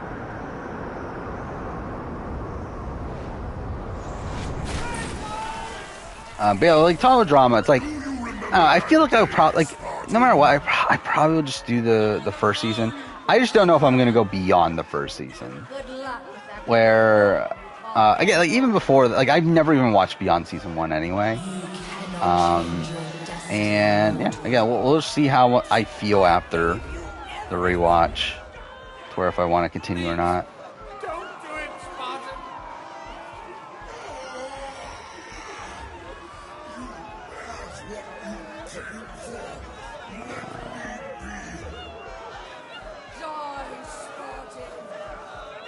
Where am I supposed to go? Like, why does it feel like there's like an invisible wall in every direction?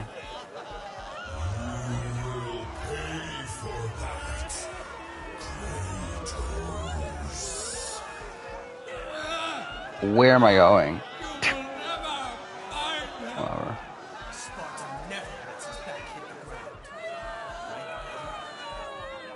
Well, can you Mel? Isn't that Mel from RGP? Yeah, it is. Finally working through watching SC.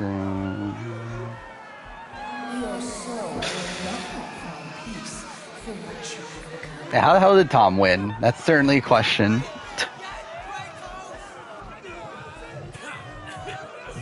I find it so funny. Yeah, it is funny, like, looking back on it, that, how much it did feel like Werner was going to win the season. And, like, out of the blue, fucking Tom wins.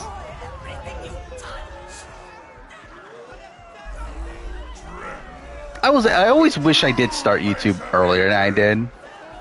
I did feel like there are, like, things that happened, like, right before I started YouTube that would have been interesting to have, like, my opinions of them at the time on video. Which, I mean, to be fair, it probably is, like, somewhere through my, like, Let's Play channel, but, like, I wouldn't be bothered to fucking look for them at this point. But, like, my thoughts of, like, BB20 as that was going along, my thoughts on SA6 when that was going along. Okay, where the fuck am I going?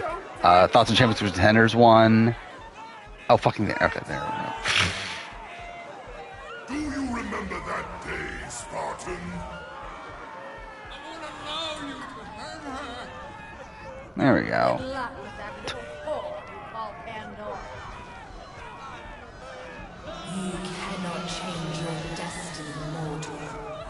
They're rebooting Total Drama? Why? Please, don't do it, Spartan. Like, when was the last Total Drama season, anyway?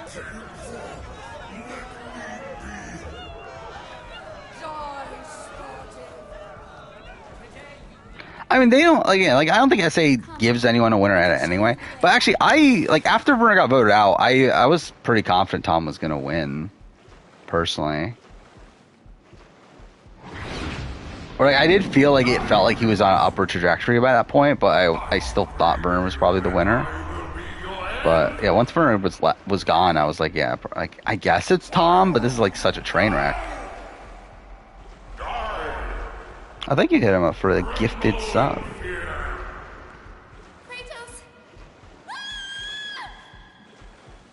Over here, Kratos! But, I don't know, like, I think, Kratos, please. I need you to play. it's like SA, again, just in general, I don't think really cares. But to be fair, at that point, I didn't really know that, of them caring about a winner at it. And I should say they don't care. It's more so that they don't, like, that's not their goal, I think is probably the better way to phrase it. Like, their goal is not to tell the story of the winner. It's more so just to tell the story of, like, the events of the season.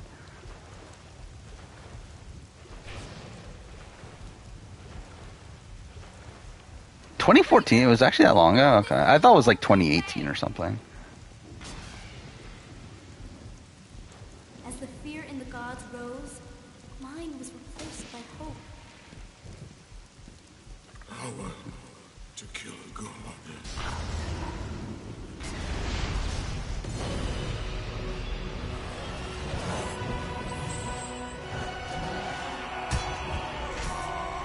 I thought it definitely took longer than it took me last time.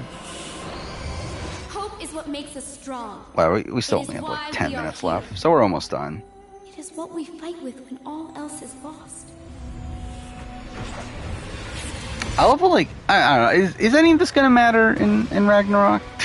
I never actually pay attention. Like, how much of this game actually matters to God of War 3? Outside of, like, the fact that he obviously kills all the gods and that he, whatever, like, all that stuff. But, like in terms of, like, the little details of this game, it's like, how much of it does actually matter towards future installments? Yeah, you got the first person stuff.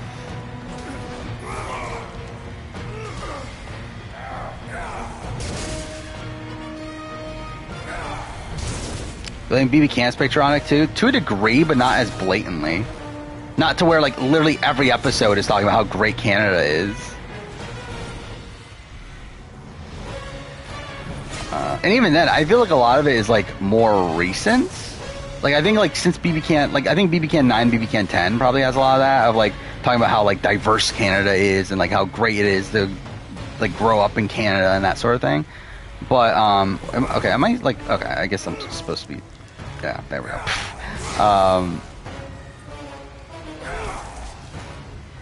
But, I don't know, like, Season 1, it's like, I feel like they do a lot of, like, Canadian things, but it isn't necessarily about, like, patriotism, of, like, propping up the country of Canada.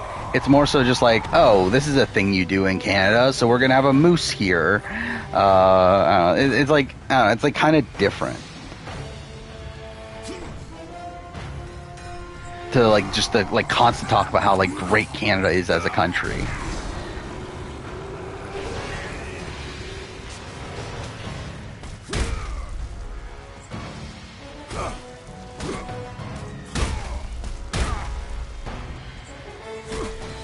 I really thought there was one more fight. I guess there isn't.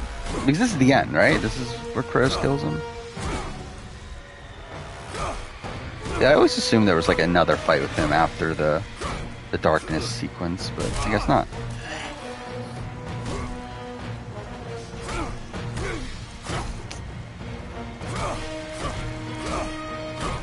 Yeah, so I wonder if this stream is gonna get age restricted on YouTube. I think that'd be funny. I wouldn't be that surprised. Like, I mean, I like, it would make sense, I guess, with the previous stuff, but still.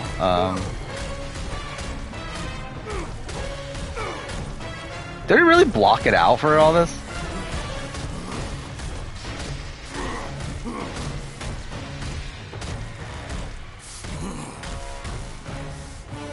Like, how long do I have to push this for? Like, how long does this go through? Like, I have to continue doing this when I can't even see what the fuck's going on? Whatever. I can stop? Oh, okay. Let's see. Oh, yeah, I guess I can. Okay, well, that's something.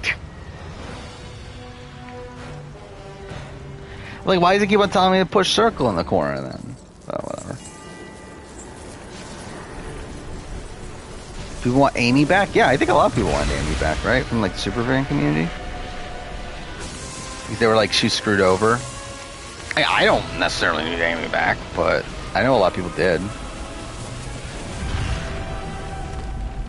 So, like, I remember when people were, like, listing of who was on Return of the Outcast the show. I remember, like, Amy was one of those people for people, which is, like, sure, I guess.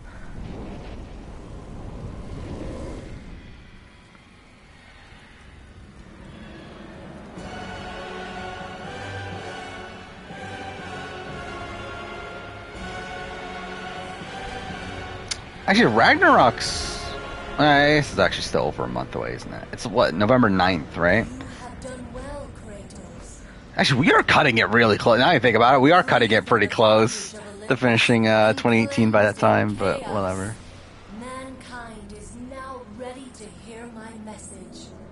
Look around you, Athena. Athena does remind me of Juno from Assassin's What good Creed. is your message? Let's do for Athenos first, right? But first, I insist you give me the power from inside the box. Too fair, this was even before AC3. Was empty. That can't be true. I can see it in your eyes. You used my Did they bring power back the to same force actress it. for You still 2018? have it I as don't we remember. speak. I assume they Don't did, you right? understand? But yeah, I'm too fair. They didn't bring back the same fucking actor for Kratos, so I mean, I guess it's not even a guarantee. But I do find that weird. Like, I did find that funny that they changed the voice actor for Kratos. Dreaded what would happen if it was opened again. And so, I summoned the most powerful weapon. Which, like, I get why, I guess, because they wanted like a more like not super maniacally gruff sort of, I don't know, Kratos. But still, it is funny they bothered changing the voice I actor. told you, it was empty. Pandora was sacrificed in vain. She died because of my need for vengeance. You must So yeah, this wasn't too bad. We finished the game like just barely over 4 hours. I saw you do it. How long was last stream? I guess last stream was fucked though, wasn't it? But it was like, what, 4.5 or so? Of course. When you open the So, box, you release the Not too evils bad. of the 8.5 hours. gods. Infected them. Even though last playthrough, I'm pretty sure I did in under 8, but still. Zeus himself fell prey to the dark evils. This is why he became. Oh, was so the race one the enraged last and one? I thought there was obsessed another with one after death. the race one. He was For, consumed by Total the Drama. evil fear. I thought the power I placed in the box was never released. All these years, I assumed you drew from the evils inside to destroy Ares. But I was wrong.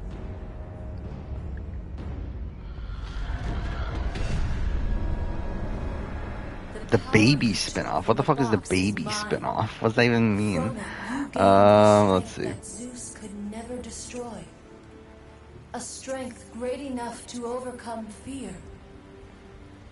Locked deep inside of you, Kratos. Is Total Drama Rama? That's a thing? Wow, that seems like shit. trapped by your guilt and the failures of your past. Reintroduces some of the original Total Drama characters in an alternate universe where they're aged down from teenagers to toddlers. Hope is what makes us strong. Why? It is why we are here. Like, who the fuck wanted that? Like, it was like, oh yeah, these characters I know, I want them as a fucking baby. That's definitely what I fucking want. Like, I assume it's for a younger audience, but that seems like that seems terrible. Give me the power. I understand it's Like, just imagine if you're fucking watching, like, I don't know, like Digimon or Yu-Gi-Oh! You're like, oh, I definitely want these characters as fucking babies. You owe me this, Kratos. Oh, so Race is like an entire, like, full-on spin-off, it looks like. You a god. I just assumed it was like one of the Wrath seasons. Olympus. I delivered your revenge on Zeus. It is over, Athena. You would dare strike me down again? My vengeance ends now. No! Oh, I forgot you still have gameplay here. Probably get the Teen Titans Go crowd, I guess so. Well, there we go. And we'll never see Kratos ever again. What have you done?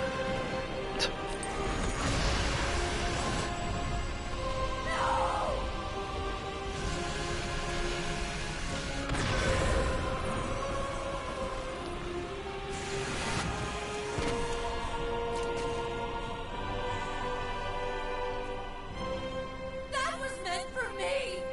They will not know what to do with it! I still find it funny how they actually made a sequel to this.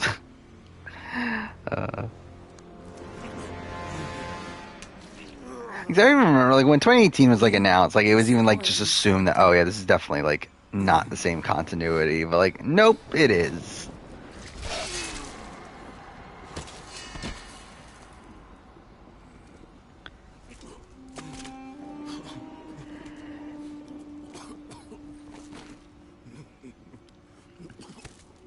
Also, Noelle is going to be on Untold Drama. Or is it going to be more based on, like, Kelly Bruno? Just imagine Kelly Bruno. We got to make a character of Kelly Bruno. How do I rank the Mass Effect DLCs? I'm trying to remember which ones there are. So you got what? Arrival. I don't even remember. Did I ever play any of the Mass Effect 1 DLCs? I probably did, but like I just didn't remember. Like I didn't know which ones were which.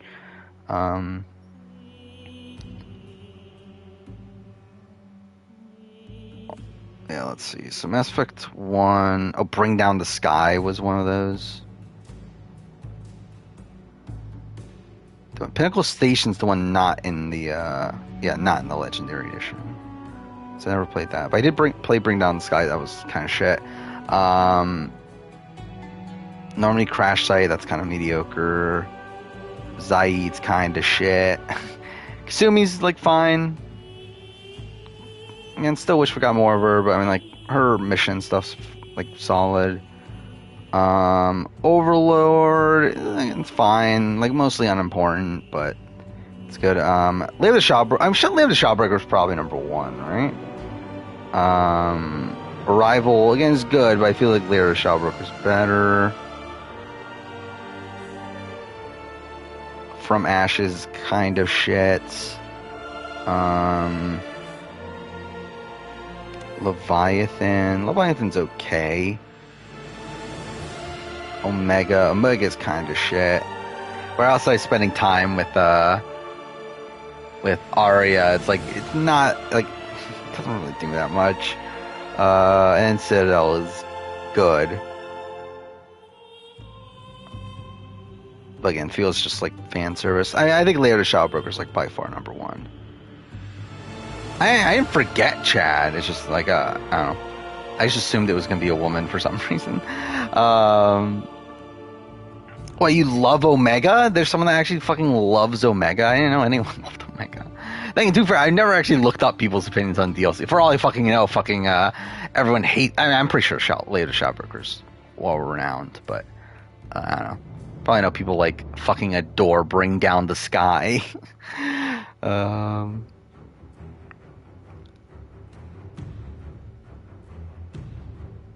know. Omega's just fine. I just feel like it kind of dragged on for me.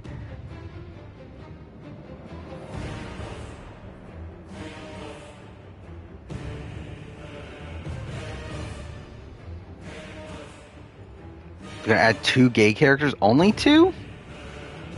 Probably should add more if they're really gonna be that diverse, but fine.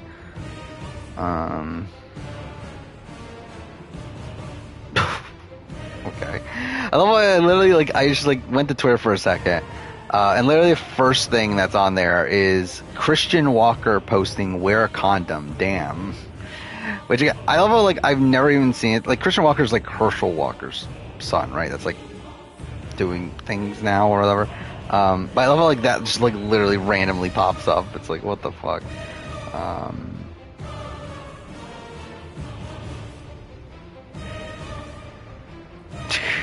Looks like Victoria's loving Real Love Boat. Don't know. Big Brother Naija. I mean, isn't that what version of Big Brother is that? It's some sort of African country, right? Yeah, Nigerian. Oh, is that? Wait, yeah, it's still around, right? Yeah, it is. Okay. I was gonna say because I did see that trending a few days ago or something. But yeah, it just ended a few days ago. So, makes sense. I need to get new logo images. Something I realized, some of the images I've been using for a while, are really outdated. They're certain things I've had since I started the channel. I just never bothered updating. And I kind of noticed that recently is that with me going through all the cast photos for Big Brother, I realized all the photos I have are super fucking low res. When obviously now I could easily find high res images, so it's I update all those. But I feel I need to update the Big Brother logos as well. So like I noticed that with Big Brother 4, where I made the thumbnail for the Big Brother 4 retrospective, and it was like, yeah, like I could easily find like a better, like higher res image than the one I had. So like literally all the like logos for old seasons I have are like 300 by 200 or something, which is like, yeah, like why do I have such bad images? Like it's so funny like how bad the images I used to use are. And to be fair, like even the ones now are like not great, but it's like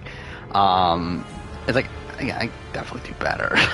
Like, and to be fair, like I don't know, at the time I just feel like I didn't like bother checking as many like places as I do now. But yeah. How do I like the Bead Beware Advantage now that I've seen it twice? Yeah, I'm surprised. Actually, we didn't even talk about that. I'm surprised we saw it again. So like they're really doing this for each of the tribes. Like that's just a weird like thing. Like to me it's like, I don't know, I don't feel like we need to see it again. And I feel like they really just like rushed through it this time. Like it really feels like even they were like, yeah, this isn't great the second time, so let's really just like rush through all of this. No, I don't love it after the first one.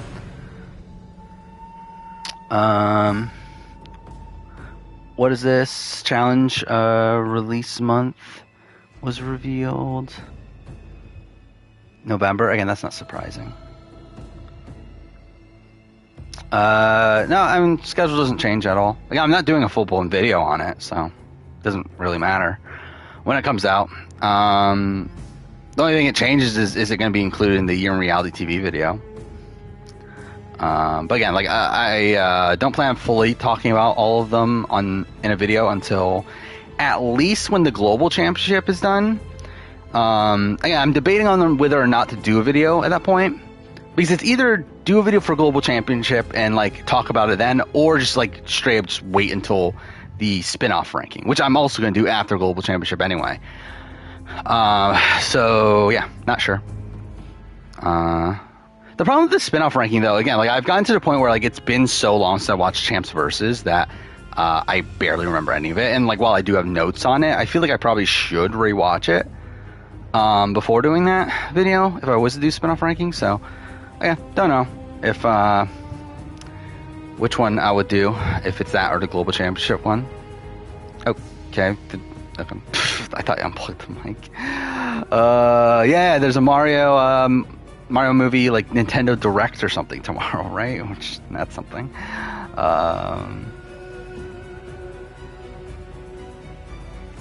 One being incredibly obvious at the merge that two people have gathered beads from their bags. I don't know. Will people notice? I don't know. Like, are like they looking at? Like obviously they don't know. Well, I mean, I guess like some of them do, but like maybe like Cody, if he like looks at like Coco, like maybe he will look at like Coco's bags, or like the other way around, like Carla looks at Bessie's bags and realize that they have things missing. But obviously like not everyone has the information about that, so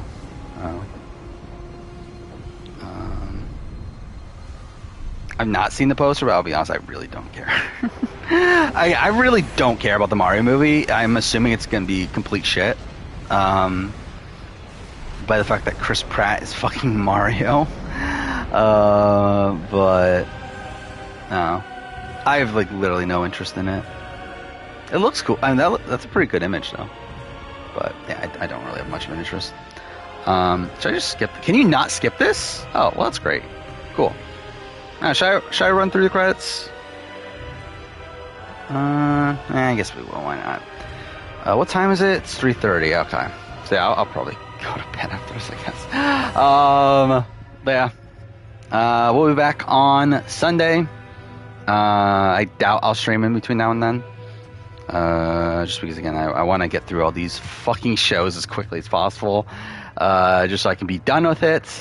We'll see when exactly I get through with all of them, but the Genius in particular, I want to get through really quickly, because like the Genius is one where, again, like I have to put like all my focus into it. So it's like I can't even like multitask on things like I will be able to with especially Big Brother 4, but even Total Drama I would assume I would be able to. But yeah, those are next, and at that point, need to go all in on writing a lot of these videos. I've never heard of the movie Violent Night. Illumination makes decent to bad movies. They play it very safe. Which one's Illumination again? Is that Despicable Me? That's the one, right? Which, yeah. I don't feel like they have the greatest track record. But no, I don't really have any interest in the Mario movie. Again, the only way I'm watching it is if it's if I do the video game ranking. I still find it so funny. I literally spent 6 hours last night watching the fucking MCU films. Wait, why did I just get a trophy?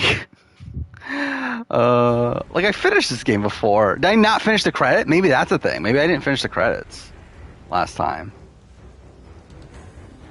But yeah, there we go. Finished God of War 3. Yeah. Again, first time I played this in like 4 or 5 years or whatever. I think 4 years. 4.5, right? Yeah, it was beginning of 2018, so it's been a while. So yeah, again, Sunday, start God of War 2018. That should be fun. Okay, fucking David Harbour's Santa Claus. That sounds ridiculous. But yeah, so start God of War 2018. Is there even anything else really going on? I mean, Amazing Race Australia finale. That's a thing.